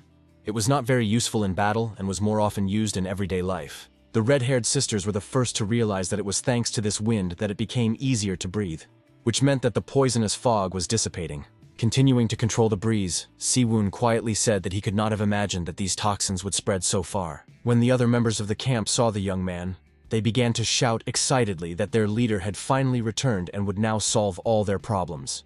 Even Jeon Pil joyfully raised his head and gave a thumbs up, showing how happy he was that his friend had returned, who could have saved him from suffocating to death. Opening the Vault of Greed once more, our hero took out the antidote, a detoxification spell from the White Tower, which was supposed to neutralize the poison. Although treating poisons was Marbus's specialty, the young man decided it would be much faster if he helped. When he finished helping Jeon Pil, he noticed the joyful voice of So-Ah, who kept talking about how he had finally returned.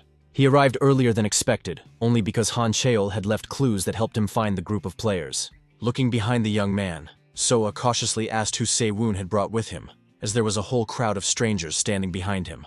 After this question, the leader of the strangers stepped forward, bowed respectfully, and introduced himself as Il-jung. The man explained that Se-woon had saved their lives, and now they wanted to follow their savior and join his clan. It was clear that the young man himself was not very happy about all this. He probably understood perfectly well that new people meant new responsibilities. So-Ah, on the other hand, was more welcoming, surprising everyone, especially Il-jung, by extending her hand. She smiled broadly and said she was happy to welcome those who were willing to work hard for the common good, because such people were always valued. The leader of the newcomers was so surprised by this warm welcome that he decided to ask again if they were really being accepted into the camp. Nodding her head, the girl said that if Se-woon had decided to accept them, then they were welcome members of their group, after which she asked the guys to bring clothes for the new arrivals. Everyone began to bustle about and look for clothes made of skins, which had been made in advance and now came in handy. While the others were bustling about, So-A approached our hero and expressed sincere surprise that he had brought people here. He replied that they were strong enough to be useful. After that, the players saw a system notification informing them that they had successfully overcome the poisonous fog challenge and earned 1,000 points each. They continued to complete one task after another, with the poisonous fog test followed by a balance test. After that, the players successfully completed the acid swamp test. Then Han Cheol distinguished himself by successfully tracking down a pack of red bears, after which they were all neutralized, and everyone who participated in the trial received 2,000 points.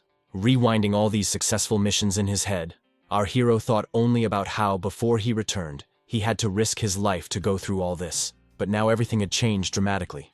Not only did no one die, but the guys were getting stronger with each battle. Thanks to this, Si-woon had the opportunity to explore hidden dungeons at any opportunity. Thanks to the guiding crystal, the guy learned their location even before the regression. But even if he found the dungeons, he couldn't conquer them because he didn't have enough strength. But now he could easily handle it on his own. The hungry prince also benefited, as his gluttony attacked entire villages and satisfied his insatiable appetite. The mouth of this constellation was so huge that sometimes even Sewon was horrified by it, wondering how his patron had not yet devoured the entire world. When they destroyed the insect incubator, the hungry prince praised the taste of these creatures' fluids, saying that he liked their bursting texture. Sewon understood that if things continued as they were, they would reach the fourth circle faster than planned. All these thoughts were interrupted by a familiar voice, which put our hero in a state of shock. It was John Pil, who, for reasons completely unknown, decided to look for our hero and somehow managed to find him, despite Sewon's desire to remain undetected. The blonde guy said that he had been scouting and found traces of his good friend, as much as the young man didn't want to admit it. But John Pil had a talent for surveillance. Now the guys were companions, and when the blonde asked if Sewon had any other plans, he replied that it was time to return to the others. When the system decided to display the rankings again, Jong Pil said that his friend was simply amazing for having accumulated such a huge number of points. The guy said nothing, but thought to himself that it would be strange not to take first place, using all the treasures he had found in Mammon's vault. However, there were some truly exceptional players in the tower, some of whom had become completely different from the very beginning, or had received the power of a powerful constellation from the start. Therefore, it was too early to relax, because there could always be someone stronger than you. Distracted from these thoughts, the hero said that they needed to return as soon as possible, after which John Pil offered him a ride on his white wolf. He was now better at controlling the animal, so they had to get to the others as soon as possible. Time passed quite quickly, so the guys managed to pass another test of the Forest of Screams. So A praised the players and said that they needed to take a break to reorganize, and they also needed to check on those who might be injured. She also couldn't help but note the efforts of Il-jung, who had performed very well in this trial. The man said that it was all thanks to the attentiveness of the others. Standing aside, Sewon noticed that the expressions on people's faces had improved significantly, and he assumed that this was due to their increased skills and self-confidence. At one point, his peace was disturbed by someone who approached too quietly, and despite his imposing size, behaved extremely quietly. It was Han Chul who, with an awkward and slightly irritated expression on his face, said that he would like to ask our hero for a sparring match. Behind him stood Soa. And closing his eyes, Sewon thought that teaching someone with such potential would be a pleasure, but now was not the time. The brown-eyed Hulk didn't like this answer so much that he asked indignantly why. The answer was simple. Our hero assumed that they had almost reached their destination. Soon, the system confirmed this thought and reported that the players had indeed reached their destination. This meant that the second chapter of training had been completed, and the players received their well-deserved points. And because the journey had been completed much faster than expected, the system awarded everyone extra points. The players were surprised and delighted that the journey had not been as difficult as they had expected. Only Seo Woon was concerned that, apparently, there would be no more system notifications about ranks, which meant that they were not the first to visit these places. There must be people somewhere who went straight to their destination and didn't collect any ballast along the way. The system notification informed them that additional bonuses awaited them, and that they would be able to strengthen their positions. A short time passed, and the system announced the start of the third chapter, called Collision. None of the players understood what this meant. Everyone started asking Soe what to do in this situation, but the girl had no idea what to do. She wanted to think everything through calmly, but she was not given the chance to do so. Her eyes widened when a piercing screech sounded, which did not bode well. It was made by some strange birds that looked extremely frightening, their eyes prophesying death, and their sharp beaks and claws only confirming this assumption. But they weren't the only threat. Strange monsters resembling gnomes from children's fairy tales were moving towards our guys, only they were far from kind. But the surprises did not end there. Huge wolves with eyes glowing with hellish flames began to emerge from the forest thicket. When poor Jeon Pil saw all these creatures, he screamed in fear. Of course, he didn't want to face such monsters, but fate was cruel. So cruel that it allowed the creatures to surround our heroes on all sides, leaving them no chance to escape, so that they were like hunted animals. It was at this moment that the one who could save them in this seemingly hopeless situation arrived. Seoan looked as if he already knew exactly what to do, and how to deal with the numerous monsters that had set a trap for them. His hands glowed when the guy finally summoned his magical energy, which instantly responded to his call, this time using ice magic. The energy was so strong that it literally overflowed from within the boy, his eyes burning with a strange fire, indicating that he had immersed himself in the depths of his magic. Stretching out his hand, he directed a frosty wave at his enemies. It was an attacking ice magic from the blue tower, which struck his enemies with cold and ice shards. Under the influence of the Black Tower technique, this power was enhanced, and its impact became more destructive. Seunu felt as if the ice spikes were an extension of his own body. So easily and naturally did he control them. And anyone could see how strongly the magic obeyed him. It was safe to say that they were facing a powerful mage who controlled his energy. However, this did not deter the enemies much. The monsters rushed forward at such a speed that it was clear they were not afraid of humans and were confident in their strength. This continued until the first bird was hit. As soon as the ice magic touched its body, it let out a piercing scream. The one who was truly happy was the hungry prince, who was already anticipating a new, refreshing meal. Seeing how his enemies were suffering, Seo Wung decided that they had dealt with them very quickly and that they could advance even further during that time. Therefore, he decided not to stop and to continue fighting the creatures, who for some reason had decided that humans were weak beings who could not defend themselves. It became really cold around him, of course, because the magic of ice was raging around him, which did not warm him at all. Soon, most of the enemies were finished off. They simply froze so much that their bodies could be destroyed with a single movement, which completely shattered them like a figurine. So A watched the guy's every move closely, and at some point she even got scared because she realized that there was a terrifyingly strong person next to her. But while the monster beasts were finished, the invasion of the little gnomes was not over yet. It seemed that there were even more of them than there had been initially. Chong Pil was the first to encounter them, but he didn't panic and came up with a good plan. He decided that in order to deal with the monsters, he first needed to gather them together. When they were all gathered together, Siwoon intercepted them and successfully directed his magical power at them, freezing them in place. Seeing the frozen little people fall to the ground, our hero concluded that they had practically finished with this invasion. He understood that they were doing quite well, which meant that if they continued at this pace, they would be able to go quite far. The essence of the third chapter of training was survival, and only half of the players who reached the destination were able to pass it. In other words, confrontation between the squads was inevitable. It could be especially problematic near the starting point, which could well turn into a battlefield where many different squads would clash. Therefore, the guys needed to strengthen their positions in advance and get closer to the center. The system announced a new level, and when a bird flew across the sky, it notified them that the hungry prince was already drooling, having spotted his next delicacy. The bird was surprisingly large and behaved rather strangely, as if it was trying to spy on what people were doing. The eagle's eyes sparkled and stared so intently at what was happening that one might think the bird was really trying to understand the intentions of others. It was indeed spying and passing on information to whoever had sent it. Someone who was watching the boys through the eyes of their feathered friend. Accompanying this strange spy was a constellation called the goat playing a cacophony, which nodded in agreement and expressed its anger. Holding a musical instrument resembling a flute in his hands, the fair-haired stranger said that he now understood that these people truly deserved the attention of the gods. The goat playing cacophony was eager to immediately perform a terrifying melody for them, one that expressed confusion.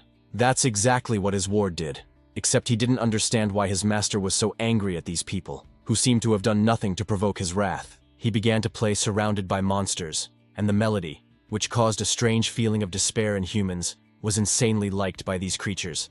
It seemed to calm their restless souls. But that was only at first glance. In reality, after a few minutes, the monsters' eyes lit up with hellfire. They heard the call of the music and knew what God wanted from them. Meanwhile, our heroes had been fighting their way through monsters for 2 whole days and were about halfway to their goal. They had to fight so often that it seemed pointless to hide their weapons. So A had become so skilled with her sword that she finally began to enjoy the battle, and the crowned spider listened with delight to the sound of blades cutting through the air. Not only she, but others had also improved their skills, and Siwoon couldn't help but notice, especially since the time had almost come. Opening the Vault of Greed, the young man took out a pair of kobold ears, which belonged to monsters with developed hearing and sense of smell that lived in the mines. This allowed him to hear the sounds of approaching enemies, and judging by the footsteps, there were quite a few of them. This was confirmed by John Pil, who, apparently, was on reconnaissance again, and upon seeing the monsters, returned to where he came from in tears and hysterics. His fear was not unfounded, as he was being pursued by a whole horde of creatures that were so huge that fear overwhelmed any other emotions. Realizing the complexity of the situation, Siwoon wondered what was going on, because objectively, there were too many monsters, and it seemed as if someone had summoned them on purpose. He was not far from the truth, which became clear when our hero heard the faint sounds of a flute. They were barely audible, but it was impossible not to recognize them. Only one question spun around in his head. Where did Pan's flute come from, and who decided to use it against them? But all these thoughts did not help poor Chong Pil, who could not hold back his cry as he fled from his enemies on his dead monster. Activating his magical power, our hero finally decided to help his loyal comrade, who had almost lost his voice. His icy arrows quickly struck the creatures that were relentlessly approaching the blonde man, and now they could no longer harm him. Turning around, Jeon-pil screamed even louder, because only now did he see the number of enemies who had almost caught him, and he realized that if it weren't for Se-woon, he would have been dead long ago. Our hero gritted his teeth in anger, as the situation was taking a turn that he did not like at all. He didn't even want to think about getting into a fight with this scoundrel for the second time. The first time was more than enough for him. He was referring to Pan, the goat, who played a cacophony. Before his rebirth, he was the first heavenly being to take an interest in him, while Se-woon was trying to survive. He had to obey all the deity's orders, literally groveling before him, and in return he received absolutely nothing. For Pan, Se-woon was just entertainment, which he turned away from as soon as he lost interest. It was unfair, but it taught our hero a good lesson. Now the young man couldn't understand why this cruel deity had taken an interest in him at this particular moment, and in such a way, especially since they had never had any contact in this life. Even a system notification informing him that the bowed enemy had blocked all messages from lower-ranked constellations did not distract the young man from these thoughts. After reading the message, the young man finally began to guess what was going on. Even though it was not at all obvious, Mammon had probably hurt Pan's pride by blocking notifications from people like him. So now the deity had decided to take revenge in this way. The anger inside the guy grew at an incredible speed, which helped him summon magical power faster than usual. Pan's servants quickly regretted responding to his call, because experiencing the power of Seon's anger firsthand was, to put it mildly, not very pleasant. But even the death of most of the monsters did not calm the guy down.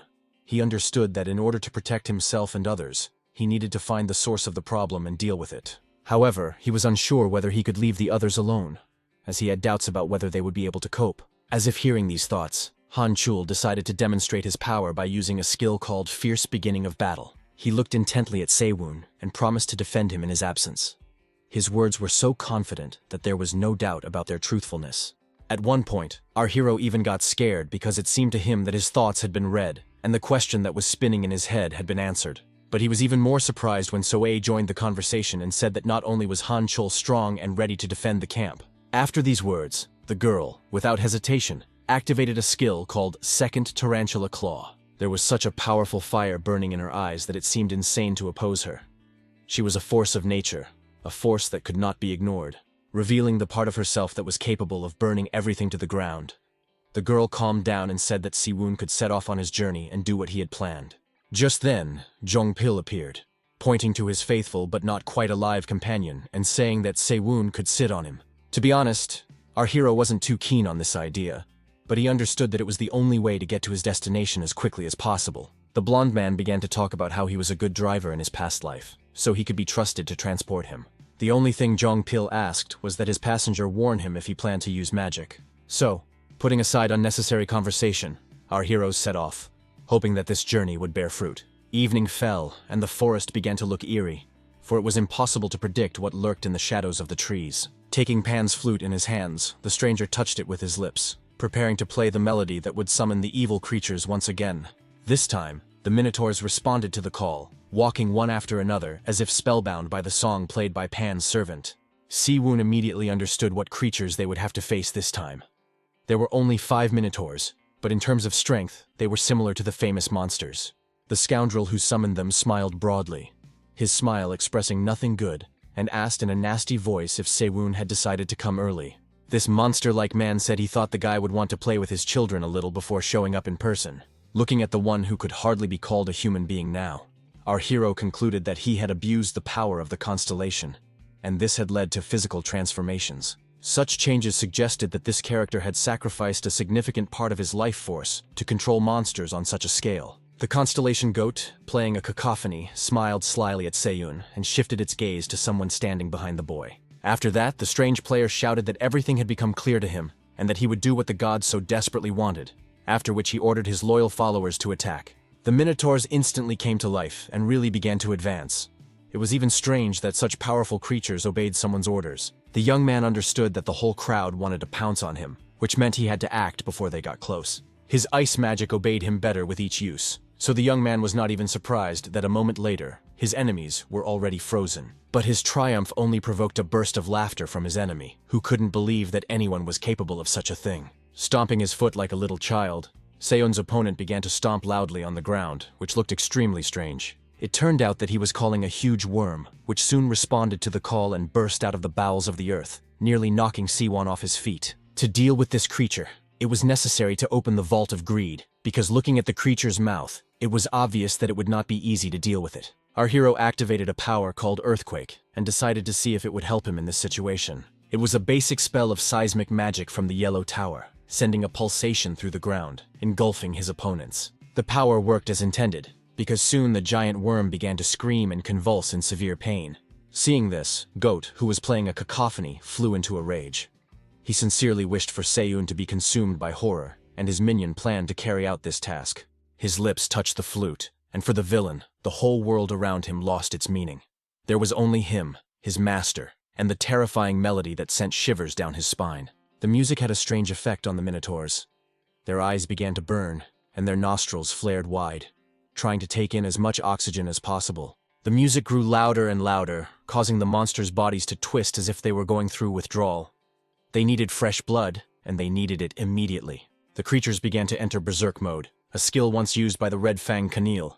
It was unclear how to defeat creatures in such a state. Even Raven understood the complexity of the situation, as he had temporarily returned the borrowed weapon to the young man. The bowed Raven wanted this goat to be dealt with as soon as possible. So now Seon once again held the legendary sword in his hands. Smiling, the guy said that he would gladly use the weapon and do everything not to disappoint his patron. The first Minotaur was already approaching, swinging his huge fist, already anticipating how he would crush the weak human's skull. The young man reacted quickly, realizing that the sword of Taiji would help him fend off this attack, because by absorbing the enemy's strength, it would be possible to repel it. He was right. It really did help take one of his opponents out of action, thus preventing his attack. And when our hero repelled his force, he made the Minotaur attack his fellow tribesman, so that one monster's fist slammed into the other's face with full force. The Minotaurs clearly did not expect such a turn of events, so they did not know how to act, and seemed as confused as possible. This gave Seon a wonderful opportunity to maneuver, and he easily attacked, choosing the most convenient position. One clear and powerful blow made the monsters scream in pain. They were completely confused, and unable to defend themselves properly. Looking his opponent straight in the eye, the guy loudly and clearly declared that anyone who dared to stand in his way was finished. And the Minotaurs really believed it, because everything indicated that they were far from being in a leading position in this battle. It all ended when our hero decided to unleash a torrent of magical power on his enemies, which literally tore the creatures to pieces. This spectacle made Kozul's servant, who was playing a cacophony, open his mouth and just watch as his followers rapidly perished. Tears even flowed from the eyes of this insensitive creature. Apparently the loss of his comrades had struck his heart, if it had remained inside his altered body, of course. Seon could check this right now. He approached his enemy and touched his fragile neck with his impeccably sharp sword. Now everything was over for Pan. The goat, playing a cacophony, cried out in bewilderment, and the constellation angrily ordered his subject to stand up immediately. But he couldn't do it. Seeing his enemy's weakness, Raven demanded that he be killed immediately, and the sacred sword returned to him. Seon understood that Pan's subject was already unconscious, but something still bothered him. Although he understood that he could not stop, he had to finish what he had started, and finish off the scoundrel. All this seemed absurd to the young man. He even felt sorry to see that the deity had fallen so low as to decide to pick on a human being for the sake of revenge. The constellation was struck by the young man's audacity, and did not understand if he was really addressing it. Sewon was not afraid to tell the deity that he had more pride than courage, because he still could not bring himself to go against the Demon King. The goat was shocked that a human dared to provoke him, but Sewon just smiled defiantly. His patron nodded approvingly. The bowing Raven was glad to have found such a brave young man, so he advised him to go ahead if he dared. These words angered Kozul even more. His face flushed red and he looked as if he was about to explode. Our hero believed that despite his lack of real power, Kozul bossed people around, relying on his father's protection, and he considered the constellation too petty. These words made the deity burn with rage. He was so angry that he wanted to burn the insufferable youngster to ashes, so he decided to treat his servant in the most cruel way possible, and modify his body even more, thereby causing the poor guy unimaginable suffering. Now, instead of legs, the boy had hooves, and his body was covered with wool. He had once wanted to be like his master, but now he regretted it, because he was experiencing hellish torment. The system reported that the goat, playing a cacophony, was attempting to descend, as evidenced by lightning bolts that appeared out of nowhere. Seoun knew that during the descent, the constellation took control of its follower's body and could influence the events taking place in the tower. This was the only way to intervene in what was happening. As deities were generally forbidden from directly interfering in the affairs of the tower, the descent had many drawbacks. First, breaking the law lowered the constellation's rank, and second, it attracted the attention of the system. However, there was also a third, most important reason why constellations tried not to resort to such actions.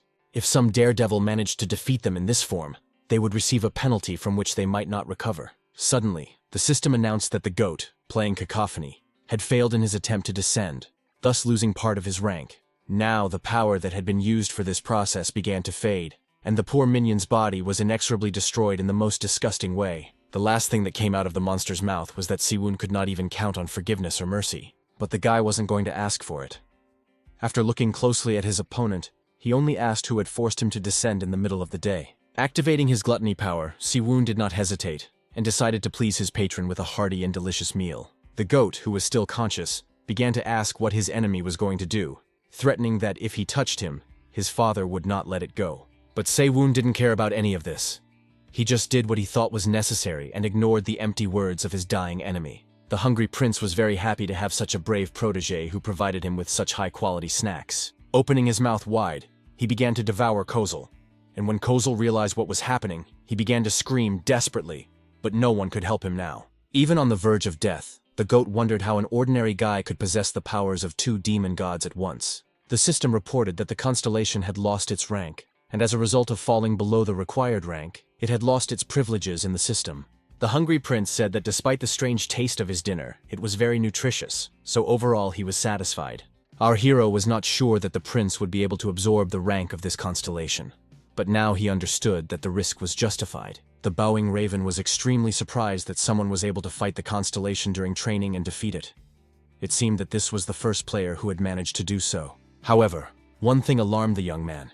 He noticed that for some reason, the absorption of characteristics had not worked. Thinking about it, he noticed that Pan's flute, which had been in the hands of the goat's minion playing a cacophony, was lying in the clearing.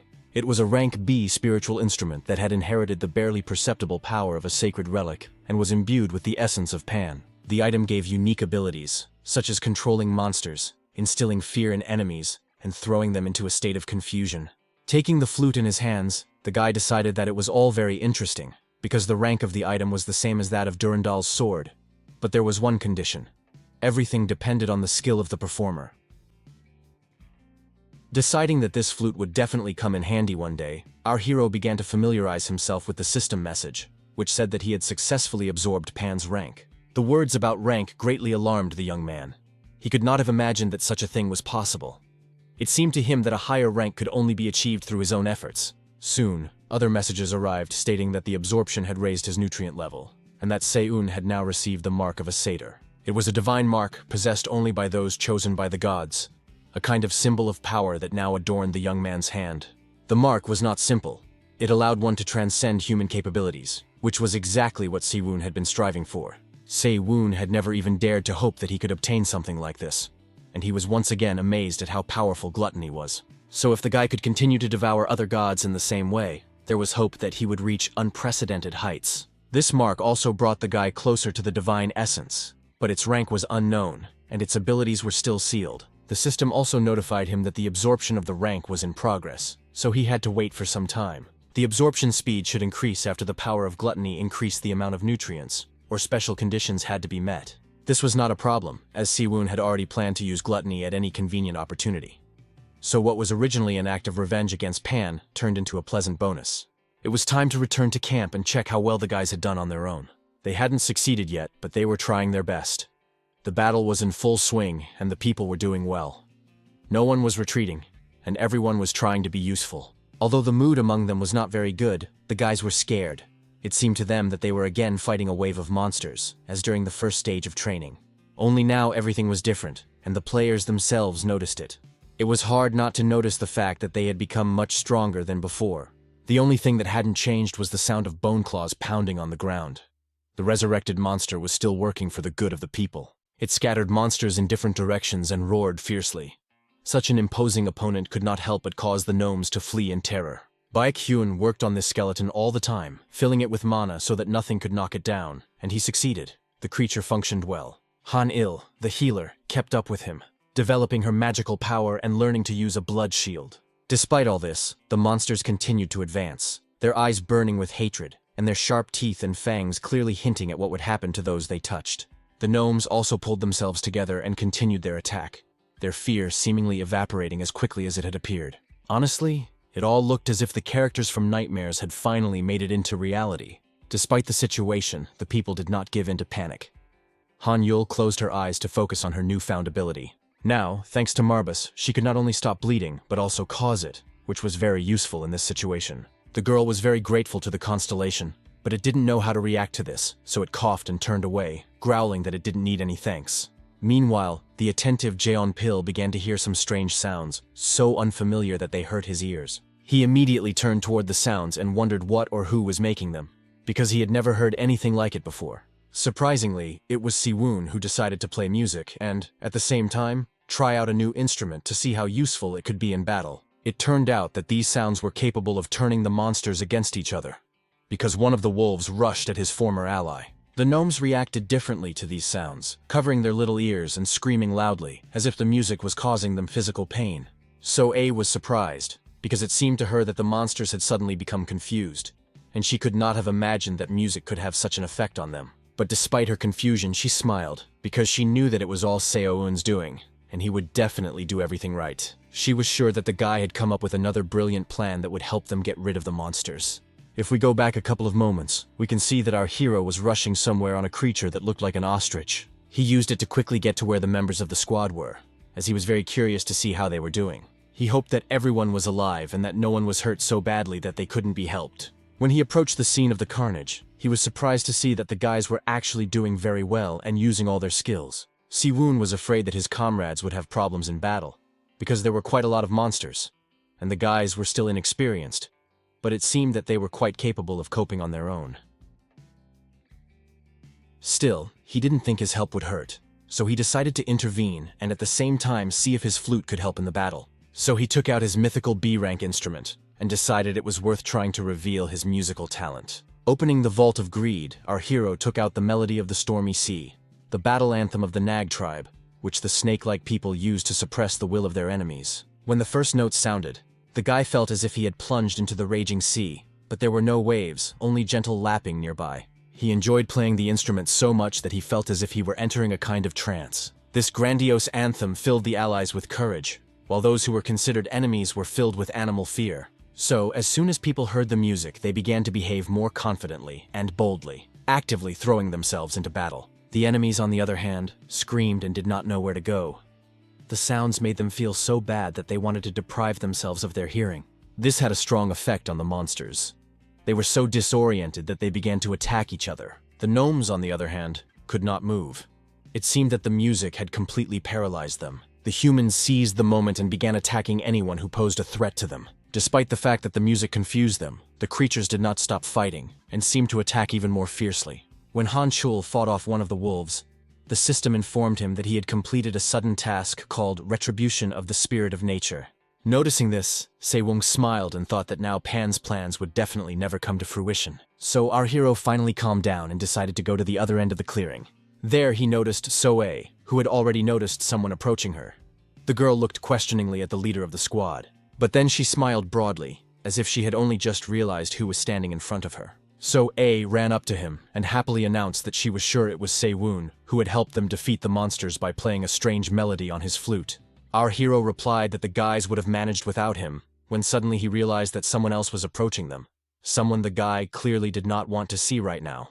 He put his arm out in time to prevent an unwanted hug from Jong Pil, who declared that he had always believed in his friend. Sewun disliked the blonde guy a little, all because before his regression, he had behaved like a real rat, so they couldn't find common ground. But now everything was different. John Pil even returned our hero's white wolf, which indicated that he had truly changed. The guy also returned another pet to him, one that had served him well on his journey. It turns out that the blonde even managed to give him a name. The Walking Dead was called Baek Ran, and at least one person was happy about his return. However, Jong Pil was a little scared when he saw the pet, because its color had changed significantly. It hadn't been so red before. The monster's color had changed because Siwoon had used the powers of the repository to return to the squad as quickly as possible. He had used the mane of a red hare, which allowed the beast to run incredibly fast. Such a scary bloody color seriously frightened Jong-pil, and the only thing he heard was an apology for overworking the animal a little. But then the guy was surprisingly happy, because he had always liked the color red. Even his car was red, and now his pet was that color too. The color change wasn't the only problem. Si-woon regretfully informed him that the monster might soon fall apart, because he had overloaded it too much. Before Jong-pil had time to get upset, someone approached him, wanting to look at the monster and, if possible, use his powers to help. It was Baek Hyun, who had already been dubbed a skeleton specialist. He was really good at it, so the nickname was quite fitting. Taking the creature's paw in his hands, the scientist realized that its bones had become even stronger, despite the fact that it was really worn out. The problem was that there were no muscles, and the bones took the entire impact. Hearing this, Jong-pil began to praise his red ran, and the scientist confirmed his words, adding that the monster had an amazing bone and joint structure. Seo-woo was getting tired of listening to all this, so he approached Soa and said that they could set off if everyone was ready. The guys were supposed to reach their destination in about a day, so many of them were eager to find out what awaited them next. It is worth noting that the carriage was simply amazing. It rode smoothly and everything worked as it should. The sisters did a great job. However, not everyone was lucky enough to ride in the carriage like kings. As usual, Jong-pil was sent to do physical activity. Together with Seo-woon, they climbed a high mountain to survey the valley and see if they were moving in the right direction. Ahead, there were only huge rocks and no land. Soa approached the boys and asked if they should set up camp here. Si-woon nodded affirmatively and said that it would be much easier for them to defend themselves with a cliff behind them. This cliff also separated the third stage of training, and our hero understood that no matter how skilled a player he was, he would not be able to overcome it. He knew that most of the players would clash with each other at the entrance to the zone, so once his guys set up camp, passing the third stage would be practically guaranteed. At least, that's what Seo-woo wanted to believe. But no one could know for sure how it would actually turn out. After all, there had already been Pan's unexpected intervention, so who could guarantee that the other constellations, who harbored resentment towards Seo-woon, would not do the same? They could order other camps to attack our guys. So A was unaware of the leader's thoughts, so she was extremely happy. She turned to the red-haired sisters and asked them to start setting up camp. The girls had nothing to do, and they were literally itching to start some kind of work that would show what they were capable of. One of the sisters noticed Si-woon and called him over, asking him to help with the firewood, because he had done such a great job last time. When he reluctantly agreed, the girls were overjoyed, as they really enjoyed the company of the squad leader. They were joined by Jong-pil and Han Chul. Soon, the system announced that the third chapter was beginning, in which a clash was supposed to take place. The guys read the messages carefully, one after another. But what surprised them most was that during the clash, it was possible to earn all the achievements of the defeated player. The goal of this mission was simple. First, they had to survive, and then they could think about everything else. Our hero knew that right now, there must be a sea of blood behind the forest, because the clashes between players had already begun, and he still remembered how fierce they could be. Many did not understand why players attacked each other. In their fear, they lost their composure and became easy targets. Others, those who were more cruel and dispassionate, had no problem dealing with such naive victims. People begged for mercy, hoping that they would be spared, shouting that it had been extremely difficult to get here. These words only provoked those who had already tasted human blood, who had learned what it meant to kill with impunity. The screams echoed over the forest for a long time. It was all so terrifying that it seemed unreal, but it was reality. The most cruel survived, those who did not shy away from shedding the blood of their own kind. Good people are the first to die. Now this saying was believed even more. One of the guys moved more quietly and cautiously than the others, paying attention to even the slightest movement of leaves and the quietest sounds. The constellation that was his patron was called the Sullen Gray-Haired Old Man. It exclaimed that the time had come to do what had been planned, and the guy asked if he would really receive the promised power. The old man became even angrier, asking why some person was making him repeat the same thing over and over. This little tantrum had an effect on the young man, so he smiled and said that he would start his work right away. His plan was to destroy the one who had caused trouble for many constellations and people, and as collateral damage, he planned to deal with his entire clan.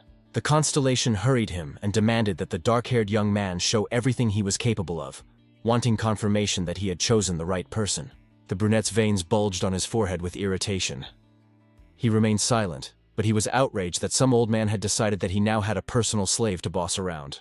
At first, he obeyed only because this creature had given him the strength to survive in the most difficult moment.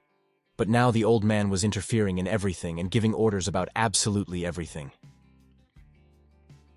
Clenching his weapon, the guy barely restrained his anger. He decided that as soon as he was done with all this, he would definitely regain his strength and move as far away from the constellation as possible. Passing through the thick forest, the players discussed how their opponents had gone very deep, and it was unclear how they had made their way through the monsters. One of the group members noticed something important as he caught the leader's attention and asked him to look where his hand was pointing. Everyone froze in anticipation. No one understood what was happening or how it was possible. They had stumbled upon an entire fortress built by other people, and it was simply amazing that someone had accomplished such a feat in such a short period of time. The brunette asked his constellation in horror what it all meant, but they just muttered that they had to attack anyway. This order angered the guy so much that he could barely hold his tongue. Everyone understood that their attack could end very badly. Raising his spear, the brunette tried to sound confident as he ordered his minions to hurry to the cliff, right where their enemies were. Noticing that his companions had gained a little more confidence in their abilities, he pressed even harder, saying that they would simply push their foolish enemies right off the cliff. But they couldn't even get close, because they ran into a barely noticeable barrier that protected the approaches to the enemy camp. The guys literally banged their heads against the wall, trying to move forward, but no one could advance even an inch. When they finally realized that an invisible wall was blocking their way, they stopped and wanted to figure out what was going on and how to overcome this obstacle. They examined the barrier, which was clearly woven from magic, and thought only about who could have created something like this. Of course, their opponents had already learned of the arrival of the unexpected guests and reacted quickly, sending their arrows at the villains. Opening the Vault of Greed, Seyun decided that it was time to finally let these people feel the power of his wrath, so he constructed the magical circle of protection of Carmelder. It was an improvisation by one of the Black Tower's administrators, and this magic circle blocked a variety of attacks, even if it didn't last very long. Even the girls were surprised that their leader was capable of such a thing, and they watched with open mouths as the barrier appeared before their eyes. When the young ladies asked how he did it, the guy handed them 2 small balls and said that he had rummaged around in the goblin village and found something useful. He managed to use the mana stones in Carmelder's protective magic circle. Usually this spell didn't last long, but he made it last at least 5 minutes. So A was amazed by the guy's power, and said that he was amazing at absolutely everything he did. The girl even joked that sometimes it seemed to her that Seyun could see the future. Clearing his throat awkwardly, our hero said that they needed to order the attack quickly, because his defense would not be able to hold out for long. So soon the girl began to give orders to prepare for the attack, and all members of the camp were on alert. They began to bring out the devices that the red-haired sisters had managed to build, and it was time to test them in battle. The girls were very clever, so they quickly realized that catapults would be the best weapon while under siege, so they built them. Now everyone understood how wise and correct this decision was, because it was much easier to deal with enemies this way. Even though the enemies were well armed, they couldn't do anything against the huge stones flying at them from above. And when explosive devices were used, the guys completely regretted following the brunette, who was sure that they had found easy prey. The red-haired sisters were delighted, incredibly happy that their devices were so useful for everyone's protection. Despite the girl's success and the danger that had not come any closer, Han Chol understood that a direct confrontation with these scoundrels was most likely inevitable. So he moved closer to the cliff, gripped his spear more firmly, and decided that he would do everything he could to hit the target. These thoughts helped him focus his anger on his weapon and throw it as accurately as possible. When the deadly weapon struck one of the enemies, the second one couldn't even look at his comrade. So horrific was the sight. Seeing Han Chol's success, our hero decided that this guy was like a catapult himself. So he realized that it was time to show his abilities. This time, he decided to use the power of the fireball, which had been increased in accordance with the magic of the Black Tower. So, after a few seconds, thanks to Siwoon, a real fire broke out. But it was completely controlled by the guy, so it posed no threat to the camp. But he was deadly dangerous to his enemies, knocking them back with a powerful explosion.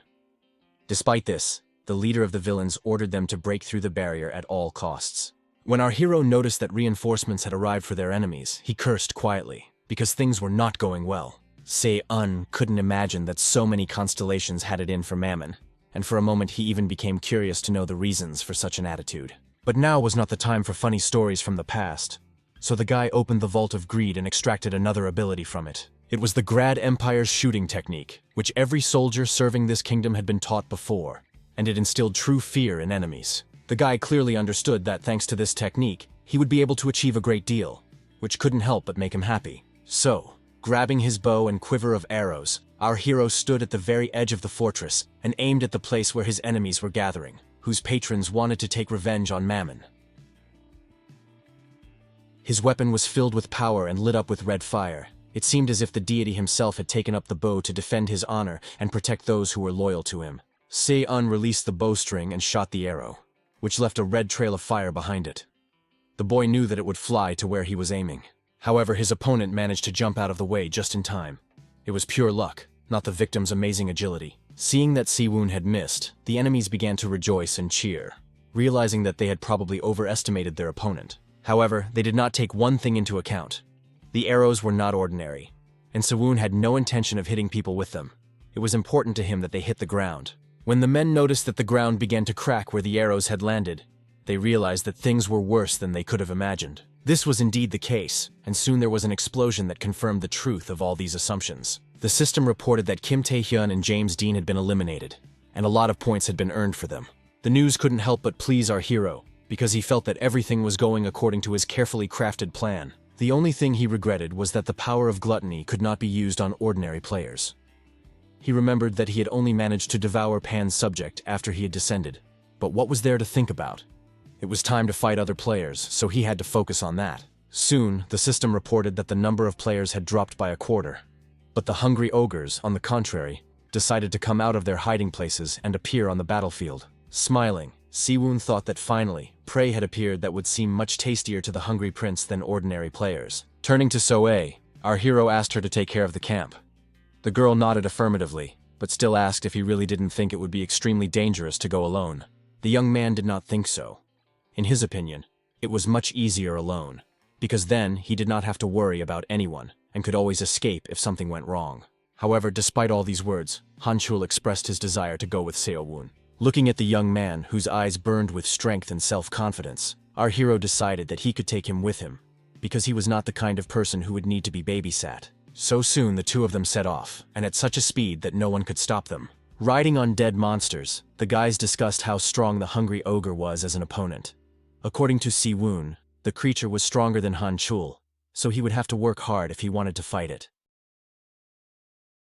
In response, the brown-eyed daredevil just smiled and said mysteriously that he couldn't wait for the moment when he could test his strength. Our hero couldn't help but notice that his companion was literally itching to get involved in some kind of battle. They were traveling at tremendous speed, and throughout the journey, Han-chul kept asking how they were going to find the monster. Si-won did not give him a specific answer, only saying mysteriously that the guy would see the creature even when he did not want to. In fact, these words made the brown-eyed man tense up, and for a moment, his whole body froze in anticipation, and he asked what Se-won meant. Soon, he got the answer to his question. After a while, they saw a huge monster holding a man in its paws, clearly intending to eat him.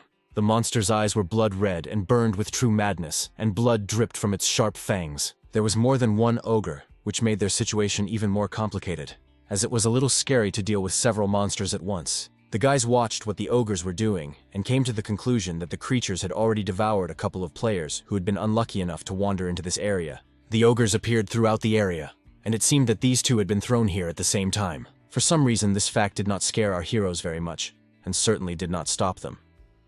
Despite Han-chul's slight confusion, they confidently strode forward. Se-won thought they were very lucky, because each of them would get one opponent, so everything was fine. Stepping forward confidently, Han-chul prepared himself for the battle ahead, ready to test his strength.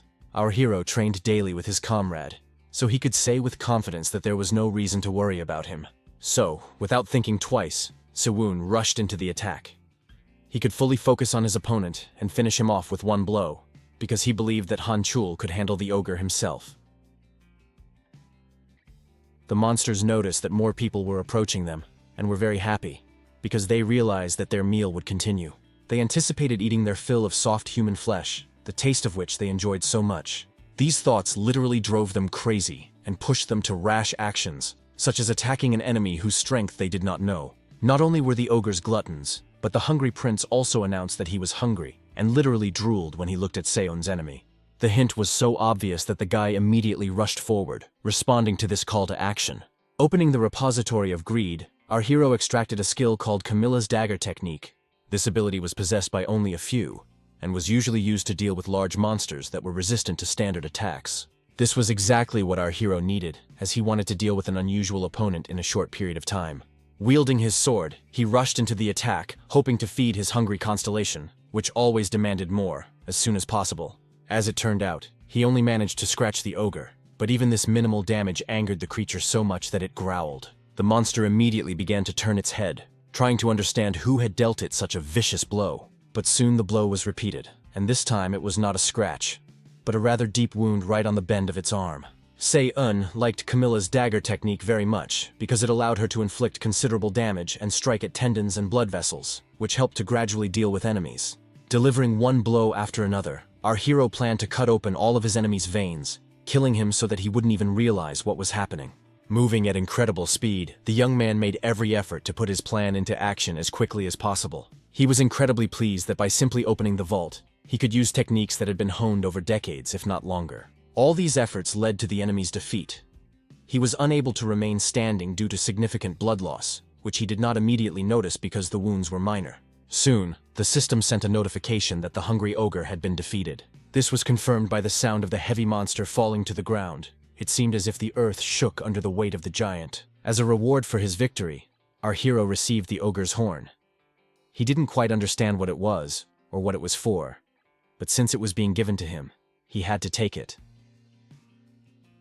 He was pleased that his merit points had increased by a whole 10,000, and for doing it alone, he received another 5,000 points. In addition, Se-un received the ogre's tendon, but all these gifts, to put it mildly, did not cause him any excitement, because he considered them insufficient. Meanwhile, the hungry prince was only thinking about how to fill his stomach and was greedily eyeing the loot. With all this exciting fighting and evaluation of rewards, our hero completely forgot about Han Chul, and now he was curious to know how he was doing. The ogre he had caught was 100% sure that very soon, without any extra effort, he would have a real feast. Han Chul was not going to prove anything to anyone with words. He was the kind of person who showed his strength through actions, and now his behavior was the same. Despite the huge difference in size between him and his opponent, he acted as if they were equal. Watching this huge ogre fight, one could say with certainty that he was incredibly strong. But Han Chul knew perfectly well that he was stronger, and was going to prove it first and foremost to himself. So he grabbed his enemy by the arm and did everything he could to neutralize him as quickly as possible, because his advantage was in a quick and sudden attack. It was incredibly difficult for him to perform such tricks, and at times he literally screamed from the strain. But he did not stop. When it seemed that the tension was so strong that it could crush Han Chul, he made a sudden move and managed to throw his opponent over himself. The brown-eyed man knew he was capable of many things, but even he was surprised at how large an enemy he managed to throw over himself. Still, he understood that in order to surpass Se-un, he would have to try very hard, perhaps even jump above his head. The battle with the giant was not over yet, so Han Chul had to focus all his attention on him. Otherwise, he might not survive this slaughter, because his opponent was determined to destroy the guy and devour his body to satisfy his appetite. Han Chul concentrated on his strength and was going to use all the abilities he had acquired during several stages of training. He clenched his fists tightly to get in the right frame of mind and look into the depths of his power. Pulling himself together, he activated the Tai Chi technique to deal with the monster standing before him once and for all. The creature was not going to give up either, fighting as if it felt that its life was truly at stake. The young man's power was growing, and it was hard not to notice. So with every passing second, the ogre realized more and more that his well-being was in serious danger. Finally, the brown-eyed guy's fist touched the monster's body, and the ogre felt firsthand the power of a man supported by a deity. Throwing the monster up once again, Han Chul demonstrated his strength and unyielding will, so that now no one doubted him. Carefully watching the guy, Se-un determined that he had combined the Taiji he had taught him with the skill Agaris had given him. His ability to modify and combine techniques was very pleasing and commanded respect, as it went beyond the ordinary. Han Chul was already surprisingly strong even before his regression, and now he had become even stronger. There was just one thing though. Looking at how tense his face was, it was clear that the energy expenditure was quite significant. So Se-un suggested that the guy drink a potion that would help him increase his energy and bring his body into balance. After the brown-eyed man drank the potion, our hero winked at him and said that now they were capable of defeating all the hungry ogres. Meanwhile, the office was filled with an atmosphere of anxiety. Looking at the huge stack of papers, the employees felt irritated. They anxiously entered data into the computer, and their excitement could be heard in the sounds they made. It was especially unpleasant when someone couldn't stand the tension and freaked out, nervously banging their cup on the table. The training manager, Tuning, was indignant that this time everything was too hectic, because a whole bunch of promising characters had turned up at once. There were too many survivors, and now they had to keep track of each of them and record their every move. Sipping his already cold coffee, Tuning claimed that they were simply being exploited, and he was only reassured by the thought that half of these guys would drop out after the third chapter was over. Just as he thought that long-awaited peace had descended upon him, he was suddenly interrupted by a phone call. The caller's concerned voice asked if the boss had seen what was happening. It seemed that the walls were about to collapse, so Tuning immediately asked what had happened. When the man was told that people had started hunting hungry ogres, his feelings were difficult to describe as shock. It was something much stronger than that. He couldn't believe that such a thing was even possible. He was told that it was all because of Seo-un and Han Choil, who led the hunt. The employee believed that at this rate the training could take a very long time. Fear began to take hold of Tuning's body. He laughed nervously and asked if the employee had even read the manual, because irreparable damage could occur if more than 90% of the ogres were killed. The creature that everyone feared without exception would appear, and it could cause irreparable harm. Finally, Siwoon also noticed something was wrong. Strange sounds caught his attention, and he turned his head to see what was going on. But when he realized what was happening, he wanted to turn back time to prevent it. Standing before our heroes was a secret monster that even Siwoon did not know about, the ogre chieftain named Craig Catlak. The creature roared ferociously and demanded to know where his food was. He was so hungry that he was ready to do anything to devour someone. The roar was so terrifying that it made you want to run away and never return to this place. It was clear that even the hungry ogres were afraid of their bosses, because when they looked at them, they begged for mercy. Han Choli became very curious about what his friend was going to do, because everything indicated that, in addition to big problems, there were also small ones, since the little ogres were also going to attack.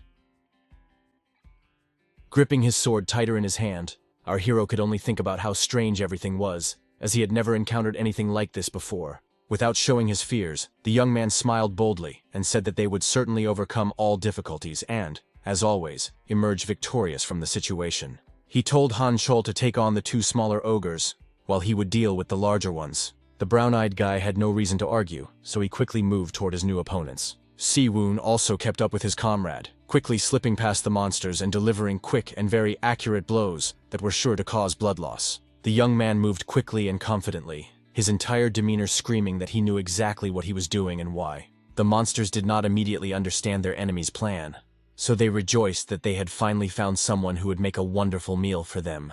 The only problem was catching him, but the ogres decided that sooner or later they would get him.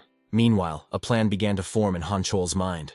He picked up a stone from the ground, knowing exactly how to use it. His gaze also began to show confidence in his own abilities, and he boldly addressed the creatures, telling them not to be distracted from the battle. The blade of the sword glinted brightly in the sun as Siwoon drew it from its sheath and prepared to use it. The young man wanted to deal with the enemies as quickly as possible and understand why the system had failed and released such strange monsters. He struck another blow, and the boss couldn't ignore him, because in a little while it would have been fatal for him.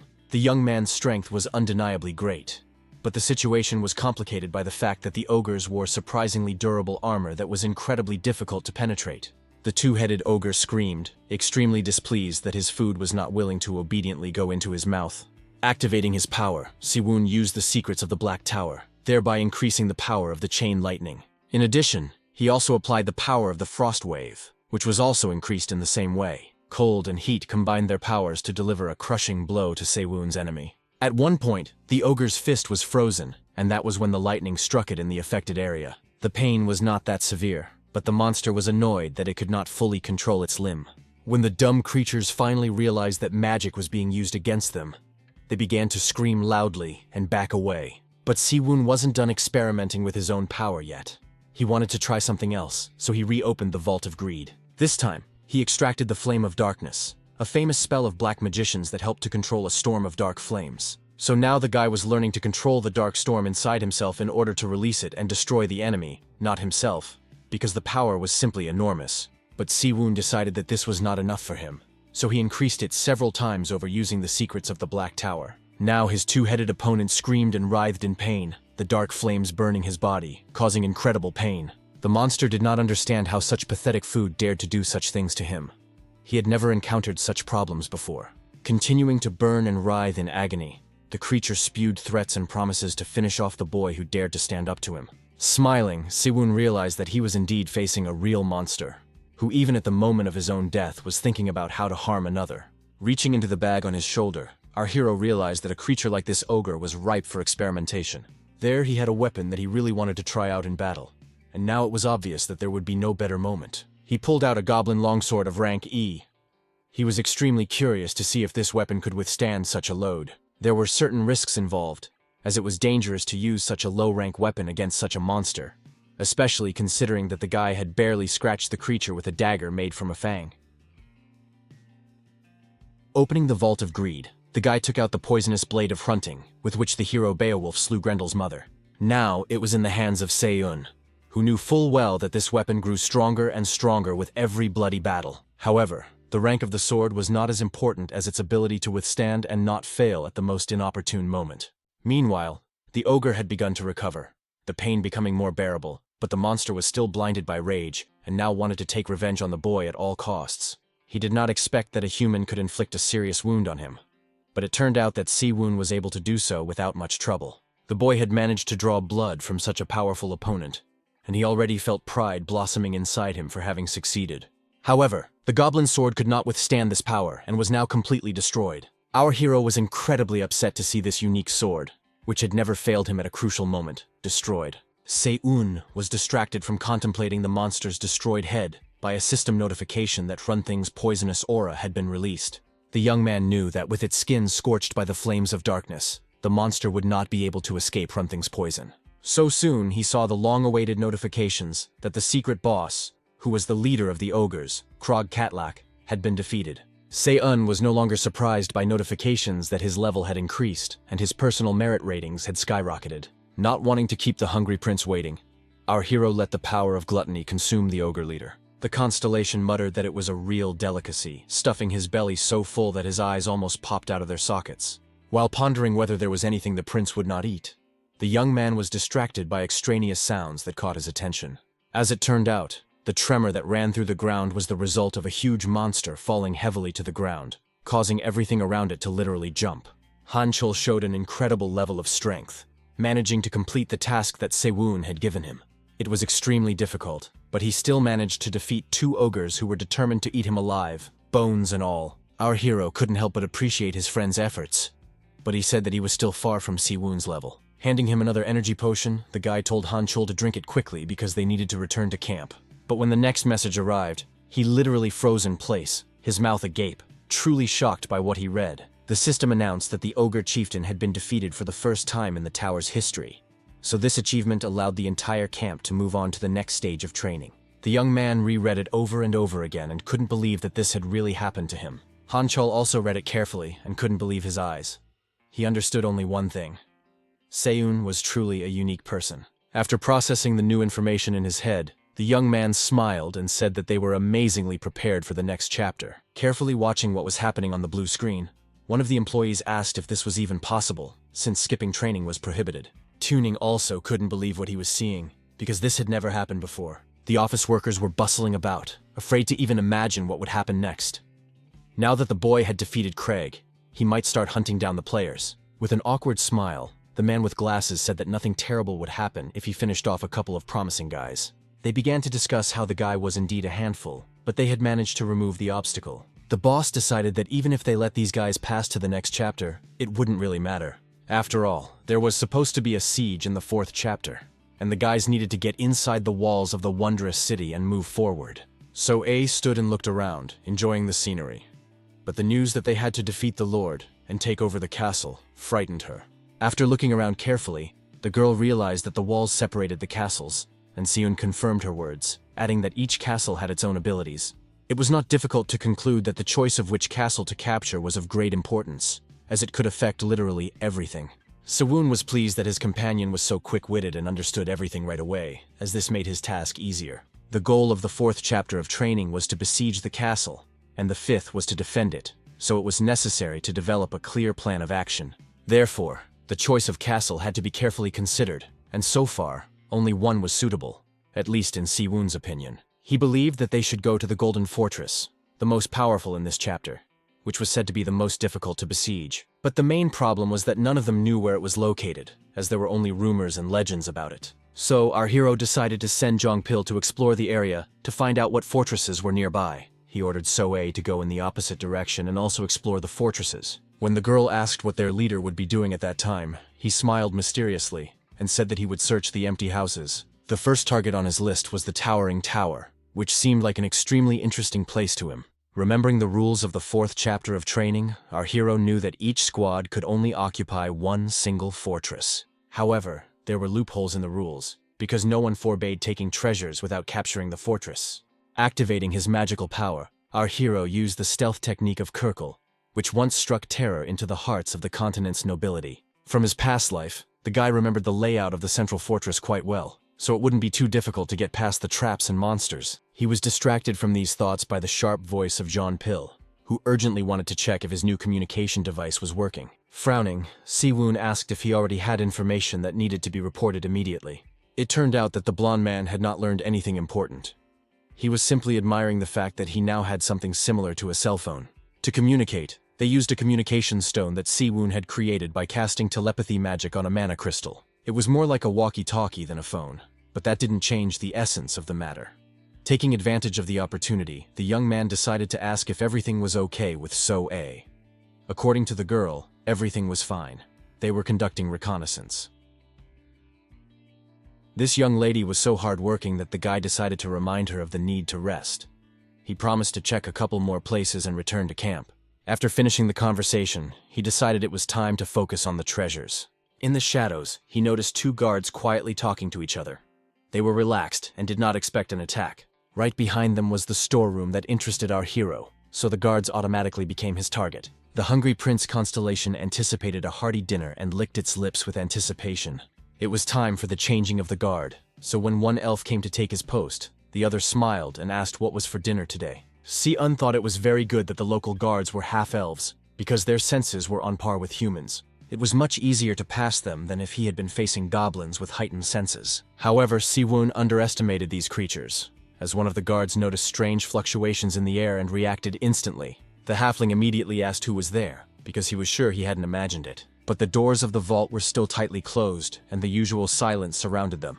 This made the guard doubt his own senses and admit that he had indeed imagined it. Meanwhile, our hero safely reached the place where many weapons were stored, including bows and arrows. This was to be expected, since arrows are the most suitable weapon for defending the tower. But there was one problem.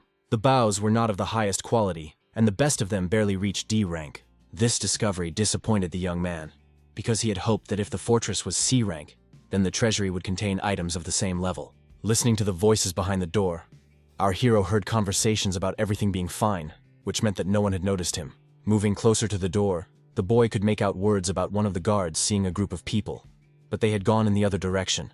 Se-un was so curious that he moved closer to the crack in the door, wanting not only to hear but also to see the guards. Noticing a stately elf with a powerful bow on his back, our hero assumed that this might be the ruler of the fortress. But what attracted the young man's attention most was not the dwarf's personality, but his weapon, because there was nothing like it in the storeroom. So our hero decided to take the ruler's equipment for himself. It was a very bold move, but who said that Se-un didn't have such ambitions? Meanwhile, Tuning had already relaxed and was sitting calmly in his chair, thinking that they had dealt with all the problems. He sincerely believed that now he could breathe a sigh of relief and simply watch the players develop. But his calmness slipped away as soon as another phone call rang. This sound had already become a trigger for the man, so he jumped up from his seat and felt uneasy. Answering the call, he heard a stern voice urging him to immediately check the next location. The words Tuning heard next made him freeze in his tracks. It turned out that player Jong Se-woon had once again managed to do something incomprehensible. He immediately opened the location cameras on his computer and began viewing the images one by one. Suddenly, one of the towers exploded so suddenly that the man jumped away from the screen. With his mouth agape in shock, Tuning tried to understand what this boy was doing and where he got so many ideas and the strength to carry them out. And it wasn't about a specific fortress, because he was blowing them up one after another, taking all the equipment and valuables from them along the way. It became clear that the boy was simply out of his mind. The man didn't understand why he was doing this, because he wouldn't even be rewarded for such actions. All the chaos he had caused could become a serious problem, because now the players had to fight for the best fortresses. But now the castles were burning and the treasuries had been looted. While the office was frantically ordering Se-un to be stopped, he was trying to get his hearing back after the explosion. He felt his ears starting to burn. so he thought someone was having a very lively conversation about him. The system sent a message that from now on, malicious actions against the fortress would be considered an official siege. But what the young man disliked most was the news that items from the fortress could now only be obtained by winning the siege. Looking at this message, the young man thought that the system had decided to make his life much more difficult and ruin his plans. In fact, it was too late for them to rush in, because our hero had already gotten what he wanted so badly. After all, he had a bow that bore the proud name of the Great Hunter and was an S-rank item. This bow was used by the ruler of the tower and gave abilities such as increased attack range, greater flight speed, and stronger damage. Not only that, but Sion also got a whole bunch of C-rank weapons that you wouldn't find during training, all carefully stored in a space bag. The young man's joyful thoughts were interrupted by the vibration of the stone used as a means of communication. It was, of course, John Pill calling, his voice so worried that it was eerie. The blonde guy was clearly not calling for no reason. He was shouting that he had found something very important for their common cause. There was both fear and excitement in his voice, and, barely finding the right words, he managed to say that he had found the Shining Fortress. For a moment, the world around our hero froze, and his mind was filled with thoughts of how it had finally happened. The Golden Fortress was not a myth or a figment of the imagination, but a very real structure that had now been found. It was as beautiful as in the legends that had been composed about it. It seemed that it was really built of pure gold. Chong Pil was incredibly proud that he was the one who found it, an amazing A-rank structure. The system said that it was surrounded by shining metal walls that glistened like gold, and the fortress was filled with siege structures and armed troops. All the fortresses our hero had encountered before were C-rank, but this one was A-rank, so the danger level was justifiably higher. Approaching Se-un, So-A asked if they were ready to begin the siege of this structure, and she was also interested in the plan of attack. Opening the treasure chest of greed, our hero decided to find the ability that could help them in this difficult task. To begin with, he chose the monocular vision of the Eagle King, which allowed him to see prey on the ground even from the clouds. Those inside the fortress received less damage and bonuses to all characteristics, and once a day, they could activate the Golden Glow, which stopped their opponents. Compared to ordinary fortresses, there was an incredible number of monsters there, and they all received buffs from the fortress itself. Therefore, there was only one way out, and that was a full-scale siege. So our hero announced this to all the members of his camp. So-A asked anxiously if they could handle this task, because the gate was guarded by a whole bunch of monsters, which meant there were even more of them outside the walls. That is why Siwon believed that they needed to focus on killing the ruler. If they managed to kill the leader, the monster troops would be neutralized. The young man was 100% sure that as soon as they broke through the walls, So-A and Han Chul would be able to clear the way for him without much difficulty. And while the guys were holding back the enemy troops, he would be able to get to the ruler and defeat him. That was his plan. After listening carefully to the young man, the red-haired sisters asked anxiously how he intended to break through the gates, as they seemed completely impenetrable. Smiling, the hero said that they needn't worry about that, because he already had some ideas. Opening the Vault of Greed, he took out a unique item that literally sparkled with power in his hands. It was a huge golden axe, so large that it was surprising that the guy could even lift it. But Si-woon seemed to be holding it perfectly normally, without any effort. Looking intently at the gate, the young man declared with absolute confidence that he could break through it without any help. Soon, another explosion was heard, which led to a fire and massive destruction. The orcs were frightened and angry. They did not understand who could dare to be so bold as to attack their fortress. When the dust from the explosion settled a little, the monsters could see a silhouette moving toward them that resembled a human figure. Seon moved slowly and confidently, carrying the colossal Pangu axe in his hands, which was said to have separated heaven and earth. Now this unique item was in the possession of our hero, appearing and disappearing at his command. Taking such a precious weapon at once seemed wasteful to the young man, but it would help him achieve his goal much faster. True anxiety began to show on the monsters' faces. They were visibly nervous and afraid of the strange guy who was boldly striding toward them. However, the commander ordered them to gather immediately, so the warriors obeyed him and rushed into the attack, shouting threats and death wishes. They called Se-woon a despicable creature who dared to destroy their precious gate. But the people were ready to fight their enemies. Han Chol, for example, was eagerly awaiting the start of the real fun. His blow was so powerful that the orcs were seriously frightened when they felt the ground shake. They had clearly never encountered such force before. They worked together with So-A, who deftly jumped onto the guy's shoulder to push off an attack from above. Swinging her sword, she activated a skill called Second Tarantula Leg and rushed into the attack. The orcs looked at her with a mixture of fear and admiration, thinking she was a true goddess of war. These thoughts remained in their heads only until her sword touched their bodies. When that happened, they realized that it was all over for them. So A moved very quickly, her legs finally keeping up with the rest of her body movements, and she found her balance. The girl was full of enthusiasm. She was ready to defeat the ruler and was confident that Seun's plan could be carried out very soon, and they could delay the enemies to open the way for him. To be honest, the guy didn't even expect everything to go so well and smoothly. Apparently, his guys had really grown in skill. He couldn't help but be happy about it, because now the whole job wasn't just on him, and there were people he could count on. So now he could focus entirely on his task and start searching for the leader to finish him and his henchmen off. The orc guards noticed our hero's advance and immediately began shouting to the others to stop him immediately. But how could they stop someone whose strength was comparable to a natural disaster? They didn't understand how to stop this hurricane that was relentlessly moving towards them, as confirmed by the explosion.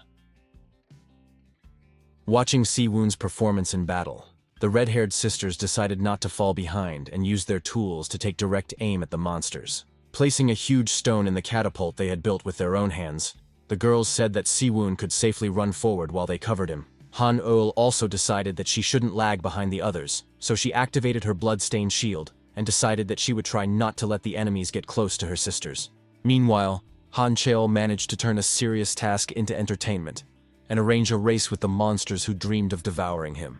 Watching all this, Siwon couldn't help but smile. He had thought that the difference in strength would be very noticeable, but now he realized that he had greatly underestimated his comrades. But despite all the successes, the fortress was still a place where there were too many orcs. They were barely holding their positions, so they needed to find and defeat the ruler as soon as possible. So the young man pushed forward with even greater effort until his feet brought him to a large hall. There sat a creature whose mere appearance sent a nervous shiver down one's spine. The ruler was clearly expecting Seun's arrival. Sitting calmly on his throne, the orc said that even though he was facing an enemy, he couldn't help but recognize him as a remarkable warrior who deserved respect. Wiping the blood of his enemy from his face, the young man boldly asked if the ruler of these lands was indeed sitting before him. Rising from his throne, the orc said that although there was little joy in fighting a weary enemy, he was ready to fight. He was obliged to defend the fortress that was home to many, so he had no other choice. So the king of the glorious orcs, the ruler of the Golden Garden, moved toward the uninvited guest, whom he could not refuse in the final decisive battle. After carefully examining his opponent, Se-un realized that his weapons and armor were no match for those of the other orcs. Durandal's sword would have come in handy right now. Watching the orc ruler approach with confidence, the boy began to curse Mammon for not wanting to return his sword. The ruler took the first blow, deciding that he would not allow this boy to set the pace of their battle, so he swung his weapon with all his might. Se-un stepped back at the very last moment, another centimeter, and his head could have easily been severed from his body. He literally saw the blade rush past his face. The ruler demanded that the boy demonstrate all his abilities, since he wanted to claim this fortress so badly. Our hero wanted to do just that. He parried one blow after another, but he couldn't counterattack yet because his opponent's onslaught was too strong. A plan began to form in his head. He understood that he needed to use his mind, not his strength, because only then could he emerge victorious. Se-un decided to try a proven method and deliver precise, targeted blows, which over time would lead to significant blood loss. It was strange that the monster did not even try to defend itself. It seemed that it simply did not believe that a human being was capable of causing it any harm, or else it believed so strongly that its armor would withstand the attack. Our hero benefited from being underestimated, as he had time to activate the third form of the Blood Wolf sword technique, which was enhanced by his inner strength. The power flared up as if it were fire, seemingly eager to strike the enemy as quickly as possible. Ultimately, it took the shape of a wolf that could destroy anything with its powerful jaws. The orc thrust his weapon forward to block the monster's jaws, but this only gave him a couple of extra seconds, and did not provide adequate protection. There was no time to hesitate. He had to seize the moment and act decisively, so he drew his sword and began to rush forward. The enemy's weapon crashed into the concrete floor with a bang, causing it to crack. Despite this, the orc continued to insist that the guy's blows were very weak, and that he could block them with his left hand. Siwon decided to see if the monster would change his rhetoric if he attacked him from above, thus depriving him of the opportunity to parry the attack normally. Although it clearly took some effort, the orc ruler gripped his weapon tightly and did not let go. His eyes glowed with rage as he said that the boy was still unworthy of ruling this fortress. These words made Se-un grip his sword even tighter as they hurt his pride and self-esteem, so the orc had to answer for what he said. He decided that everything he seized would become his, so he opened the Vault of Greed and took out the sacred blade of King Karn Venon. Our hero's sword was filled with light, and it seemed as if the young man was holding a small star that could strike down anyone who stood in his way. This dagger was one of the 3 sacred weapons of King Arthur, on par with Excalibur and Rogominiad, and was also called the White Handle. Seeing the strange glow, the orc tried to understand what it was and what level of magical abilities his opponent possessed, for his aura felt very powerful. Smiling, Seyun said that his opponent could try to guess what was wrong with his dagger. As if to confirm his words, the blade of the sword flashed brightly, hinting to the orc that he would indeed understand everything very soon. Very soon, the orc finally realized that he was facing an extremely dangerous person and needed to block him as soon as possible. But doing so was extremely difficult. The monster understood that only an attack would save him, which meant he had to counterattack as soon as possible. Having made this decision within himself, the monster tried to move, but realized that it was impossible, because his body seemed to have stopped obeying him, and he stood like a statue. Closing its eyes in despair, the creature tried to accept the fact that it could do nothing with its own limbs, which made its situation quite hopeless. But Seyun could move, and very quickly at that, so taking advantage of the situation, he decided it was time to attack again. Stabbing the enemy with his dagger, the young man quietly said that he was truly worthy of being called the king of the orcs and the owner of the Golden Fortress.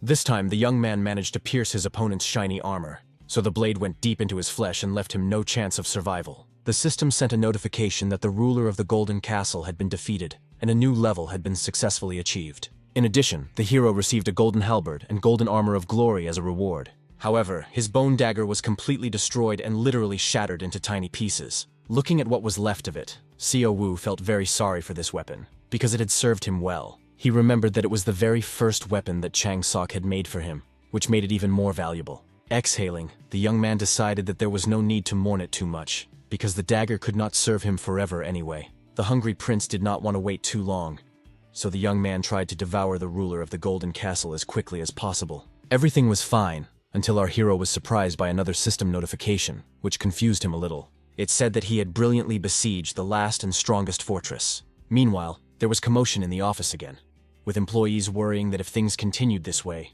they would have big problems. They all wondered why Seo-un had captured the Golden Castle so quickly, and could only come up with one answer, because he had skipped the previous stage of training. One of the employees was 100% sure that the other constellations would express their indignation about this. Their boss couldn't find any words more appropriate than the phrase that ordered all the fools to shut their mouths immediately. He asked the man with glasses if he thought any other player could capture the Golden Castle so easily, and the man hesitated and said that it would not be easy. The gentleman believed that the pass had nothing to do with it, because in his memory, only one player in history had been able to capture the lock, and moreover, Seo-un was the first to conquer it. After that, he asked the man if he knew which constellations were watching the boy, and the man shook his head. The first to set his sights on Seo-un was the demon of greed, whose name was Mammon. The second was the demon of gluttony, Beelzebub. Such was the company that gathered around this boy. This information surprised the employee so much that he couldn't hold back a cry of astonishment. Finding confirmation of this information in the documents, the man asked if most of the demons of the 7 deadly sins had refused to sign contracts, but that wasn't all.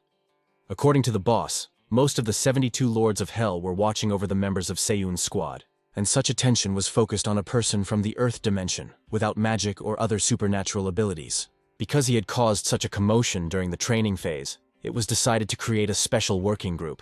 Its members were tasked with thoroughly studying and analyzing Seyun himself and his entire squad. Meanwhile, a veritable feast was held in the Golden Tower to thank everyone for their tremendous work in capturing the fortress. All the participants in the battle sat at a common table, enjoyed delicious dishes, and rejoiced that Seyun's plan had been successfully implemented, as always. Someone decided to stand out in a special way, so he banged his hand loudly on the table and asked for a little attention. Of course, it was none other than Zhongpil, who smiled strangely and playfully asked if everyone knew what he had found in the castle's storerooms. Beaming with happiness, the blonde guy said he had found a wonderful cellar with lots of different drinks, including this bottle of wine. The guys were surprised and, of course, delighted, because they hadn't drunk anything like this in so long, and in general, they hadn't been able to relax properly in what seemed like an eternity.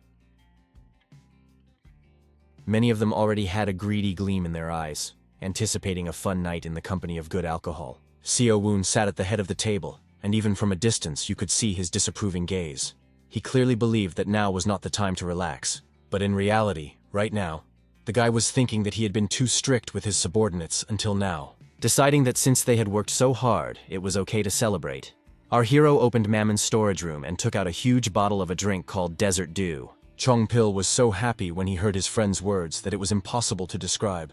He thought that his idea would not be approved, so now the place that had once been a battlefield became a haven of joy and peace, temporary but long-awaited.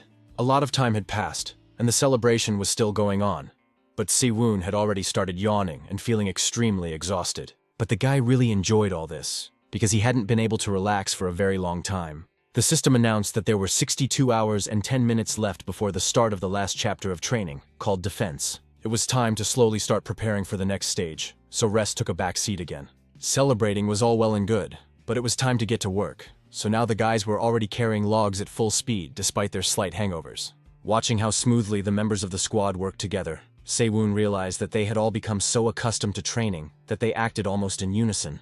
Our hero was distracted from these thoughts by a voice saying that he also wanted to help with the restoration of the castle. It was Baek Hyun, and looking at him, Si-woon thought how lucky they were to have this guy on their team. The scholar's desire to help was very sweet, but our hero thought that instead, he'd better work on the Manticore's frame. This young man had no idea that he was actually a key character in completing the final chapter of his training. Si-woon understood perfectly well that if they managed to create the Manticore, he would be able to determine what it was before its rebirth. The guy decided to look at his status window. Among his unique skills, he had the power of greed and gluttony, and all his other skills were also listed below. Overall, his stats were at a very high level, so the guy was more than satisfied. Of course, he was already at level 17, and all his stats were around 100. Sometimes he himself wondered how this was possible. All this was thanks to the power of gluttony. The Hungry Prince really helped our hero a lot, because devouring enemies brought in quite a lot of points. Next, the guy decided to look at the personal points ranking. As always, he was in first place, but when he saw who was in second, he was quite surprised. There was the name Riel Refren, the girl who was first in training before his rebirth. Smiling, our hero thought that a difference of 300,000 points would be difficult to overcome even after capturing the castle. So he looked forward to seeing Riel choke when she checked the rankings. Seo-un couldn't fully immerse himself in his thoughts, as someone's call brought him back to reality. It was John Pil again, who had finished his reconnaissance and came to the leader to report on the situation. The blonde said that the other troops had begun to approach, and some had already begun to besiege the castles. But there was something else that clearly worried the blonde man, and it was hard not to notice, because his face reflected a certain level of anxiety. According to him, one unit was moving towards their castle, and they were already very close, so there was reason to start worrying. Se-un clearly did not like this news, so he agreed with the blonde man that things were not looking good. The golden gates suddenly opened slightly, and a decent gap formed in the sturdy doors. Then it was kicked hard from the inside, causing it to open wide enough to pass through. Se-un came out of the fortress, accompanied by So-ae. They were both extremely tense, as evidenced by their postures and expressions. The man who approached the gate smiled broadly and asked if he was really standing in front of the leader of the detachment. Extending his hand, the blonde stranger introduced himself as Charles McGregor and said that he was also a leader. He was impressed that someone had already managed to capture the castle. Our hero's hands clenched with incredible anger, all because this man's name was all too familiar to him. The smiling blonde was the very embodiment of duplicity. In his past life, Seo-un's team had been destroyed, and he had no choice but to join another. At first, this Charles was very friendly and pretended to be happy about the new team member, but it didn't last long. After a while, the guy's life turned into a living hell. He did all the dirty work and became a slave, and during the siege, he was put on the front line as some kind of human shield. So Si-woon ran away as soon as his training was over, but he still had to lay low for a while, and now this man was standing in front of him again, extending his hand. It was understandable why the hero was not particularly happy to see this face, and did not extend his hand in response. He coldly asked why Charles and his team had come. Awkwardly withdrawing his hand, the blonde scoundrel noted that it was incredibly difficult to trust each other in this damn training. It turned out that Charles had come with a proposal, assuming that Seo-un's team was exhausted from the siege of this castle. So he was ready to join forces with them and support them in this difficult moment. They were even willing to take on all the dirty work. So-ae didn't know these people and had no idea what atrocities they were capable of, but she still didn't like this Charles, and didn't even deign to look at him. Surprising her companion, she spoke up and said that they needed to consult with each other before making such an important decision. Charles McGregor was overly polite and kind, smiled and said that he sincerely hoped for a positive answer. The passage into the fortress became much narrower, but the door did not close completely, as if giving the blonde man hope. So A looked at Seon with interest and asked how he planned to proceed. They could be attacked by other troops, so she didn't think the offer was so bad. Without a moment's hesitation, our hero confidently replied that they would refuse Charles, because he would only become part of their team over his dead body. The girl was extremely surprised by such excessive categoricalness, but Siwoon calmly asked her to check Charles's merit points. She did as the leader asked and found the man in 10th place, which was not bad at all. Staring into space, the guy asked if she had seen the weapons used by Charles and his henchmen. Finally, the puzzle came together in So-A's mind, and thanks to Siwoon, she realized that Charles's team had the blood of other players on their hands, not monsters. They had earned their points by killing people. The guy told her that these nice guys talked a lot about how players should help each other, but in reality, from the 3rd stage on, they racked up points by killing people. Swallowing hard, So-A squeezed out the words that she understood everything. It was clear that she was truly shocked by this story. Now she completely agreed with her leader, and also believed that there was no need to take unnecessary risks. When they left the fortress and approached Charles, the girl said with confidence that she would have to decline his offer. Without removing his mask of a smiling, good-natured man, the blonde asked again if he understood correctly, and if she was really refusing him. So-A was like a stone wall. She was not swayed by his words, and repeated that she could not trust people she had just met, and also advised him to find and capture his castle. It was noticeable that for a moment Charles's mask slipped and his face contorted with anger. But he quickly regained his composure and said that he was very disappointed. After that, he abruptly drew his sword from its sheath and announced that they were not going to look for any other castle, because they planned to capture this one. Now he revealed his true colors when he said that he thought it would be easier to attack the exhausted players than to besiege another castle. Finally, So-A realized that no one had ever planned to unite with them in the first place, and that Charles had planned from the very beginning to take advantage of their weakness and take all their achievements for himself. Ordering his men to attack, the scoundrel shouted that today they would have a real feast in the Golden Castle, where they would sit like kings. Everything happened so quickly that Siwoon jumped forward to protect Soa, who was still in shock. After that, the guy shouted loudly, trying to call Han Cho-ryul, whose help would be very useful now. The brown-eyed guy immediately responded to the call, and a second later jumped off the fortress walls right where the battle was beginning to rage. He was angry that someone wanted to take credit for their achievements, so he didn't mind the battle starting. When he landed, he used his signature move, which caused the ground beneath his opponent's feet to shake.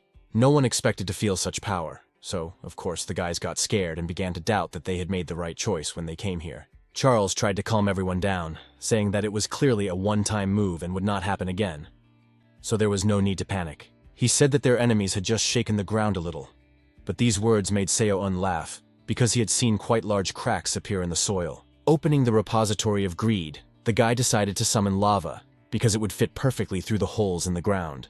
The power responded to his call with ease, and a second later, he felt a slight heat as the lava gradually rose to the surface. The boiling fiery liquid flowed like a raging river, filling all the cracks and unevenness in the ground. It was a combo move with Kong Han Chul that helped bring real heat to the battlefield. For some it was just heat, but for their opponents, it was a personal branch of hell. They screamed and writhed in pain, burning in this liquid fire. Their bodies smoldered and began to give off a sickening smell of burnt flesh. Such was the fate of those who deceitfully killed their own kind. Charles McGregor wasn't worried about his squad at all. Only one question was spinning in his head. At what point did everything go wrong? Exchanging glances with Seo-eun, Han Chol asked if his help had been enough. Seo-eun nodded and said that he had done a perfect job. Charles's eyes widened in surprise, which turned into a guess that seemed simply impossible. Looking closely at our hero, the scoundrel couldn't believe that this was the same Siwoon standing in front of him. It simply couldn't be. When he finally realized that he had messed with the strongest player, he fell to his knees and literally begged for mercy, because he understood that he was powerless against this guy. Watching the bodies of his henchmen burn, Charles screamed and begged not to be killed, promising to do whatever Siwoon and So-Ah wanted. But all these words meant absolutely nothing to Siwoon, because he knew perfectly well what a vile creature was sprawled before them. Seeing that no amount of persuasion would work, Charles began to get angry.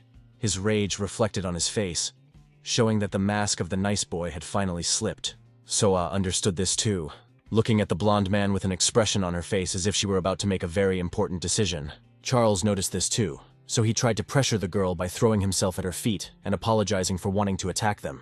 She was disgusted to hear all this talk about how the blonde man was thinking about the welfare of his team.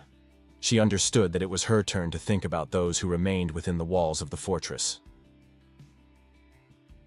Looking into So-A's beautiful eyes, which seemed very kind to him, Charles thought that changing his goal was the right decision. The girl immediately struck him as extremely soft-hearted, but he had no idea how deeply mistaken he was. Literally a second later, this very soft-hearted girl swung her sword and cut off his head with one stroke. So-A understood that if they let this scoundrel go, he would always be a threat to their team, and to all other decent people, and she couldn't allow that, so she decided to act. Yes, it hurt her to see a man fall by her hand, but she understood that this was the only way to protect others. Now there was human blood on her sword. She felt sorry, but she understood that there was no other way. She kept telling herself that nothing was more important than the squad, and these thoughts really helped her cope with what had happened. Looking at the innocent girl, whose hands were now covered in blood, Sewon thought that he had never expected anything like this from her. He couldn't imagine that So-A would be capable of cutting off the head of a player who begged for mercy without hesitation.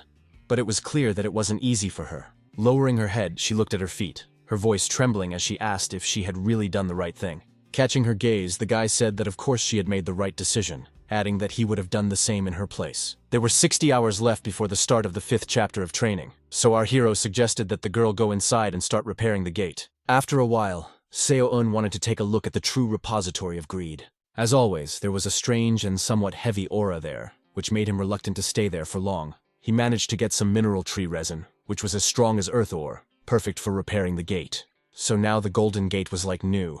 And seeing this, the red-haired sisters began to admire Seo-eun and ask him how he had managed to achieve this. The young man briefly told the sisters that he had his own proven methods, when suddenly another participant interrupted their conversation.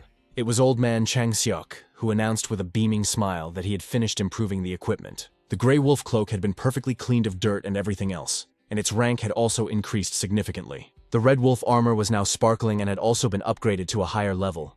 Our hero was very happy that he now had such wonderful equipment, and the old man had clearly improved his skills and abilities.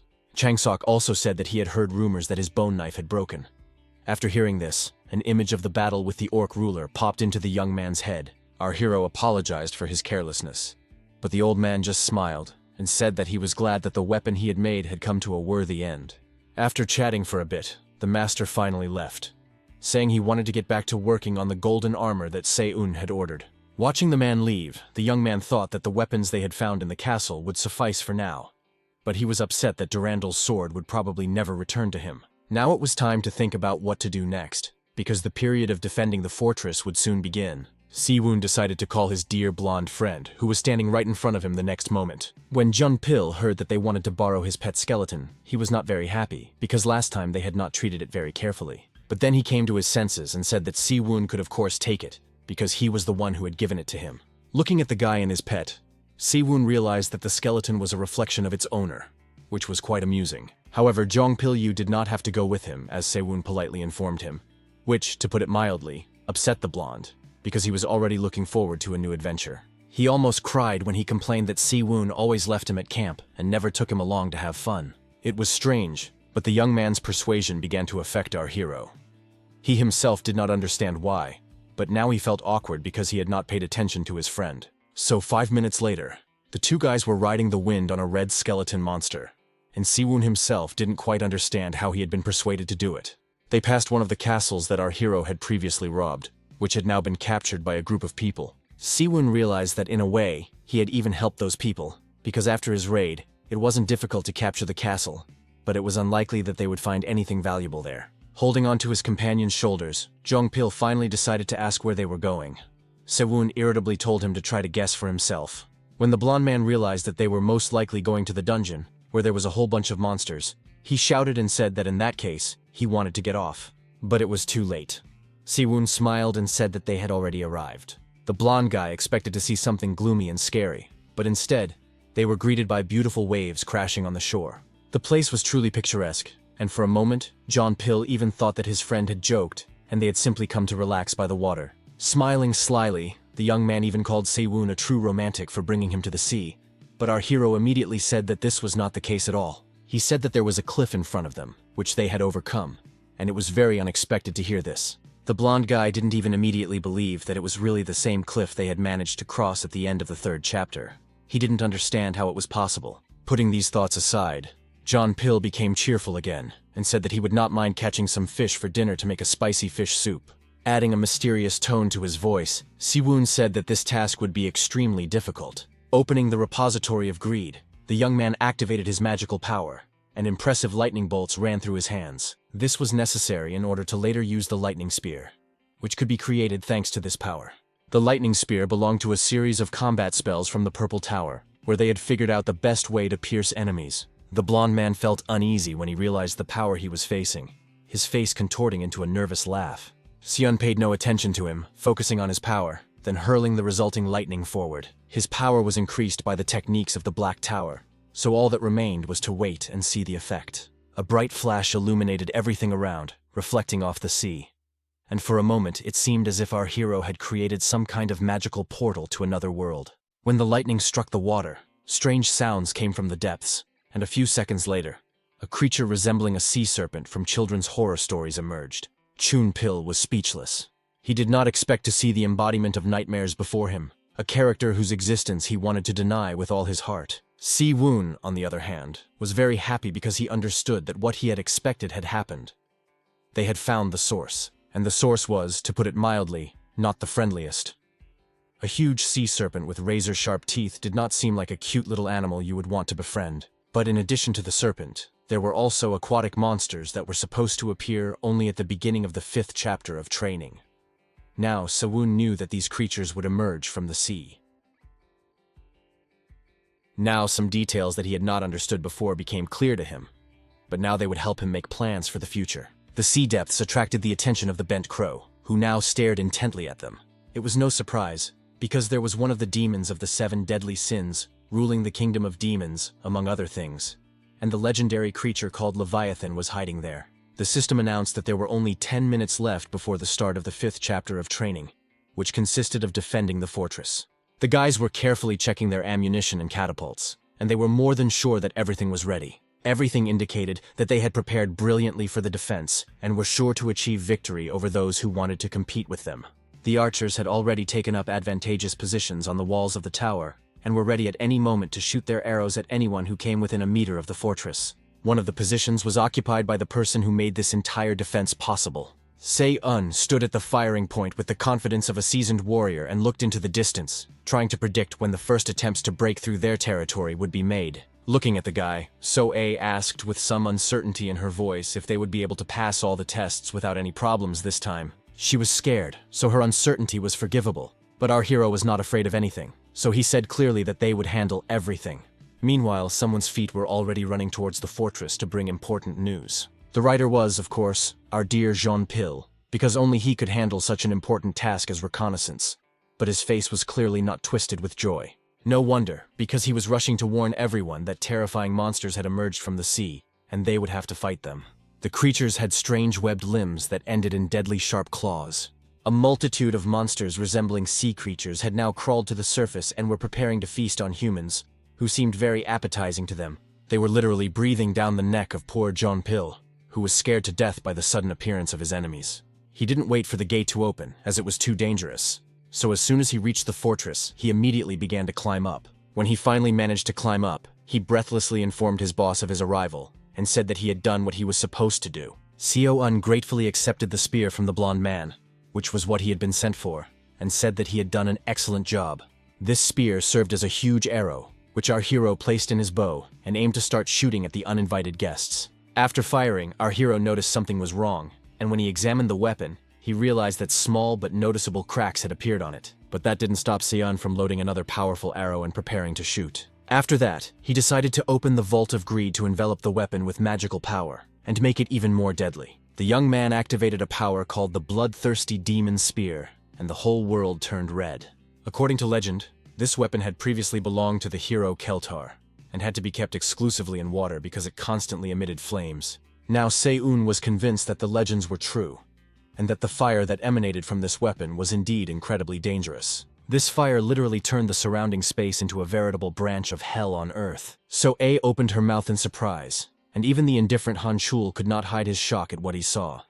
The guy simply did not understand how an ordinary person could possess such power. But John Pill was more interested in where his dear friend had put the spear that he had literally suffered for. Oh, when they realized that the small glint in the distance was the spear, they were even more surprised. The weapon had turned into a fast and deadly thing that spared no one and was ready to destroy everything in its path. Soon there was an explosion, so massive that the earth shook and the living envied the dead. The force was so powerful that it seemed that those who found themselves at the epicenter had no chance of surviving such an event. And so it was. The monsters burned alive and screamed as loud as they could, writhing in pain and falling dead. Their death was not easy. They suffered and went mad from the sounds of their own screams. At that moment, they regretted their decision to attack this fortress. It was unbearable to watch, even though So-A understood that these were her enemies. She did not wish such a terrible fate upon them. Looking at the flames that were still burning, she asked herself one question.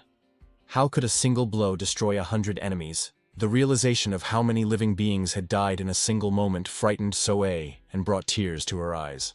But she quickly pulled herself together and said that it was not yet time to rejoice, because they had to defeat the monsters that were approaching the castle gates. So the archers got ready, took up their battle positions, and shot arrows at those who were lucky enough not to burn alive, but instead met a more merciful death. The catapults also sprang into action and turned into veritable killing machines, which coped with their task very successfully. Again there were screams. Again there was agony and death. The monsters died from the arrows, but at least they did not suffer as much as those who burned in the hellish flames summoned by Seyun. Seeing how skillfully the guys were doing, our hero said that they could hold out without his help from now on. These words frightened So-A, and she asked if the leader was leaving.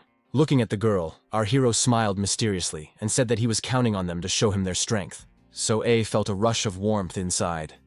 She was pleased that the young man trusted them so much that he was willing to leave an entire fortress in their care.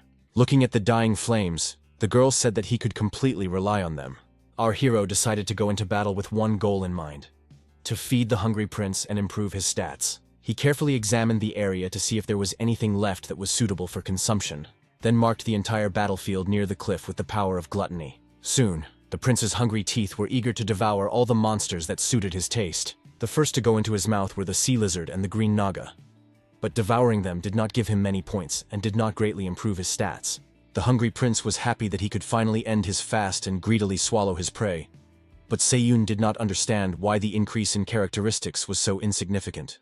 In response, the constellation began to complain that it was tired of eating the same thing. Realizing that his patron was too picky, our hero began to think about where to find new snacks for him. Immersed in these thoughts, the guy decided to try a new skill called Lightning Wave, directing all of its power directly at the dead monsters. After that, the bodies of the creatures looked like figures burned from the inside out, completely charred. But the esteemed hungry prince highly appreciated the variety of dishes that ended up in his stomach this time. Inside Seyun, there was complete confidence that the main creature would soon appear, because he had killed so many of its minions that it was bound to crawl out in the near future. He was very surprised by the message that said the number of monsters had fallen by more than a quarter. Before he had time to analyze this thought, he was distracted by the sound of claws scraping against stone as someone's huge paw climbed upward. This was the very monster Sewun had been waiting for. Now before him stood the enraged tyrant of the sea, known as Darakon, the final boss of the 5th chapter. The smaller monsters did not fade into the background either. They continued to attack, and most of the team was busy neutralizing them. At one point, Han Yul stepped forward, activated her power, and used Poison Shield to protect her comrades. But in addition to protection, it also posed a deadly threat to the creatures that were unlucky enough to be too close. They literally choked on their own blood. One creature, which resembled a fish, managed to escape and crept up on the girl, who did not expect an attack from behind. Fortunately, So-A was nearby and managed to react in time, stabbing the fish with her sword, and thus saving the healer from a gruesome death. When Han Yul realized what had happened, she smiled frantically and thanked the girl for saving her. Because if it weren't for her, everything would have ended very badly. For So-A, it was nothing, and she told the healer not to worry and to leave the rest of the enemies to her. The blue-haired girl's eyes burned with gratitude, and she said once again that if it weren't for her help, she would hardly have seen the next day. As they talked, So-A felt something huge and powerful approaching her from behind, its energy detectable even from a distance. The poor girl didn't even have time to squeak before a huge claw grabbed her and pulled her closer. Real fear lit up in the girl's eyes. She couldn't even imagine that she would have to face something so powerful. Soon she saw the snake's eyes, which glowed with an otherworldly red light, clearly indicating that it wanted to shed blood. As it turned out, there were several monsters, and they were so big and disgusting that she wanted to scream in fear, like a little child. The fear inside So-A could not disappear, because these creatures looked very powerful, and she understood that defeating them would be extremely difficult. Han Chul, on the other hand, looked as if he was facing a couple of pathetic pests, not creatures capable of tearing them apart with a single movement. The young man was confident that he could handle them, but even if he overestimated his abilities, the young man understood that he had to try to defeat them, because there was simply no other way out. His confident attitude calmed So-A a little, who was almost in a panic, and now she even found the strength to smile. Then she shouted that it was time to attack and rushed into battle, deciding that her own fear was her greatest enemy. She made the first strike and discovered that her sword was unable to pierce the armor covering the creatures' bodies. It became clear that physical attacks would not do much damage to the enemies. Han Chul began to exert maximum effort, his fists hitting the monsters so hard that it seemed to him that they could turn them into mincemeat. But after a few such blows, he realized that they were not working, that it was all useless, and did no harm to the monsters. Jumping back, the guys began to think about their next move, because it was still unclear how they could defeat their enemies. It was absolutely clear that they would not be able to achieve anything with conventional attacks, because the monsters felt completely safe around them. The only way out that So-A could see was to go to the castle and regroup, because otherwise they could get hurt. But then something unexpected happened. They were helped by a force they had completely forgotten about, a revived manticore, the strongest creature that could sweep away everything in its path with a single paw, joined the battle. So soon, the first enemy, which looked like a large swollen toad, said goodbye to life, literally cut in half. Seeing this, the snake became so enraged that it literally went berserk and began to hiss loudly, warning of the blow it was planning to deliver at any moment. With a flick of its tail, the manticore showed that it was not to be trifled with, for it was more powerful than anyone who stood before it, and it proved it in practice, wrapping its tail around its opponent and causing it to bleed to death. The manticore showed that it was capable of doing unimaginable things. So-A opened her mouth in surprise once again, unable to believe that a dead creature brought back to life by a scientist would come to their aid. Smiling, Baek-hyun thanked his friends for holding out so long and not dying. He said that he and the manticore had been slightly delayed because he had been working on fully activating the poison in its venom. Everyone was satisfied with the scientist's work, especially his constellation, the horse that tramples death. So Baek-hyun had a pretty good excuse for not coming earlier. The guy had been working hard to perfect the manticore. Now that it was completely ready for battle, Baek-hyun was happy that he could finally contribute to the victory. Looking at the beast that possessed such incredible power, Jong-pil was even a little upset, because the manticore seemed cooler to him than his precious pet. No one answered him, because everyone was busy reading the system message, which, to put it mildly, had shocked the players. It said that the number of monsters had fallen by more than a quarter, and in their place came an enraged sea tyrant called Darakan. Adjusting his glasses, Baek-hyun assumed that they would have to face not just another monster, but a boss, and Se-woon had most likely gone to battle him. The young man did not want to stay on the sidelines, so he suggested that everyone else go with him and his manticore to help their leader. So-A was frightened and surprised by this proposal, reminding them that if no one guarded the Golden Castle, it would fall. But her fears were in vain, because there were guys who promised to defend the fortress with all their might, and the archers assured her that they would be able to deal with all the problems. Such a passionate desire to help the common cause was highly appreciated by the girl, and she could not refuse them their initiative. Only now did she allow herself to finally stop and look at her companions, who had become much stronger than they had been before. Since the beginning of their journey, they had grown stronger in both body and spirit, which made them the wonderful warriors they had become. Looking at the clear sky, which reminded her of peaceful times, she said that she hoped for the guys and believed in them. Meanwhile, a creature emerged from the sea, whose paws alone were capable of crushing anyone who stood in its way. Its powerful clawed limbs were so strong that the mere thought of them sent shivers down her spine. Soon, the head of this monster appeared, growling loudly and staring at everything with eyes burning with hatred. This frightened the people so much that they were confused and did not know which way to run, because it seemed that the creature could reach them even from underground. Looking at all this chaos, Se-woon came to only one conclusion.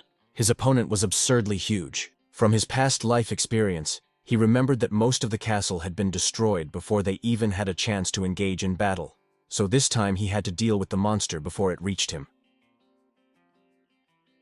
The main question was how to do it and stay alive, preferably with all his limbs intact. If there was only one monster, Mammon's treasures would be more than enough. But looking at the brood of other creatures climbing the cliff, it was clear that there would be many problems. Looking at all these creatures, our hero thought only of how to find a way to destroy them all at once, and such a way was found. It consisted of burning everything around. However, it was not Se-un who controlled the flames. This time, someone else did it. It was the work of a girl whose ears revealed her direct kinship with the elves. It was her magic that lit this fire. Looking into her bright blue eyes, Si-won was struck by a flash of recognition. He couldn't believe that she was really standing in front of him. Riel Refren, an elf often called the darling of nature, was capable of controlling the powerful spirits of the four elements. But her world had already been destroyed, so this girl had nothing to lose. To revive her destroyed homeland, she had to climb the tower with the last seed of the world tree in her hands. Looking at her, the boy understood that there could be no mistake. She was indeed the strongest elf, but he had no idea why she had come here, or why she had entered into battle with the sea monsters. Se-won remembered that in her previous life, she had not been so independent. But now it didn't matter, because if she was trying to burn the enemy, that automatically made her an ally. Looking at the whole situation, Riel Refren had only one thought. If she had such an opportunity, she simply had to take advantage of it. So now she was here, thinking only about how to deal with the disgusting sea monsters as quickly as possible. Seeing her excessive zeal, the fifth-day constellation felt sincere pity. The goddess wanted the girl to think at least a little about her own well-being. But the elf thought only of defeating the boss, because otherwise she would not be able to regain her first place. The fifth day looked at her with sympathy. Se-un was a little surprised that Riel had caught the attention of the goddess herself, who was now smiling, finding the guy's jealousy rather cute. Her eyes burned with fire. She could not bear defeat, could not take a secondary position that would bring her no benefit. She was determined to find the Garden of Eternity, which, according to legend, was supposed to be somewhere in the tower. She needed to plant the seed of the world tree there in order to resurrect her lost family. The goddess tried to comfort Riel, saying that she was doing a great job, but these words could not stop or slow down the elf. She knew she had little chance of success, for she was the bearer of the last seed of the world tree, so she had to accomplish her task. The elf felt the burden of being the last hope for her race, so it seemed to her that she was not doing enough. The spirits of nature she commanded were not the most benevolent creatures, so they constantly suggested that she burn her enemies alive or bury them in the ground. This was Riel's first time fighting such huge monsters, so she wasn't too surprised when she discovered that the spirits were consuming too much mana. She wasn't sure she could handle the boss on her own, as she had no previous experience with such a task. Despite the elf's intervention in the battle, our hero had no intention of standing aside, and he carefully wove his spell into her magic. This did not go unnoticed by the girl. Her eyes widened when she sensed the foreign interference. Even her spirits were alarmed and began to ask who dared to do such a thing. At that moment, Se-un emerged from the haze of magical light, determined to show that he too had the right to fight the boss. Everyone was extremely surprised to see that a human possessed such power. Usually humans were mediocre and their abilities were of no interest. Riel realized that it was the breath of nature that had been used, a power that enlivens forests and fills spirits with energy. Only elves knew about this unique spell, so now she was even more combative, and with a harsh tone in her voice, she asked how a human could use elven magic. Looking closely at Ruel, our hero asked if that was really the most important question on her mind right now. After all, at the moment, it was really only a secondary concern, as the monster was rapidly approaching. The fair-haired elf only now noticed how close the monster had come. Despite its size, its speed was simply astonishing. Looking at this creature, it was extremely difficult to believe that it was really so huge, because it seemed simply absurd. Without looking at Riel, our hero asked if she had also come here to fight the boss, even though he already knew the answer. Smiling broadly, Se-won asked why they shouldn't join forces and take on such an impressive opponent. Analyzing the situation, the girl realized that this guy could have attacked her while she was vulnerable. But instead, he deliberately restored her strength. So for now, she decided to believe that he had no ulterior motives and agreed to his proposal. Although, looking at the creature's burning eyes, getting involved with her didn't seem like such a good idea, because she inspired real horror that made her body break out in goosebumps. And when the boss roared, all these feelings intensified tenfold, because his roar shook the ground, and the guys' hearts pounded like crazy. The system reported that the enraged tyrant of the sea, Darakan, had let out a dragon's roar. The next notification said that an all-consuming horror seeped into the soul of everyone who heard the roar. The boys really felt all this. They literally froze in place, unable to move their limbs, so overwhelmed by panic that they became powerless in the face of the enemy. Gritting his teeth in anger, the young man began to think about how his body had stopped obeying him at the worst possible moment, because now he needed to strike, not stand there like a statue. He tried with all his might to move at least one of his arms, but he could barely do it. But after some time of fruitless effort, his arm finally gave way, and his fingers began to bend slowly. As it turned out, it was all because of the satyr's mark, which partially freed the guy's body from these shackles. Soon, our hero even managed to raise his hand, after which it was announced that the first ability of the mark, called Fear, had been released. The satyr mark absorbed all kinds of fear, and the more it fed on this feeling, the stronger it became. Looking at the glowing pattern on his hand, Se-woon thought that he had no idea that this mark could be so useful. The sudden glow blinded Riel for a second, and she covered her eyes with her hands and wondered what had caused such a strange light show. When she realized that the horror was gone, and her ability to move had returned, there was only one question in her mind. What kind of power was capable of doing such a thing? She was distracted from these thoughts by Se-yoon, who said that from now on he would be counting on her. Then he took out a strange melee weapon called compressed dwarf minerals. Without thinking twice, the guy rushed forward, his determination simply astonishing, especially given what had just happened. The girl was extremely indignant that her new ally had decided to attack so abruptly. She was convinced that it would be better to agree on a plan of action first, and then rush into the thick of things. But it wasn't that simple, especially when the monsters began to fight back, directing the flames of their anger at Se-yoon. Watching all this, Riel frowned, because she hated recklessness more than anything else in the world. Rushing into battle without a clear plan seemed to her to be the greatest folly. Therefore, in order to at least somehow protect this fool, the girl decided to send Sylph to clear the way for the guy, and the spirit was only too happy to do so. When our hero saw a strange green fairy next to him, he was surprised, because he did not expect her to help him in any way. She seemed powerless against such an enemy as a fire-breathing creature that was larger than a multi-story building. Our hero knew that if he did nothing, they would fall victim to the creature's fiery breath. So he saw no better option than to open the Vault of Greed. Se-woon took out the Copper Club of Hercules, which Hephaestus had made for him specifically to perform the 12 labors. Meanwhile, the monster continued to spew its flames, clearly hoping to get rid of those who wanted to take its life as soon as possible. Inside, Riel was once again overcome with all-consuming fear. She realized that her ally could burn right before her eyes, and there was nothing she could do about it. An explosion thundered, and everyone was engulfed in heat. It became clear that whoever was at the epicenter of the events would most likely not survive such a nightmare. Closing her eyes, the fair-haired elf could only hope that when she opened them, she would not see the charred corpse of the boy who had been brave but so reckless. All she could do was scream, asking if anyone was alive, because surviving this horror was, to put it mildly, almost impossible. But our hero knew how to surprise, and this time he did it again, surviving where others would have died long ago. Yes, he was barely breathing, because too much smoke had gotten into his lungs, but he was here, alive, standing on his feet and able to continue the fight, and that was all that mattered. Moreover, he even managed to climb on top of the monster, which proved his superiority over this creature, and also made the giant less frightening. Watching the boy calmly descend, the elf couldn't wrap her head around how he could be completely unharmed after everything that had happened. The weapon in Seon's hands began to dissolve as if it were illusory, but the boy was not surprised, for he knew that this weapon would only be enough for one strike. The stunned girl began to ask how he had done it, because from what she had seen, it was obvious that he had managed to block the dragon's breath. It turned out that just before the monster tried to release its breath, the guy hit it right in the nose with his mace, knocking the enemy down instantly. This caused its mouth to close, and everything it was about to exhale exploded inside it. Riel couldn't contain her surprise as she listened to all this. Se-woon knew that he had struck his opponent solely because the recoil had caused him serious damage. But despite this, it was clear that the giant was a formidable opponent. So, looking at the monster, which was slowly coming to its senses, the young man thought only about what other techniques to use to maximize the damage. Everything indicated that the monster also understood that it was not facing the easiest prey that could be simply devoured and calmly survived. Even though the enemy had not yet been defeated, the young man was proud of himself for being able to inflict considerable damage, even if the monster did not consider him an equal. He was distracted from his thoughts by Riel, who came closer and asked in a businesslike tone if Se-woon had any plans for further action. Oh, now Se-woon knew exactly what to do.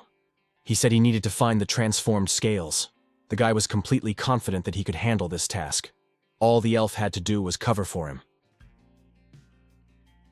Closing her eyes, Riel said with relief that now at least she knew her ally had a brain, because he knew the dragon's weak points. She said that Se-woon could rely on her, then smiled, and her spirits began to wish the young man luck. Activating his magical power, our hero decided that he needed a new weapon that would be capable of striking those who sought to harm him. As a result, he took out a golden halberd, a pole weapon that had previously belonged to the ruler of the Golden Fortress. It was also known for its ability to split helmets and possess tremendous destructive power. In terms of weight, it was incomparable to ordinary spears. So Seo-un understood that this thing might not be easy to handle. This was not very good, especially in a battle with an enemy where every breath had to be controlled. So it was decided to open the Vault of Greed once again. It was at this moment that the creature decided to attack, opening its mouth, growling loudly, and rushing at its opponents, hoping to tear them to pieces. But Si-won was ready for such a turn of events, so his eyes were already scanning the area for the most advantageous place to attack. When he began to strike his first blows, the monster began to dodge and try to catch the one who so desired to harm it. The creature fought back, but our hero steadfastly withstood all these blows. His golden halberd proved to be incredibly durable, clearly the very weapon that could lead to victory. In addition, our hero decided to use a skill called the Grad Empire's halberd technique. It was a unique technique that allowed him to ignore his enemy's armor. It had been developed during long wars and was still relevant today. All that remained was to figure out how to avoid expending all his strength on these attacks and emerge victorious from this predicament. However, the creature turned out to be stronger than Sion could have imagined. Looking at his hands, our hero was surprised at their condition, because even though he had parried the attack, the recoil was still incredibly powerful. It was clear that if the battle dragged on for too long, they would all be doomed, so the only option left was to try to defeat the enemy with a single blow. But in order for this plan to be realized, it was necessary to draw power from another treasure. So the repository of greed opened again. At that moment, the halberd seemed to shine even brighter, as if someone was filling it with power from within. This was indeed the case, for the lord of the battlefield himself, Halberd Fantian, was pouring his energy and power into it. This weapon had been used by the best warriors of its era, and now this special item served Seo-un. But danger was not standing still either. It was approaching with such astonishing speed that the boy barely had time to shout a warning to Riel. The girl reacted immediately and was ready to act. Looking around, she quickly figured out what was expected of her. Seo-un anxiously asked her to cover him, because his plan was to quickly deal with the enemy and defeat him once and for all. But the elf froze in fear for a moment, because the guy called her by name, only she hadn't mentioned that her name was Riel. Although this bothered the girl greatly, she chose not to think about it for a while, because now was not the right time. She was absolutely right, because at that very moment, their formidable enemy decided to reveal his ability to breathe fire. The fire was so all-consuming that it seemed it would burn the whole world to the ground, everything that Darakon's gaze touched. Our hero thought he would turn into a pile of ashes, when suddenly the spirit of water appeared before him and said that she could stop it all. Thus, Sion witnessed a unique spectacle, as two opposing elements fought each other, and he was very interested to see which one would prevail. His feet couldn't stand still. He was drawn into the battle to prove that he was another element, a force that could not be ignored. Activating his power, the young man swung his weapon and jumped straight at the monster,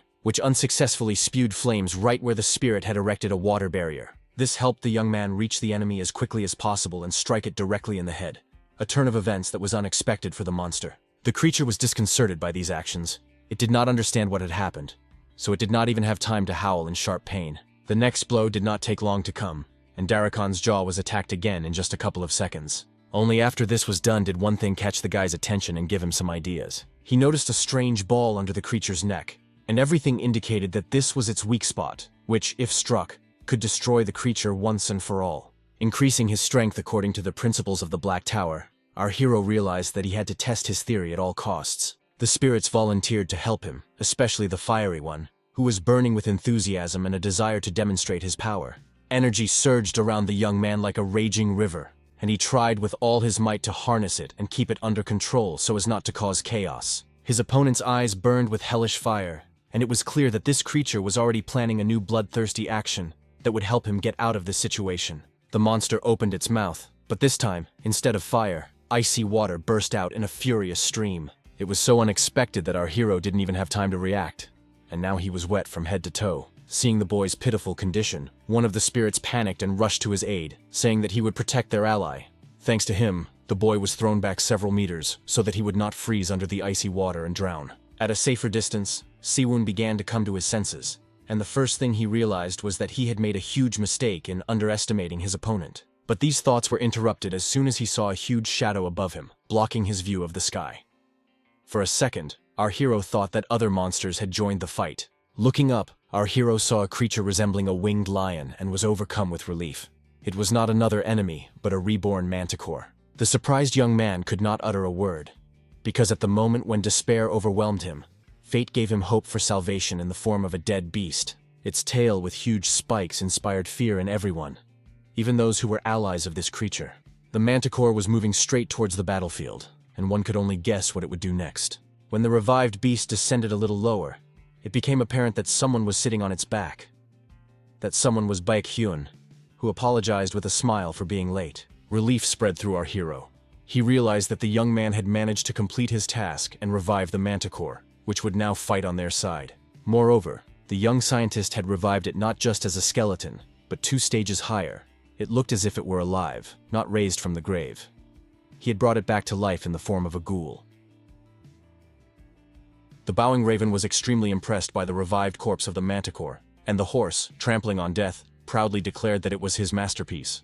After analyzing the fact that Baek-hyun was here, our hero was struck by a single thought that made him freeze in place with concern. He was absolutely right. Jeonpil and Soa had arrived, and these guys were clearly determined to fight new enemies, ready to challenge all the creatures that threatened them.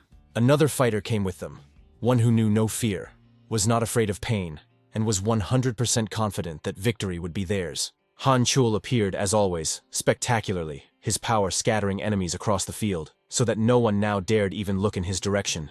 Glancing at Se-woon, he apologized for taking so long, saying that the horse could barely move its dead legs, and that it was surprising that it was able to carry Han Chul at all. The conversation was interrupted by So-ah, who smiled and said that no matter what, they were all here now, and all they had to think about was how to defeat the huge monster. Now the 5 of them stood back to back, covering each other and ready to attack at any moment, just to kill the creature that was so eager to destroy them. The blonde guy confidently declared that they would deal with the small monsters, but Si-woon, who was clearly stronger than all of them put together, would have to take care of the big one himself. Si-woon liked this plan. He had planned to do just that himself, because he didn't want anyone to interfere with his fight against the enemy. But he needed help with the small monsters. Riel watched closely and couldn't understand who all these people were and why they had come here to help them. She was especially surprised that each of them looked like an experienced warrior to be feared, and the girl with brown hair instilled a special fear in her. Looking at the imposing guy, whose eyes burned with strength and fury, the elf couldn't understand why all these people obeyed Se-woon. Only now did she realize that these guys called the guy by a name that was quite familiar to her, and she had long wanted to see who bore it. She couldn't believe that this was the very Se-woon who had taken first place in the rankings from her, and was the strongest among the players. Without looking at the girl, her ally announced that he was leaving, which did not suit her very well, because hundreds, if not thousands of questions were swarming in her head. But to her great disappointment, she was told laconically that all this could wait and they would talk later. She herself understood that now was not the time for that, so she did not insist. Activating her power, the elf ordered the spirits to go ahead and start the battle. But Darakan also had no intention of standing still and waiting to be attacked, so he let out a dragon's roar. Fear began to paralyze our heroes again, but Se-woon had no reason to fear such a fate, for the Mark of Satyr absorbed all kinds of fear, and the wind spirit protected them all from the shockwave, which was incredibly destructive and could smash everything around them to smithereens. Moving quickly, Si-woon said that they needed to keep up the same pace they had set initially, as slowing down now would be extremely dangerous. The system reported that the internal energy was enhancing the second form of the Empire's halberd technique, called the striking blow. The guy's abilities suggested that the monster's days were numbered. He attacked and aimed straight at the face of this beast, which opened its mouth and screamed with all its might. The internal energy strengthened the 5th form of the Empire's halberd technique once again, now increasing the power of the smashing strike. The move worked brilliantly. Darakan's face was thrown back and he howled in pain. His anger seemed so all-consuming that the air around him became electrified. For the first time in all this time, the monster's paws faltered. He scratched the ground and tried to regain his balance in any way he could. Opening the Vault of Greed, our hero decided to finish off the monster. He pulled out the Dragon Slayer's sword, called Ascalon. Looking at this weapon, Se-woon's breath caught in his throat. It literally blazed in his hands, emanating such powerful energy that it was difficult to hold. No wonder, for it was the legendary blade with which St. George slew the dragon, a weapon that symbolized triumph over evil. Smiling, The guy whispered to himself that this long training was finally coming to a logical conclusion. He then drove his sword into Darakon's neck, and the system sent him a notification that he had defeated the boss of the final stage of training, the enraged tyrant of the sea. Blood spurted out like a fountain as the system congratulated Seyun on successfully completing his training. Of course, the guy's level had increased, and his personal merit points had gone up, but on top of that, he had acquired what was called Sea Fury. Finally, he could breathe a sigh of relief, because it was all over and the horrors were behind him. The monster was dead, and that meant he could finally catch his breath. Before Seyun had time to recover, Jungpil jumped up to him and said that he had always known that his comrade could handle even the most difficult task. Soa also praised the guy and said that he had done a great job, because they had defeated the one who instilled animal terror in all living things. Only Baekhyun showed concern and asked how Siwon was feeling, since he had put in so much effort. The guy scratched the back of his head and said that everything was fine. He was just a little tired. In fact, he was much more than just a little tired. That damn Mark was sucking all the energy out of him. A few seconds later, loud voices could be heard. It turned out that Riel was clearing a path for herself so she could finally get to Sewon and talk to him. Chongpil was very upset by this attitude, so he asked who this elf thought she was, talking so boldly to their leader. But Riel was unstoppable, and she angrily asked why Sewon had hidden his true identity from her, which she thought was unfair, to say the least. Smiling condescendingly, our hero said that he didn't need any reasons. He wanted to be number one, and that was all the elf needed to know. These words struck her to the core, and she opened her mouth, not even knowing how to respond to this insolent remark. They were distracted from their heated conversation by a cry announcing that the cliff was collapsing, apparently because the training was over. So A didn't care at all about the unfamiliar elf standing in front of her.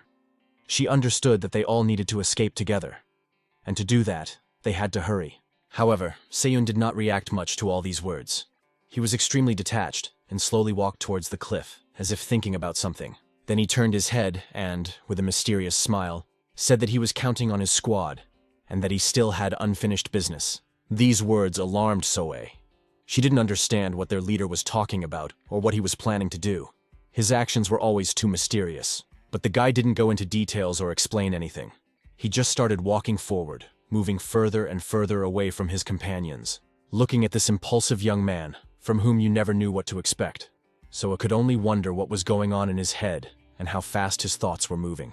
Meanwhile, in the depths of the water, Mr. Sharks was informed that the players' training was over, and events were unfolding very rapidly. Moreover, his servants informed him that the humans had managed to kill almost half of the monsters, which made them extremely dangerous opponents. Shark's eyes lit up. He was so angry that he could barely contain himself. But all the shark-like monster said was that the vile humans could become a serious problem for them. But he was glad that the other half of the creatures had survived, because usually humans were less capable, and there were only a couple hundred left, not as many as there were now. The silhouette of a fiery woman with incredible strength flashed through his mind, and Sharks thought that this was the first time something like this had happened since her. While such important matters were being discussed, the little fish swam calmly about its business, not even thinking that it might be in any danger. But when it noticed the giant shrimp, its mouth opened in a silent scream of horror. Even Sharks noticed this, and asked what was going on, and why the sea creatures were so agitated. The shrimp reported that a human had somehow ended up in their depths, which was why everyone was extremely concerned. At first, her master did not want to jump to conclusions, but simply assumed that some poor soul had simply fallen off a cliff. But it soon became clear that this was not the case. Soon, Sharks reported that their uninvited guest had gills on his neck and did not look like an unfortunate victim of circumstances. It seemed impossible, but that was exactly how it was. Seo-un had deliberately jumped into the sea to visit the monsters he had never seen before. Thanks to the repository of greed, our hero was able to acquire the gills of a mermaid. These creatures resembled humans, but the lower part of their bodies looked like fishtails. Si-woon always thought that Mammon's treasures were his real salvation and help in any situation. It was incredible that there was a tool that allowed him to breathe underwater. Looking at the sea creatures, he thought about how far he still had to swim to reach the nest of those he was looking for, because he couldn't stay unnoticed for very long. These thoughts led him to think that perhaps he should check the items he had received after defeating Darakon. Then he discovered an A-rank necklace with a precious stone, which was created from the concentrated energy of the deep sea. It increased all stats by 10%, increased affinity with the water element, and reduced damage taken from enemies. In addition, it significantly increased the ability to resist fear and enhanced the effectiveness of all abilities based on fear. Sewon noticed a strange pattern. he gained abilities related to fear, but in his past life, he had no combat abilities and constantly struggled with this terrible feeling. So perhaps in this life he was being compensated for all his suffering. But he was distracted from these thoughts by an extraneous sound. The system reported that a hidden dungeon, the deep spawning grounds, had been discovered, and the guy was credited with an outstanding achievement for this. As a reward, he received 10,000 points, which was a very good result. A smile lit up the young man's face as he realized that he would finally be able to fight those he had been looking for. Monsters whose power was very great. The snakes sitting in the seaweed, literally a meter away from Seon, saw him approaching, and they came to life and hissed happily, as if sensing that their prey was very close. The fish reacted in a similar way, except that they radiated not interest, but obvious panic and fear. Looking at the beautiful coral reef, Si-woon realized that this place really existed, and now he simply couldn't take his eyes off it. But after looking around carefully, Si-woon realized that this place looked as if it had nothing to do with Leviathan. He realized that it was most likely just a monster lair, but since there was a dungeon in front of him, it would be foolish to pass it by and not clear it out. By strengthening his abilities with his inner power, our hero also increased the elasticity and strength of his weapon, which now should not let him down. Narrowing his eyes slyly, Seon realized that an idea had already formed in his head about what could be effectively used as an arrow. It was the very weapon he had stolen in the 4th chapter, and now the time had come to use it against his enemies. So, opening the Vault of Greed, the young man took out a staff with a golden ball, which was to serve a great purpose. This staff had once belonged to the Monkey King Sun Wukong, and it possessed the unique ability to freely increase and decrease in size at the will of its owner. Now it was important for Seon that the staff shrink and take the form that our hero had imagined in his head. Now the staff resembled an arrow, which was exactly what the young man wanted, to obtain a unique projectile that could be fired from his crossbow. Squinting, the young man began to peer into the distance, hoping that he would hit the target and that his plan would work as intended. When the arrow was released, it pierced the depths of the water with a flash. It seemed as if the laws of physics did not apply, for it flew so fast that it seemed as if the water offered no resistance. The young man sincerely believed in his own strength, and that the items from the Vault of Greed would help him achieve his goal. Cutting through the water, the weapon moved quickly and along a clear trajectory, just as Si-woon had wanted. When the arrow hit the surface of the underwater rock, there was a pretty strong explosion that caused destruction. The entire coral reef was threatened, now undermined at its very base. Looking at all this, Seon just smiled and quietly said that now his power could grow even faster. At this time, Sharks and his loyal servants had almost reached the spawning ground, and the commander ordered everyone to prepare for battle. The leader did all this to maintain the balance of the monster population. This was their agreement with the tower in exchange for allowing the fish people to live in this sea. Only this time, there were significantly more survivors, and Sharks decided it was worth trying to use their leader's power to his advantage. Grabbing his weapon, the shark said that this was the only way to protect all the other monsters and prevent their deaths. They reached their destination very quickly, in just a few minutes, and the spawning ground was already visible. These bright reefs could not be confused with anything else. The commander announced to his subordinates that they should prepare for battle, because this human boy clearly had no intention of surrendering without a fight. But they were slowed down a little by strange sounds and noticeable vibrations coming from the water. Shrimp was concerned about what these sounds were, because before, their territory had always been peaceful, but now everything had changed. This became clear after Shark's servants shouted and said that they should look at the ceiling of the spawning ground. The ceiling was in very poor condition, literally falling apart and crashing down, disturbing the peace of the sea creatures. Some monsters were the least fortunate, and fell under this terrible collapse. Heavy stones pinned their bodies down and deprived them of the ability to move. A hint of madness was clearly visible in Shark's eyes. He couldn't understand why the corals of the spawning ground were suddenly behaving so strangely. When they noticed the impressive spear stuck in the coral, they realized that it was the cause of the destruction. This sight shocked the shark so much that the poor creature couldn't even blink from surprise and intense anger. After regaining his composure a little, he ordered his minions to get ready, because they had to leave this place immediately if they wanted to stay alive. Shrimp agreed with this decision, understanding that in such a situation it would be much easier to wipe out the monsters, so they were clearly not in a winning position. But as it turned out, that wasn't the only reason. Shark saw other reasons why they needed to leave this place as soon as possible. Sharks clearly understood that they were not the main target of this strange guy. They needed to protect the queen of this place, who was being hunted at all costs.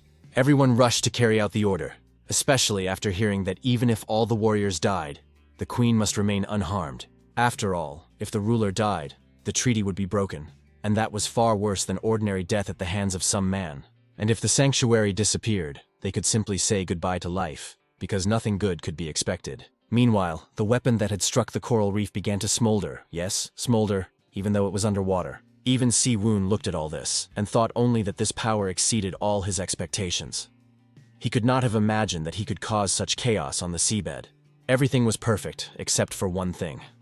In order to clear the dungeon, he had to find and neutralize the boss, which was extremely difficult, especially considering the fact that monsters were now coming out from everywhere, eager to show Si-woon how sharp their teeth were. But our hero was no slouch either. He decided to activate the Eagle King's monocular vision and solve this problem. This vision helped him see a strange crevice in the rock, and the light coming from it caught the young man's attention. It was from this strange hole that the monsters began to crawl out, and with such intensity that it was a little difficult to imagine how to deal with them. Opening the vault of greed, the young man once again took out the mermaid's gills, because it was worth extending his time underwater. Now he had to deal with the numerous creatures and find their queen in order to pass through this dungeon and receive his reward. Se-eun's hands suddenly changed, becoming webbed and resembling frog legs, which meant that the magic had taken effect. Tiny scales began to appear on his face, indicating his affiliation with sea creatures. Now his improved vision showed him even more clearly the portal that had opened right in the crevice of the rock. Without wasting time thinking, the guy started swimming in that direction, moving very quickly and naturally. It seemed that Si-woon felt confident in his role as an amphibian. However, the energy he sensed was extremely strong and frightening, as if it were screaming at him not to approach this place. He didn't stop, though, and noticed strange green bubbles, one of which clearly contained someone. This was the very place of the spawning ground. As he swam closer, our hero wondered if this was where the fifth wave monsters were born, and he immediately wondered who had laid and guarded all these eggs. Suddenly, he heard a voice in his head, a woman's voice, calling him, and the tone was clearly not the most friendly. Fear paralyzed Se-eun's body, and everything inside him screamed to stop. His gaze found the source of the voice. It was a strange woman with her eyes closed, who was inside the bubble. She resembled a human, but she had gills, and her hands were shackled. The voice in Si-woon's head, which most likely belonged to her, was surprised that a human had swum to these depths. When our hero tried to talk to her, she was even more surprised. Her reaction gave the impression that she had not communicated with anyone for a very long time. Pointing his weapon at the strange woman, the guy ordered her to introduce herself. Otherwise, he promised to kill her on the spot without any further ado. The woman sighed wearily but did not open her eyes. She said that the young man was too impatient and asked him to listen to her story first. She began her story by saying that she once ruled the Shining Sea, which was on the 40th floor of the tower. She devoted all her strength to maintaining peace in her territory, doing everything possible to protect the monsters from the tyranny of the constellations and the carnage wrought by the players, but a demon envied her and cast a curse on her. The question immediately arose in Se-eun's mind as to what kind of demon had done this to her. The woman promised to tell him, but only on the condition that the young man help her remove the curse. But our hero was not satisfied with these conditions. He demanded to be told first where the demon who dared to do such a thing was. This demand seemed so bold that the lady opened her cloudy eyes and looked closely at the boy. After that, she decided to say that her captor was in the east, where the fish people worshipped him. The news pleased Se-eun, for he could not have imagined that he would learn the location of Leviathan so easily. He could have simply killed the woman, but instead he decided to ask what he would get in return for freeing her from her curse. Our hero was not a naive boy who didn't know what he wanted. On the contrary, it was absolutely clear to him that he should get the most out of this situation. Covering her face with her thin hands, the poor woman began to moan and say that life had been too unfair to her. Smirking, our hero was finally convinced that this was all the work of some demon. All that remained was to find out which one and where to find it. Se-eun was already an experienced player who had seen a lot in his lifetime, so it was not difficult for him to expose the skilled liar. The young man had read about the queen who ruled the Shining Sea in a history book before his return in time. She was a cruel tyrant who had flooded everything around her with blood. She was called Dea Bacandel Estrocha. More than anything else in the world, this woman craved power, so she exterminated other races and even attempted to seize the throne of the constellation that protected the sea. But in the end, she was defeated by one of the constellations and was banished from the tower for eternity for all her evil deeds. Now she pretended to be innocent and begged to have the curse that kept her in the depths lifted, promising to lead the boy to untold treasures in return. Opening the Vault of Greed, Seon decided that he would do everything in his power to get this deceiver to talk. He took out the City Empire's method of torture, which was used in the Empire's underground prisons to extract information from enemies. So now he was 100% sure that he would make the Queen talk, whether she wanted to or not. Realizing that her enemy was determined to get what he wanted at any cost, the woman became frightened and begged Seon not to rush into using brute force against her. These words made everything around them tremble, as if some inexplicable energy was bursting out of the crevice. Somewhere near the coral reef, someone was very upset and asked how such a thing was even possible. Looking at the fish swimming by, the creature asked if all this was really created by the same man who was chasing the monsters. Shark's eyes were so wide that it seemed as if they were about to pop out. He clearly did not know what to do next, because all his plans had collapsed in an instant. He clearly understood that the Queen was in great danger, so he had to immediately come up with some kind of plan to help keep her safe. One thought came to his mind, so he immediately rushed to carry out his plan. When he reached the crevice, Shark smiled broadly, because he already knew what he had to do to protect the Queen and neutralize the guy. The shark approached them just as Si-woon was about to agree to pull the captive out of her magical bubble, which was restraining her body and powers. Shark shouted loudly, demanding that the guy stop immediately, because he could make an irreparable mistake. At some point, Si-woon's hand trembled and froze in place, and doubts began to arise in his mind about whether he was doing the right thing. Turning around, he looked at Sharks and tried to guess what this monster was thinking, and whether he should listen to him. As he swam closer, Sharks noticed something strange. In fact, it was not a human standing in front of him, but a mermaid. Only these creatures had long since become extinct. At that moment, the Queen begged the young man not to pay attention to the crazy shark. She had already given Si-woon everything he had asked for, and now waited for him to fulfill his part of the agreement. But the guy just smiled strangely. It was obvious that he was only thinking about how to turn the situation to his advantage. Turning to the shark, Si-woon asked if the monster would like to introduce itself first. And as he said these words, he brought the dagger closer and closer to the Queen's head. Shark's voice trembled as he said that he was the leader of the fish people. He said as clearly as possible that the guy should first remove the spear from the Queen, and only then would they talk. Instead of complying with this request, our hero boldly demanded that they first explain why he should do so. Such wording stumped Sharks. He was an excellent warrior and leader, but despite this, he was not particularly intelligent. Then Seon thought that the fish people must have had their reasons for protecting the Queen, even though she had betrayed Leviathan whom they worshipped. Clutching his spear, he thought that if he didn't kill the Queen, he wouldn't receive the reward for completing the dungeon. But there was something more important. So, meeting Shark's gaze, the guy said that he would leave the Queen alive only on one condition: that they take him to Leviathan immediately. Surprise pierced the shark. The leader of the fish simply could not understand how an ordinary person could know about a creature that many considered to be nothing more than a legend and fiction. Smiling broadly, our hero said that the Queen, who had no choice in the matter, had kindly told him about it. Clutching his head, Sharks tried to pull himself together and calm down. He didn't really succeed, but he still asked why the guy suddenly needed this powerful monster. This question made Seon think about how to present the information so that the shark would understand everything right away, and he wouldn't have to waste time on unnecessary explanations. But remembering that this monster worshipped a demon, the guy decided to activate his power and deal with this issue in a different way. He realized that it would be easier to show why he needed Leviathan. So soon a bright flame began to burn in his hands, growing hotter with every passing second. After a couple of minutes, the system reported that our hero had swallowed the egg of the abyss, which had extremely low nutritional value, so it did not provide any characteristics. Seeing before him a man who possessed the power of gluttony, Sharks froze in place, literally speechless, his insides contracting with fear. Satisfied with the expression on his opponent's face, Seon opened the Vault of Greed, which shocked the enemy even more, from which he might not recover.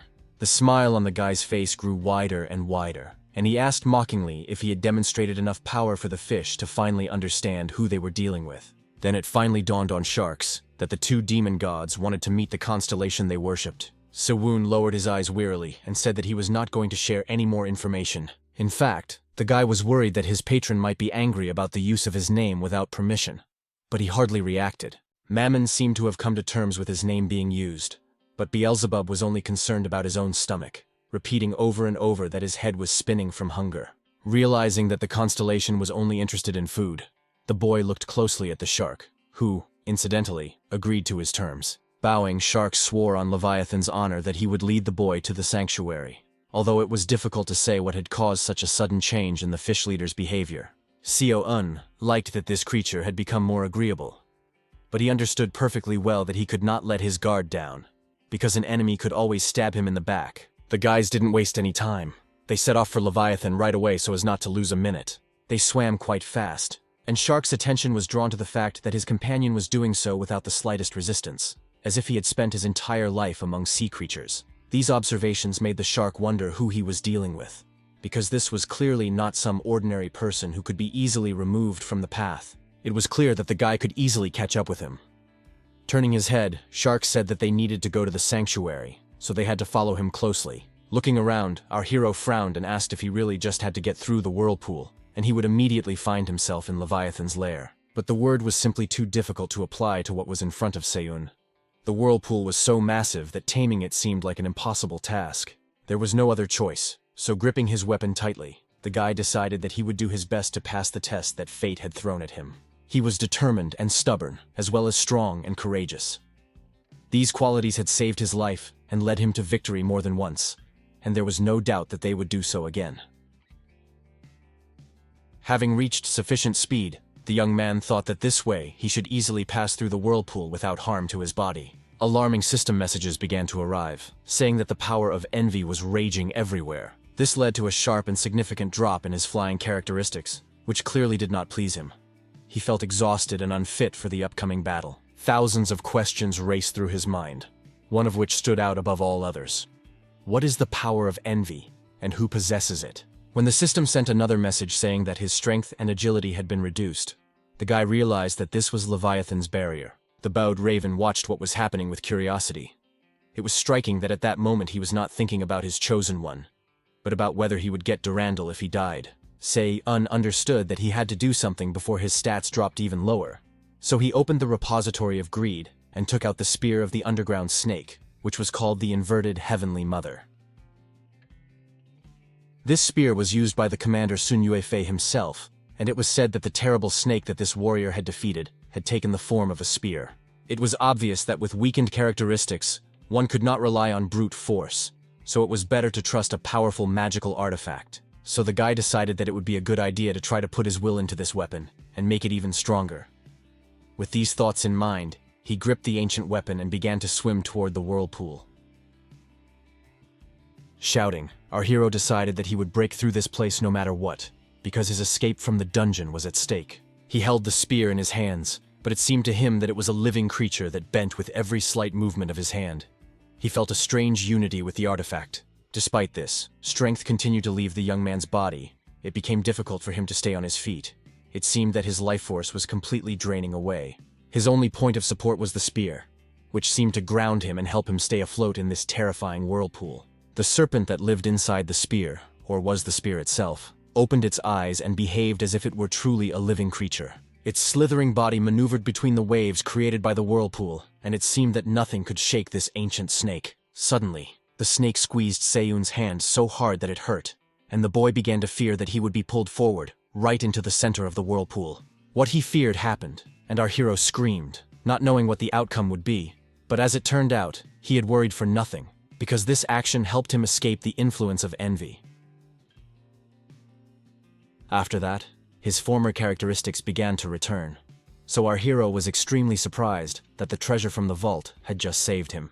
He had always thought that treasures were just tools that had no mind of their own, but now it became clear that perhaps there was something more to them. In any case, at the moment, Seo-un could not devote much time to these reflections, because he had arrived where he had long wanted to be.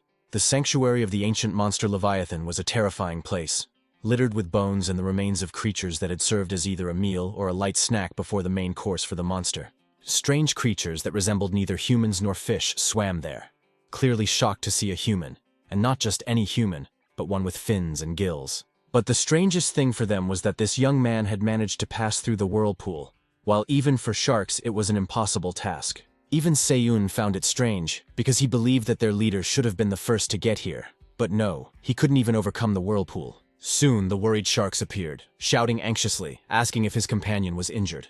He asked what Seo-un was thinking when he just rushed into the whirlpool. It was madness that greatly frightened the shark. Our hero calmly asked if that wasn't the entrance. to which he received the answer that he had broken through a whirlpool filled with the power of hatred. In response, the young man reminded him that he had two demonic deities on his side. Scratching the back of his head, the shark said that he already regretted underestimating him. After that, they went to the sanctuary, which turned out to have originally belonged to a black whale, a huge, ferocious monster. Approaching the creature's body, Shark said that after the constellation personally defeated it, it created them, the fish people, and the home in which they lived. As a sign of gratitude, they built this sanctuary from the bones of the black whale. At that moment, Sewun thought that Leviathan might be kinder than he had thought. The hungry prince thought only of what the bones of a black whale would taste like if cooked for a long time, and the bowed raven was clearly a little disappointed that the boy had survived and the sword would not belong to him alone. Smiling, the young man thought that his constellations were too selfish, but he understood them, because he was similar to them in that regard. The boy was distracted from these thoughts by Shark's voice, who excitedly announced that they had arrived at the sanctuary. Before them was the heart of the black whale, filled with the incredible power of the constellation, and an extremely powerful aura could be felt in this place. Shark said that if you put your hand on it, you could hear the words of the constellation, which would stir everything inside you. Coming closer, our hero looked closely at the heart, overcome by some inexplicable anxiety and awe before the ancient power. When his hands approached, the heart shone even brighter, and its beating became much more distinct.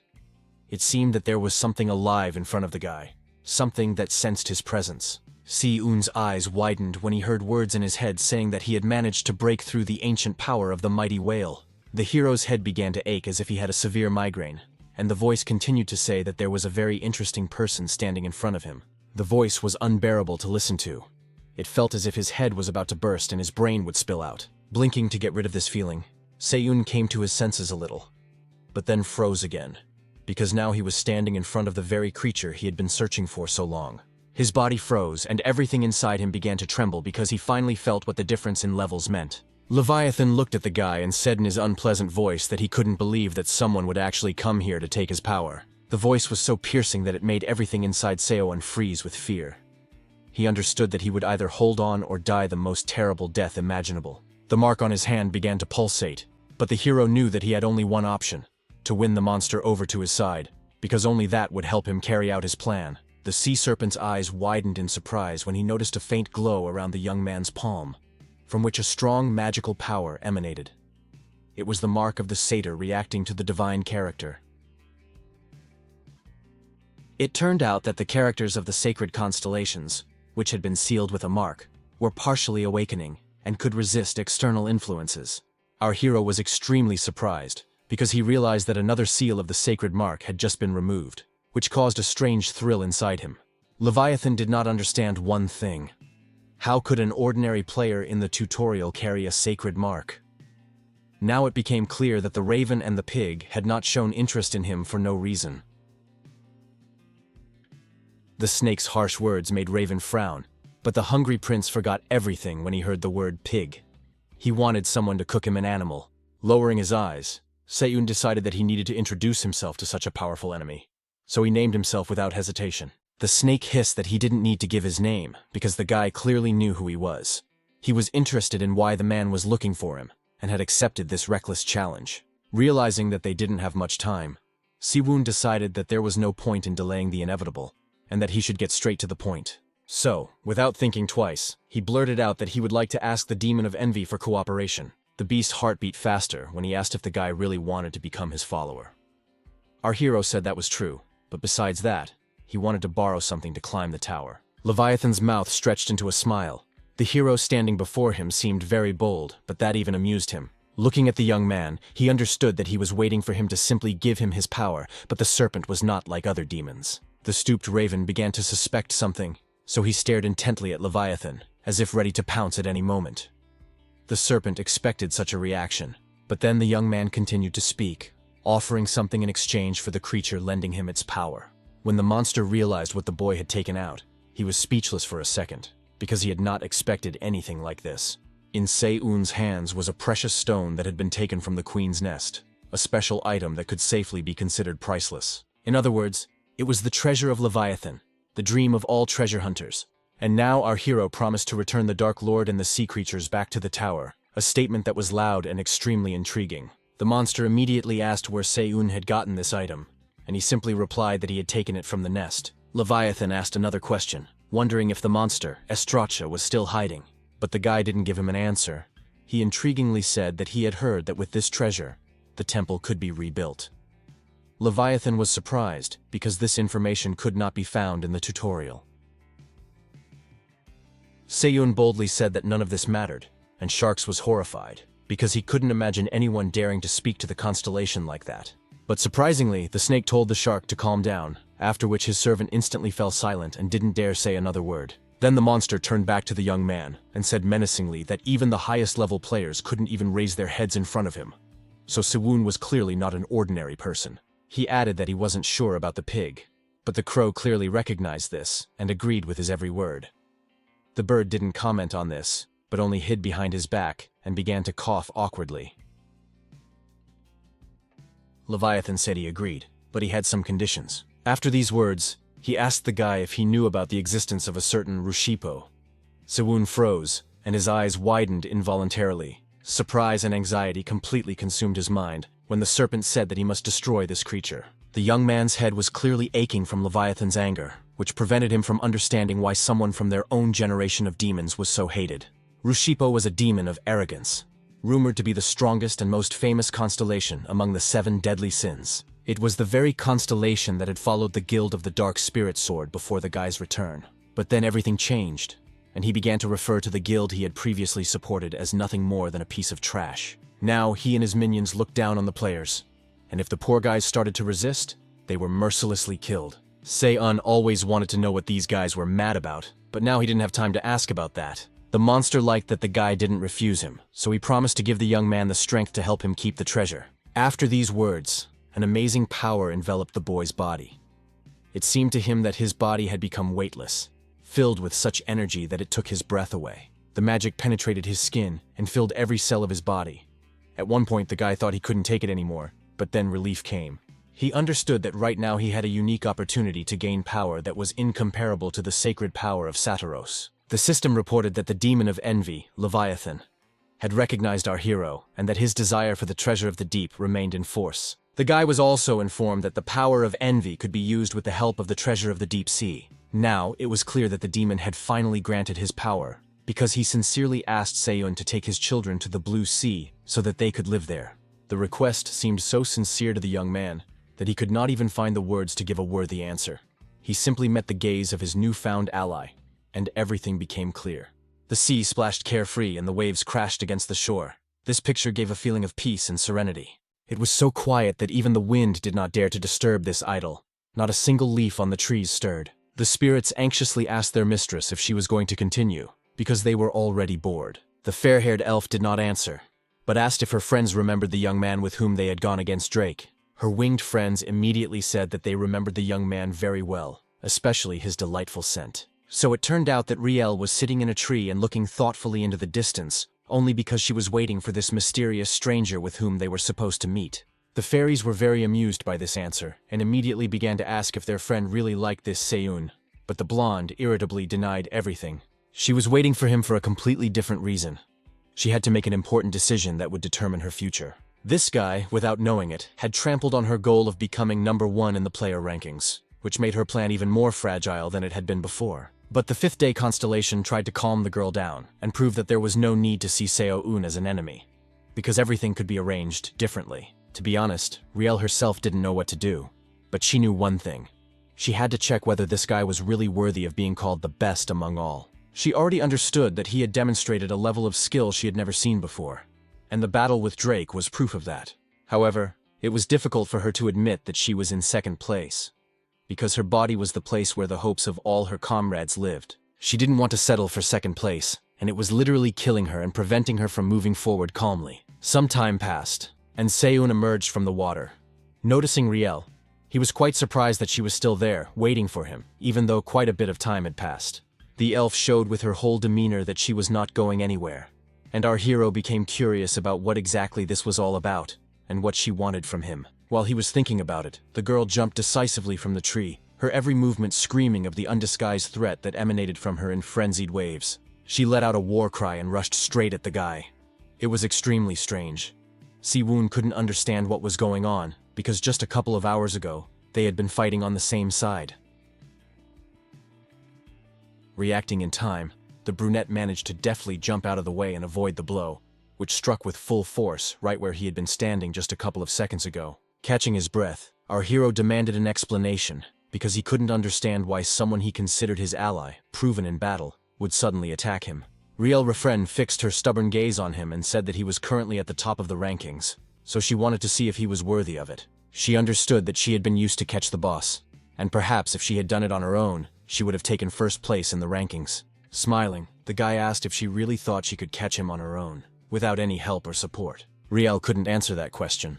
She liked to be cocky and confidently say that she could do everything herself, but in reality, things were a little different. The silence dragged on, so Sewun was the first to break it. He decided to prove to the elf that he was worthy of being first, so he agreed to fight. Her eyes flashed menacingly. Then she called Sylphida and realized that she had to act now or never, because it might be too late. Her legs carried the blonde forward with confidence.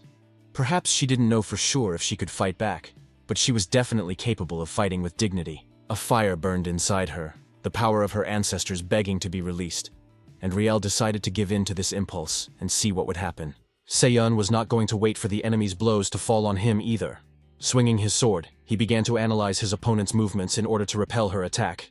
Two powerful forces collided, and the world burst into bright, colorful flames, signaling that the two energies were fighting each other. The little spirits who served the girl were simply delighted and began to shout that the fun had begun. These words greatly stressed Sewun, because he did not know what to expect from them. The fiery spirit caused a powerful explosion that engulfed everything living nearby in its fiery embrace. Having managed to escape, our hero thought only that his opponent was much stronger than he could have imagined, so he had to choose his battle tactics very carefully. At some point, the fire suddenly changed to water, which flooded everything around and quickly reached the chest of the guy, who did not know how to fight something that could not be hurt: water. The water rose so high that it was difficult to say what would happen next. Only one thing was clear. It would easily drown our hero and leave no trace of him. Just when it seemed that things couldn't get any worse, fate proved otherwise, as huge boulders began flying out of the water and heading straight for Seyun. It was impossible to escape, because he was trapped in the water. All he could do was stand still and try to deflect the stones that were flying at him at tremendous speed. Riel was determined and decided to use an attack that, in her opinion, the guy simply wouldn't be able to block. Looking at the girl holding a huge boulder above her head, which could be called a whole rock, our hero wondered if he would survive something like this. Waving her staff, the elf ordered him to immediately get rid of the one who stood in her way. She didn't consider herself cruel, but when the cobblestone landed where her enemy had been standing, the girl felt a strange satisfaction that made her tense up. But after a couple of seconds, the cobblestone began to crack, which was very strange and aroused suspicion. Coming closer, Riel realized that her fears were not in vain. A gap had formed in the stone, and what she saw made her open her mouth in shock and surprise. Seon emerged from under the stone and said with a broad smile that the trick was too dangerous and she should be more careful. The girl had no way of knowing that our hero had the legendary Durandal, a sword capable of cutting through even rock. Mammon had only recently finished making a duplicate and returned it, and the constellation was extremely disappointed that the weapon had to be returned to its owner. The girl's eyes widened. She understood that this was no ordinary sword, but she had no idea just how extraordinary it was. Looking at his stunned opponent, Seon said that he had not cheated, because the elf herself had used the new weapon, so everything was fair. The guy assumed that she had received it as a reward for completing the tutorial, but he was no match for Durandal. Activating his power, Seyun began to watch Riel Refren closely to see the details that had previously been hidden from him. He understood that now he also had the power of Leviathan, so very soon a full-fledged battle would begin in which only the strongest would survive. Everyone who saw Seyun and his weapon understood that it would not be easy to defeat this guy, because he possessed such a powerful artifact. But Riel understood that if she could apply all the power of the spirits she possessed, then perhaps the result she sought would be achieved. She was enveloped in a blessing of abundance, and hope arose within the elf that her power would allow her to overcome the ancient sword, which was the main threat to her plan. All the elements that Riel controlled suddenly merged together and began to rage in a frenzied stream that threatened to engulf everything around it. The girl herself was surprised at how this attack went, because until that moment she had not allowed her power to rage so wildly.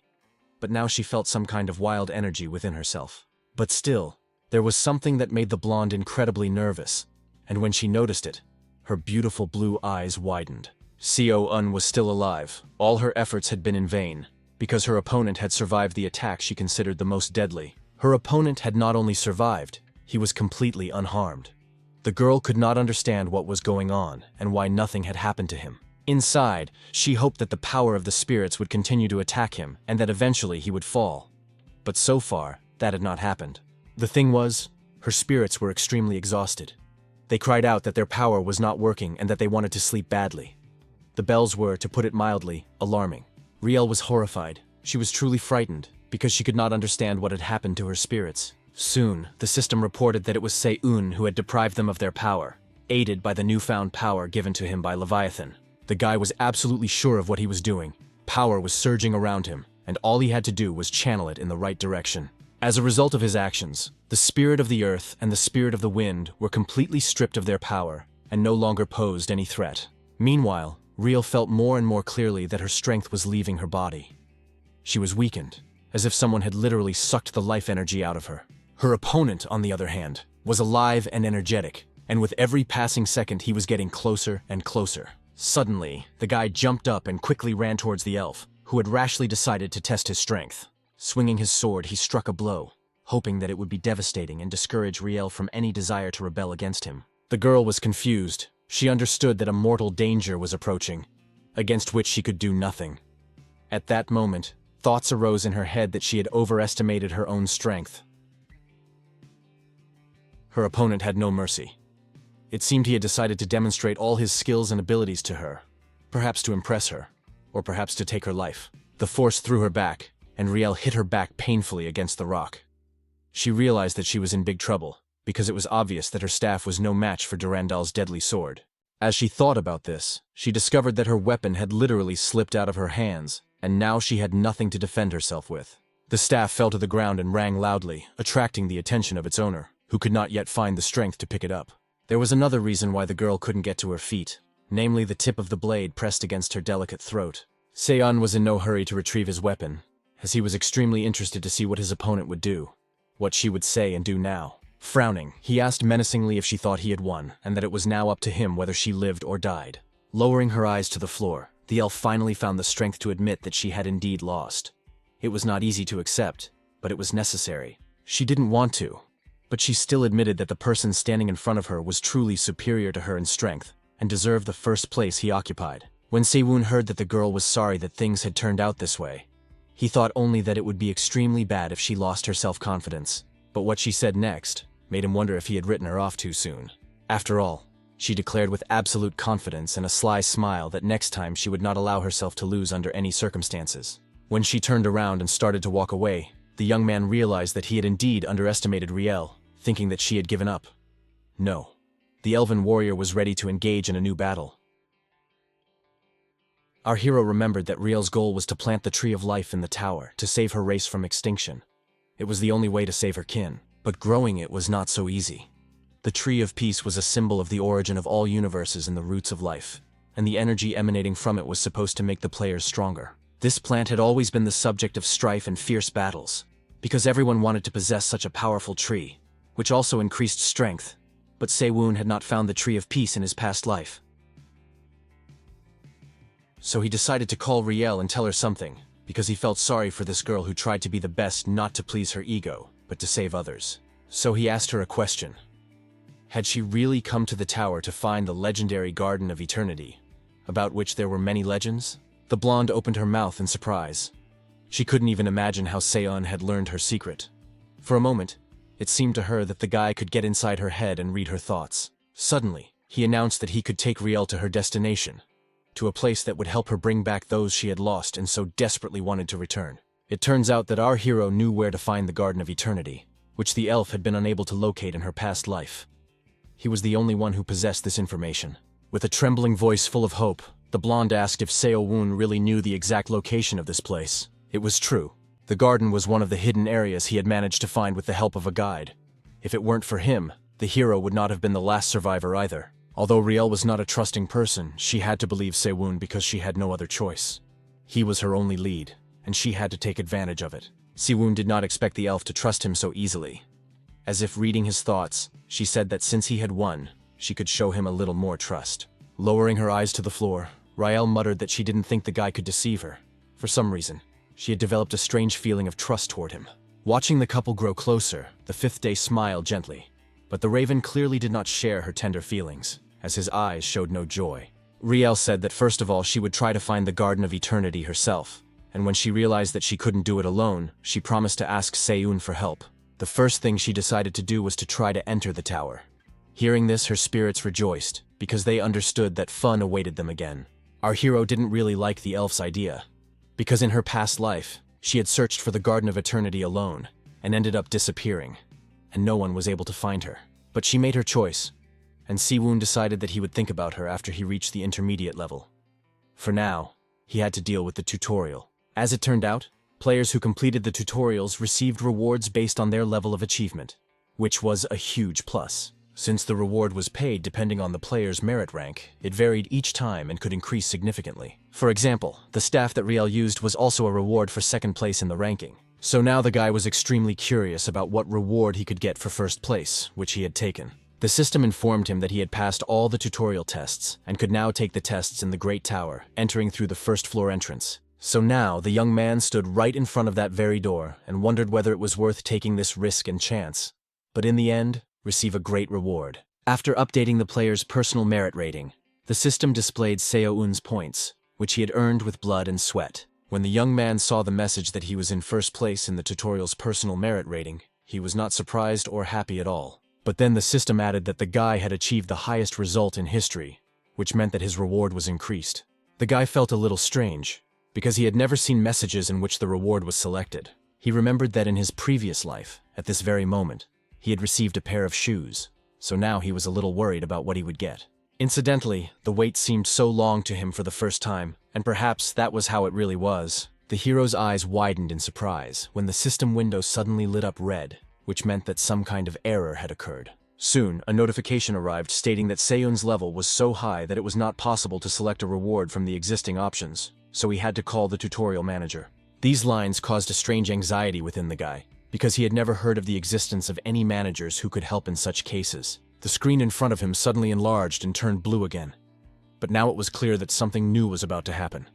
Something that no one had ever encountered before. At some point, our hero began to guess that the system window had turned into a portal, and this was confirmed when a man emerged from the blue rectangle. It was a middle-aged man in a strict business suit. He coughed nervously, so it was clear that he was also nervous and did not quite understand how to act. But when the man stepped out of the blue light, his face suddenly lit up with joy, and he said cheerfully that he was glad to see the player named Jong Se-woon. Skeptically eyeing this gentleman, Se-woon thought that he had guessed about the existence of tutorial managers, but did not expect to see one of them. The unfamiliar man couldn't stop admiring the fact that standing before him was the first person in the history of the tower to reach such heights. So he solemnly declared that he had personally prepared awards for just such an occasion, and was ready to present them to the young man. But our hero was smart enough to know that managers were too unreliable to trust. These people were interested in constellations, not ordinary players. Nevertheless, he glanced at what the man was offering him as a reward. Dragon scale armor, which was very good as protective equipment. He also had a scroll in his arsenal that was written by a player of the previous rank, from which useful knowledge could be gleaned. But none of this appealed to Seo-eun, because these were ordinary rewards that could be obtained for the highest rating, and Mammon's treasures were better. It was clear that the manager was trying his best to surpass the old rewards, but he wasn't particularly successful. The tension was already evident on the man's face, especially when he noticed that the young man was completely uninterested in his offers. He tensed up even more when Si-woon demanded to see the entire list of items from which he could choose his favorite reward. Soon he was indeed given the list, which was so huge that the system window became incredibly long, so much so that the top lines were barely visible. Behind the boy stood the manager, who was literally trembling with anxiety.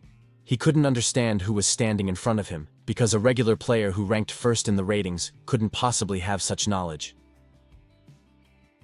The man couldn't understand why this boy was acting as if he had already climbed the tower and become the one with the highest rank. But most of all, he was angry and offended that this Seo-woon wasn't the least bit surprised to see the manager standing in front of him, which was extremely humiliating for him.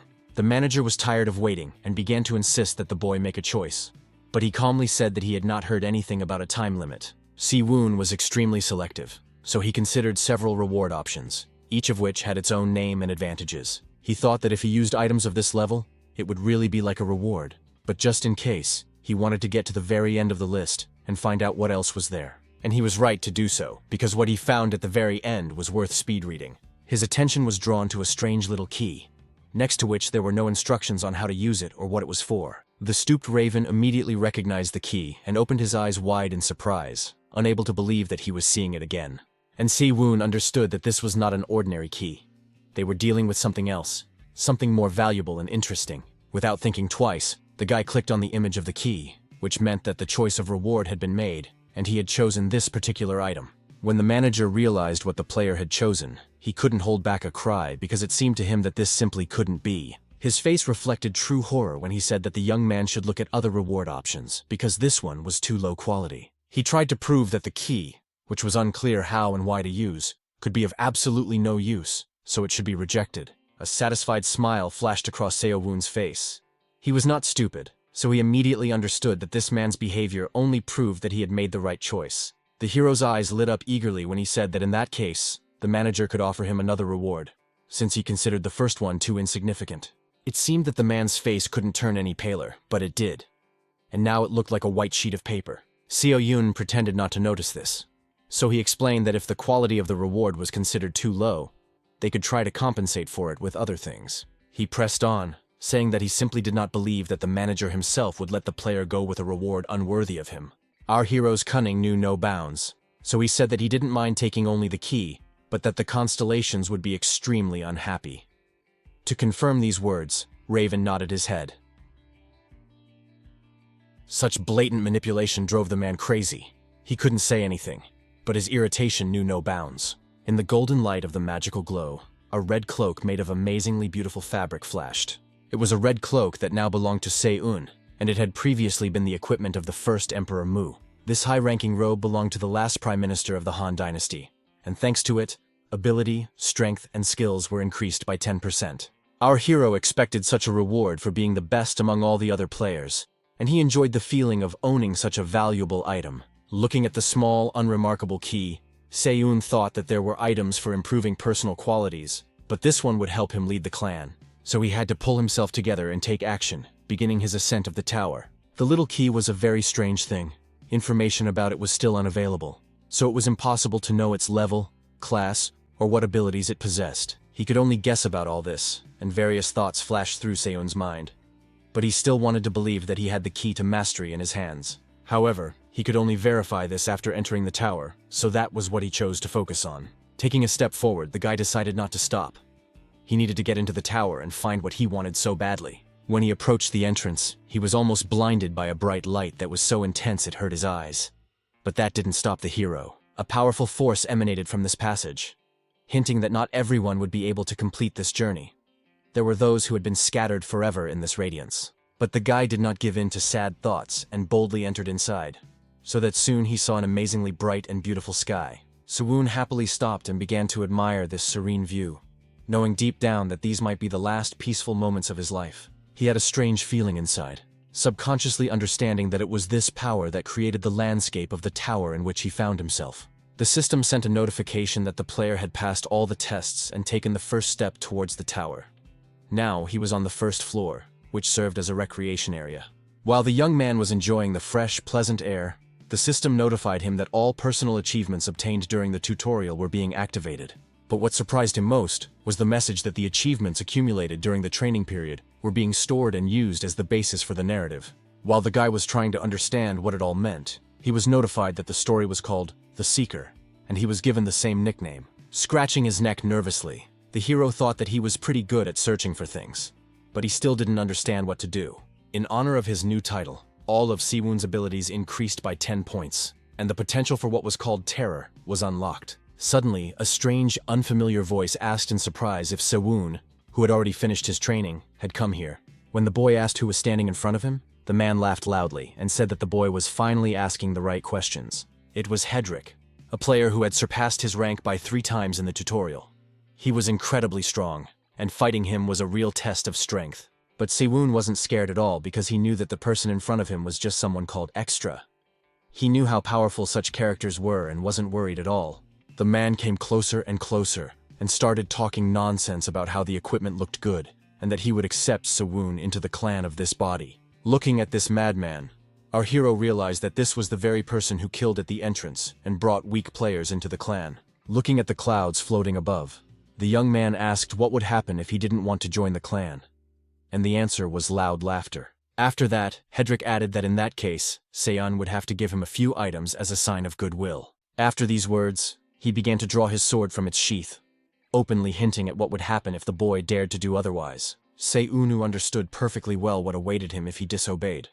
But his enemy did not take into account that he was not dealing with some helpless boy who could be intimidated.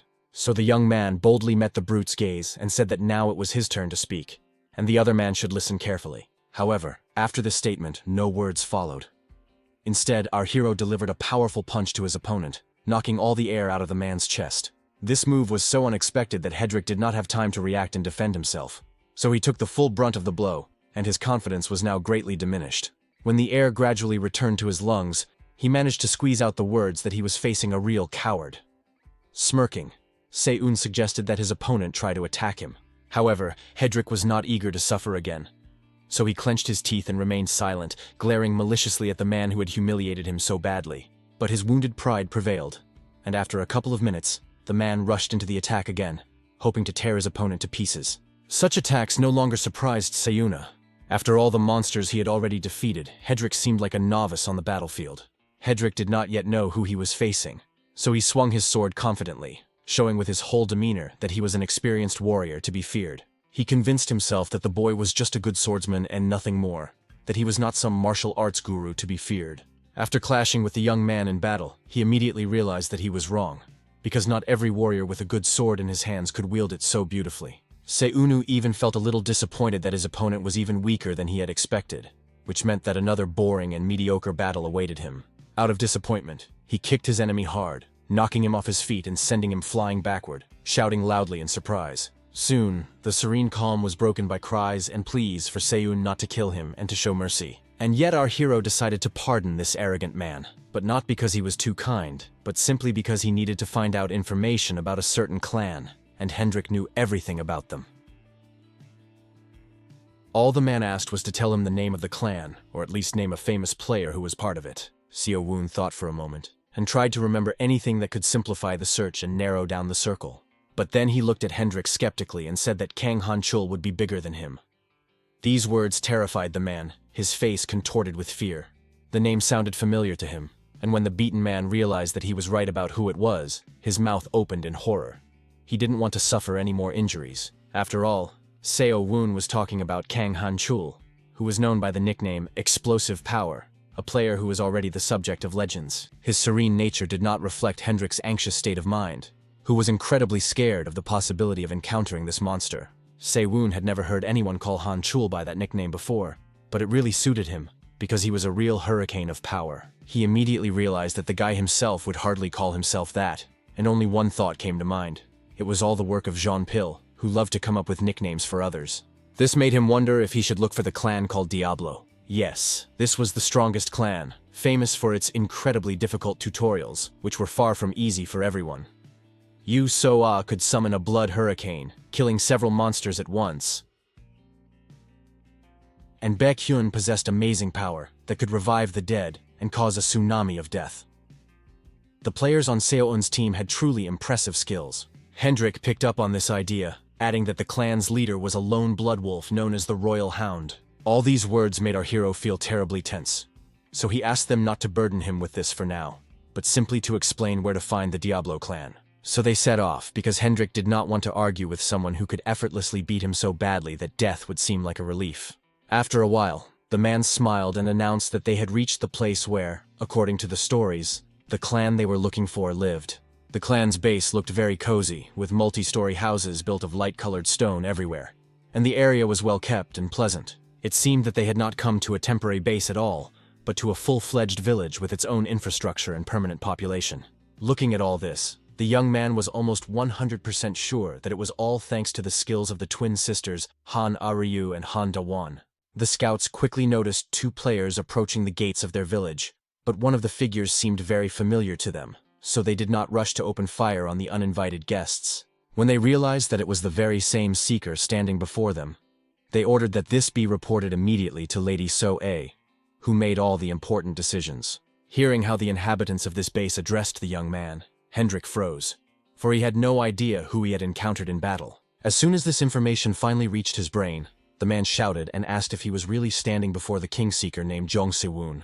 As the gates slowly opened, the bowed raven did not even try to hold back his laughter, which burst out of him frantically. When So-ah was told that Se-woon had come to the village, she immediately rushed to meet the one who had helped them survive the terrible meat grinder that was called training. She rushed to hug the guy, rejoicing that he had finally arrived, and now they were all together again. Her anxieties and fears melting away as if they had never existed. Si-woon began to remember that the last time he saw the girl, he jumped off a cliff, which, to put it mildly, made her worry. As soon as he could breathe again after his girlfriend's embrace, he noticed that the red-haired twin sisters were already running towards him. Also very happy to see him.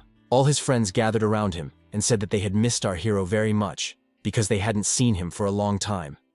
Si-woon smiled and said that he had kept his promise and returned.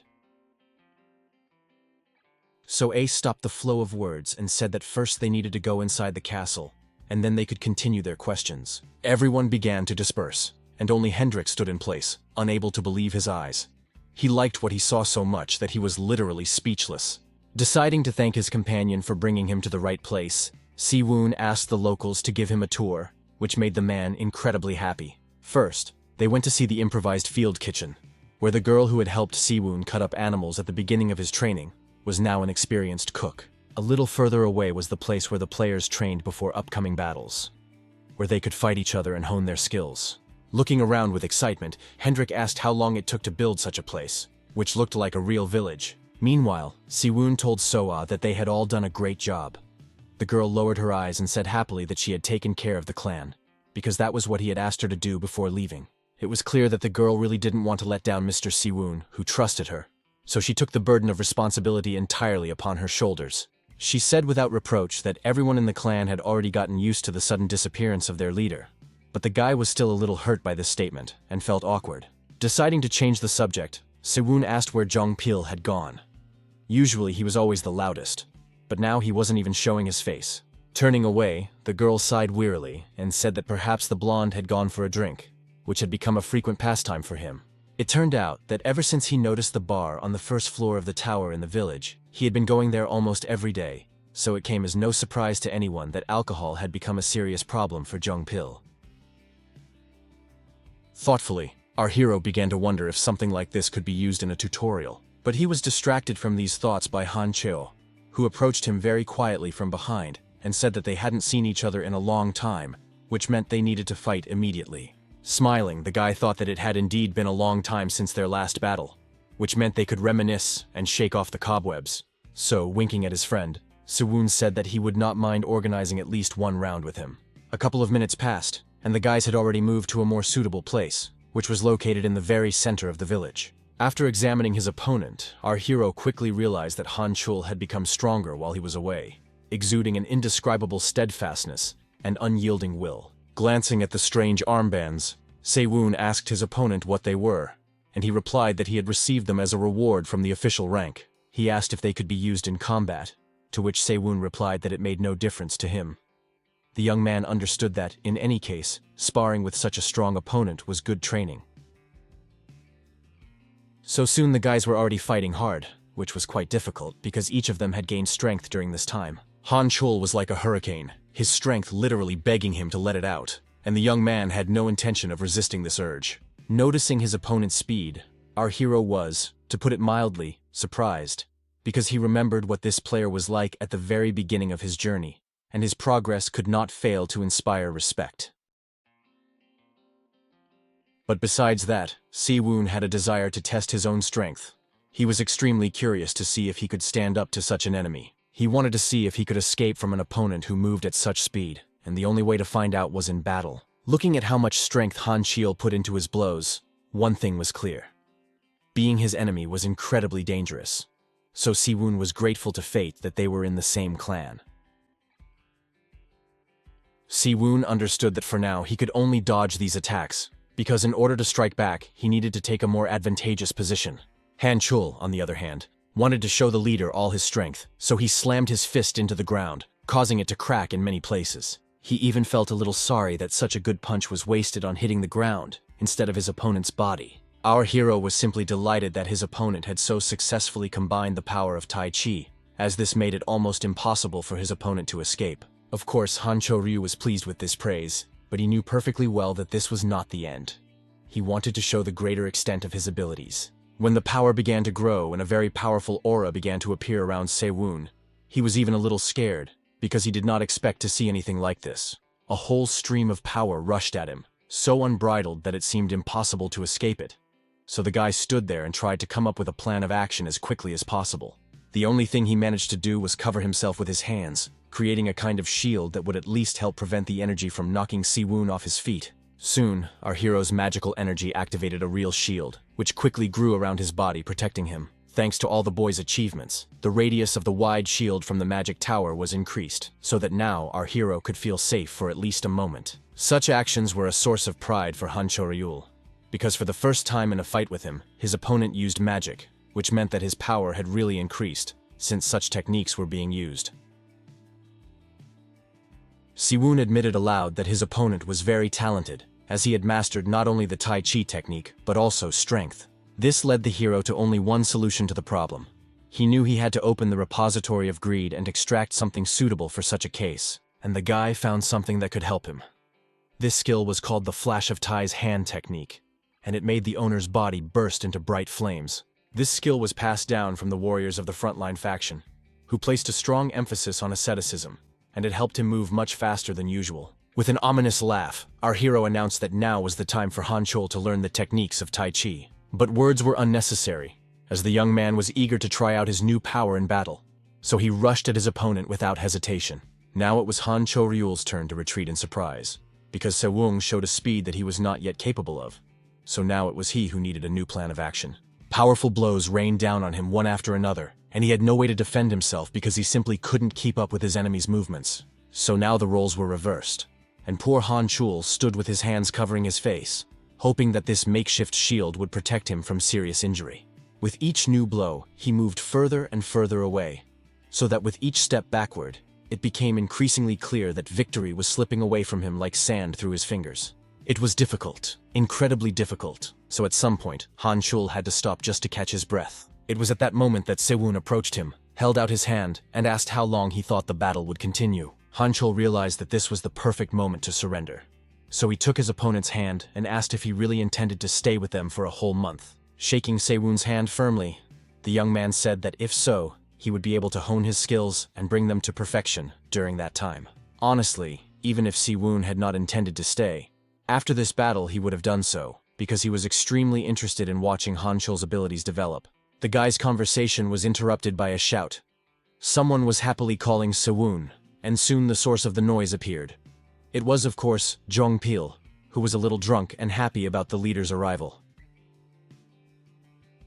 To prevent the blonde man from blurting something out and causing trouble, Han Chul decided to take him under his control and not let him get too close to the leader. Zhong Pil clearly did not like this attitude. He began to struggle, but quickly calmed down as soon as he saw that Sewun was clenching his fist tightly and power was surging around him. Activating a power called the Law of the Empire of Torture, the guy said it was time for mental training because his blonde friend had become too relaxed. A sly smile lit up his face as he looked intently at Jeon Pil and said it was time for them to talk about serious matters. The blonde's face was no longer so cheerful and carefree. Now it was clearly tense, and the young man did not know what to say or how to behave. But his constellation, the donkey-headed scoundrel, laughed loudly because it knew that everything would turn out exactly like this, and now it was amused by its ward's reaction. Chong Pil's fun ended with his poor eye swelling up from a huge bruise that he had been happily beaten up with during the so-called brainwashing. When the educational process was over, Sewun allowed himself to rest a little and talk to his friends about what he had gone through and how exactly he had borrowed power from Leviathan. As soon as the story was over, the guys immediately asked if Sewun had already come up with another plan. They were curious if he would go straight to the tower. The guy said that he had no plans to rush to the tower just yet. He wanted to rest a little and stay in the village for about a month to see how the other players had adapted. His real plan was not to get to the tower as soon as possible, but to uncover all its secrets and learn its secret knowledge. But of course, he kept that to himself. And to change the subject, he asked if the guys had noticed anything strange when they first saw the first floor of the tower. So thought for a moment, and then said that she had clearly heard someone say that players came to them every year, although she hadn't seen anyone else except the newcomers. The guy really liked that his comrade was so smart and perceptive. She noticed even the smallest details, and that impressed him. He said that she was right, because there was a 1-month grace period on the first floor of the tower, after which some kind of accident occurred, and the remaining players disappeared. These words even caught the attention of John Pill, who had not shown much interest in the conversation before, but now said that he had heard that there had been previous players. Rumor had it that they were hiding outside the village and were not quite right in the head, so they came to be called madmen. Si-woon listened carefully to his blonde friend, but said nothing, because if he said that these were the people he needed to find, he would also be considered abnormal. Although John Pill was always wandering around and drinking a lot, he wasn't talking nonsense. Indeed, only one person had survived the accident, and the largest hiding place on the first floor was his.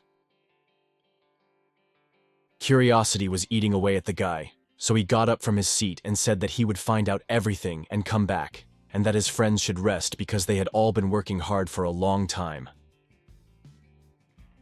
So A insisted that he was the one who should relax. Our hero wanted to object, but then the door opened. Without waiting for an invitation, 2 red-haired beasts burst into the room and announced that the barbecue was ready, so they could start celebrating the return of their leader. Our hero clearly did not expect anyone to throw a real party in his honor, but here he was, and those he simply wanted to save were happy to see him. So A had organized everything. Going out into the yard, he saw a huge table laden with a variety of delicacies prepared especially for him. Just looking at it made his mouth water. Seeing this banquet, the hungry prince cried sadly, because he was upset that he would not be able to taste these delicacies. But Seunu was very pleased, because nothing like this had ever been organized in his honor before. The evening was so pleasant that the young man decided to allow himself to relax, muttering that he could spend one evening without thinking about anything.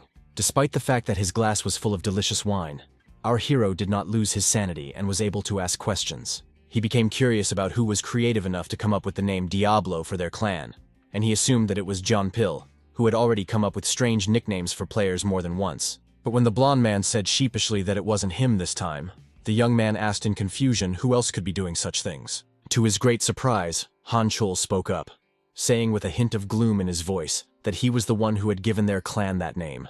There was a challenge in his eyes when he asked if the leader didn't like the name, and it was clear that the guy was asking the question not because he wanted to rename the clan. To be honest, such pressure confused our hero a little, and he was at a loss.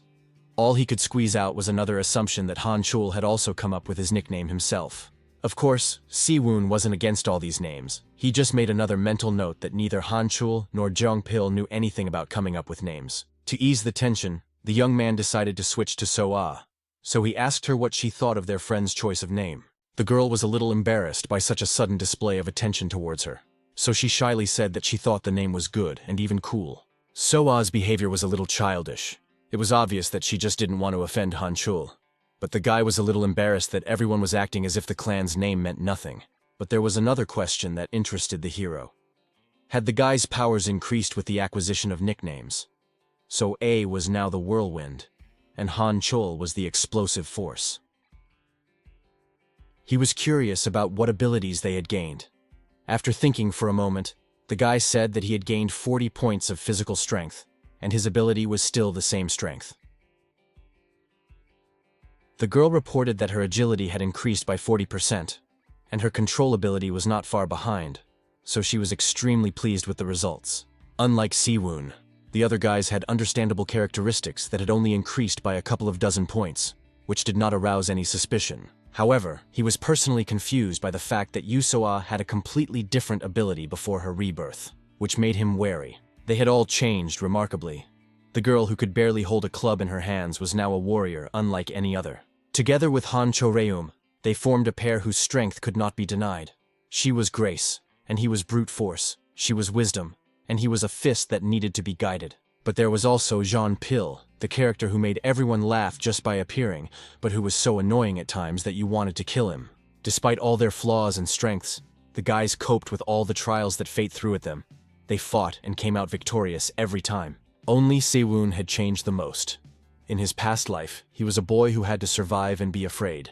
But now he was a leader who made everyone who wanted to stand in his way tremble. Now he had no doubt that he could resist any external forces that wanted to interfere with his destiny. He was paving his own way, and no one could stop him. To distract himself from all these thoughts, Our hero asked what nickname his blonde-haired friend had. It turned out that no one had come up with one for him yet.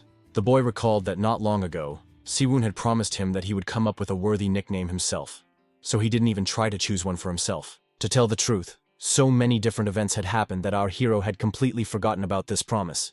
So if Jean Pil hadn't reminded him, he wouldn't have remembered it. Now he clearly remembered that very conversation, and the promise that made the blonde boy dance with joy. At the time, he had said it to embarrass the guy, but now Siwoon realized that he had taken on a responsibility that he had to bear. A sly gleam appeared in our hero's eyes, followed by a smile, and he asked Jeon Pil what he thought about being given the nickname Naughty Child. The boy clearly did not expect to hear anything like that.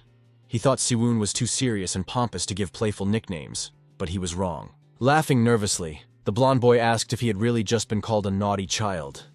It seemed like a strange joke that had gotten out of hand, but when the system seriously announced that this nickname was now assigned to him, Jeong Pil was shocked to the core. Of course, he didn't like how he would now be called. The guy wanted something beautiful and pretentious, but he was just a disobedient child. In a panic, he fell to his knees and began to wail, saying that he was a grown man, not some street kid, and shouldn't be called that. The cries of this grown man pierced the night silence, and the constellation of the bowed raven said that the title could not sound like that, but who cared about all these rules?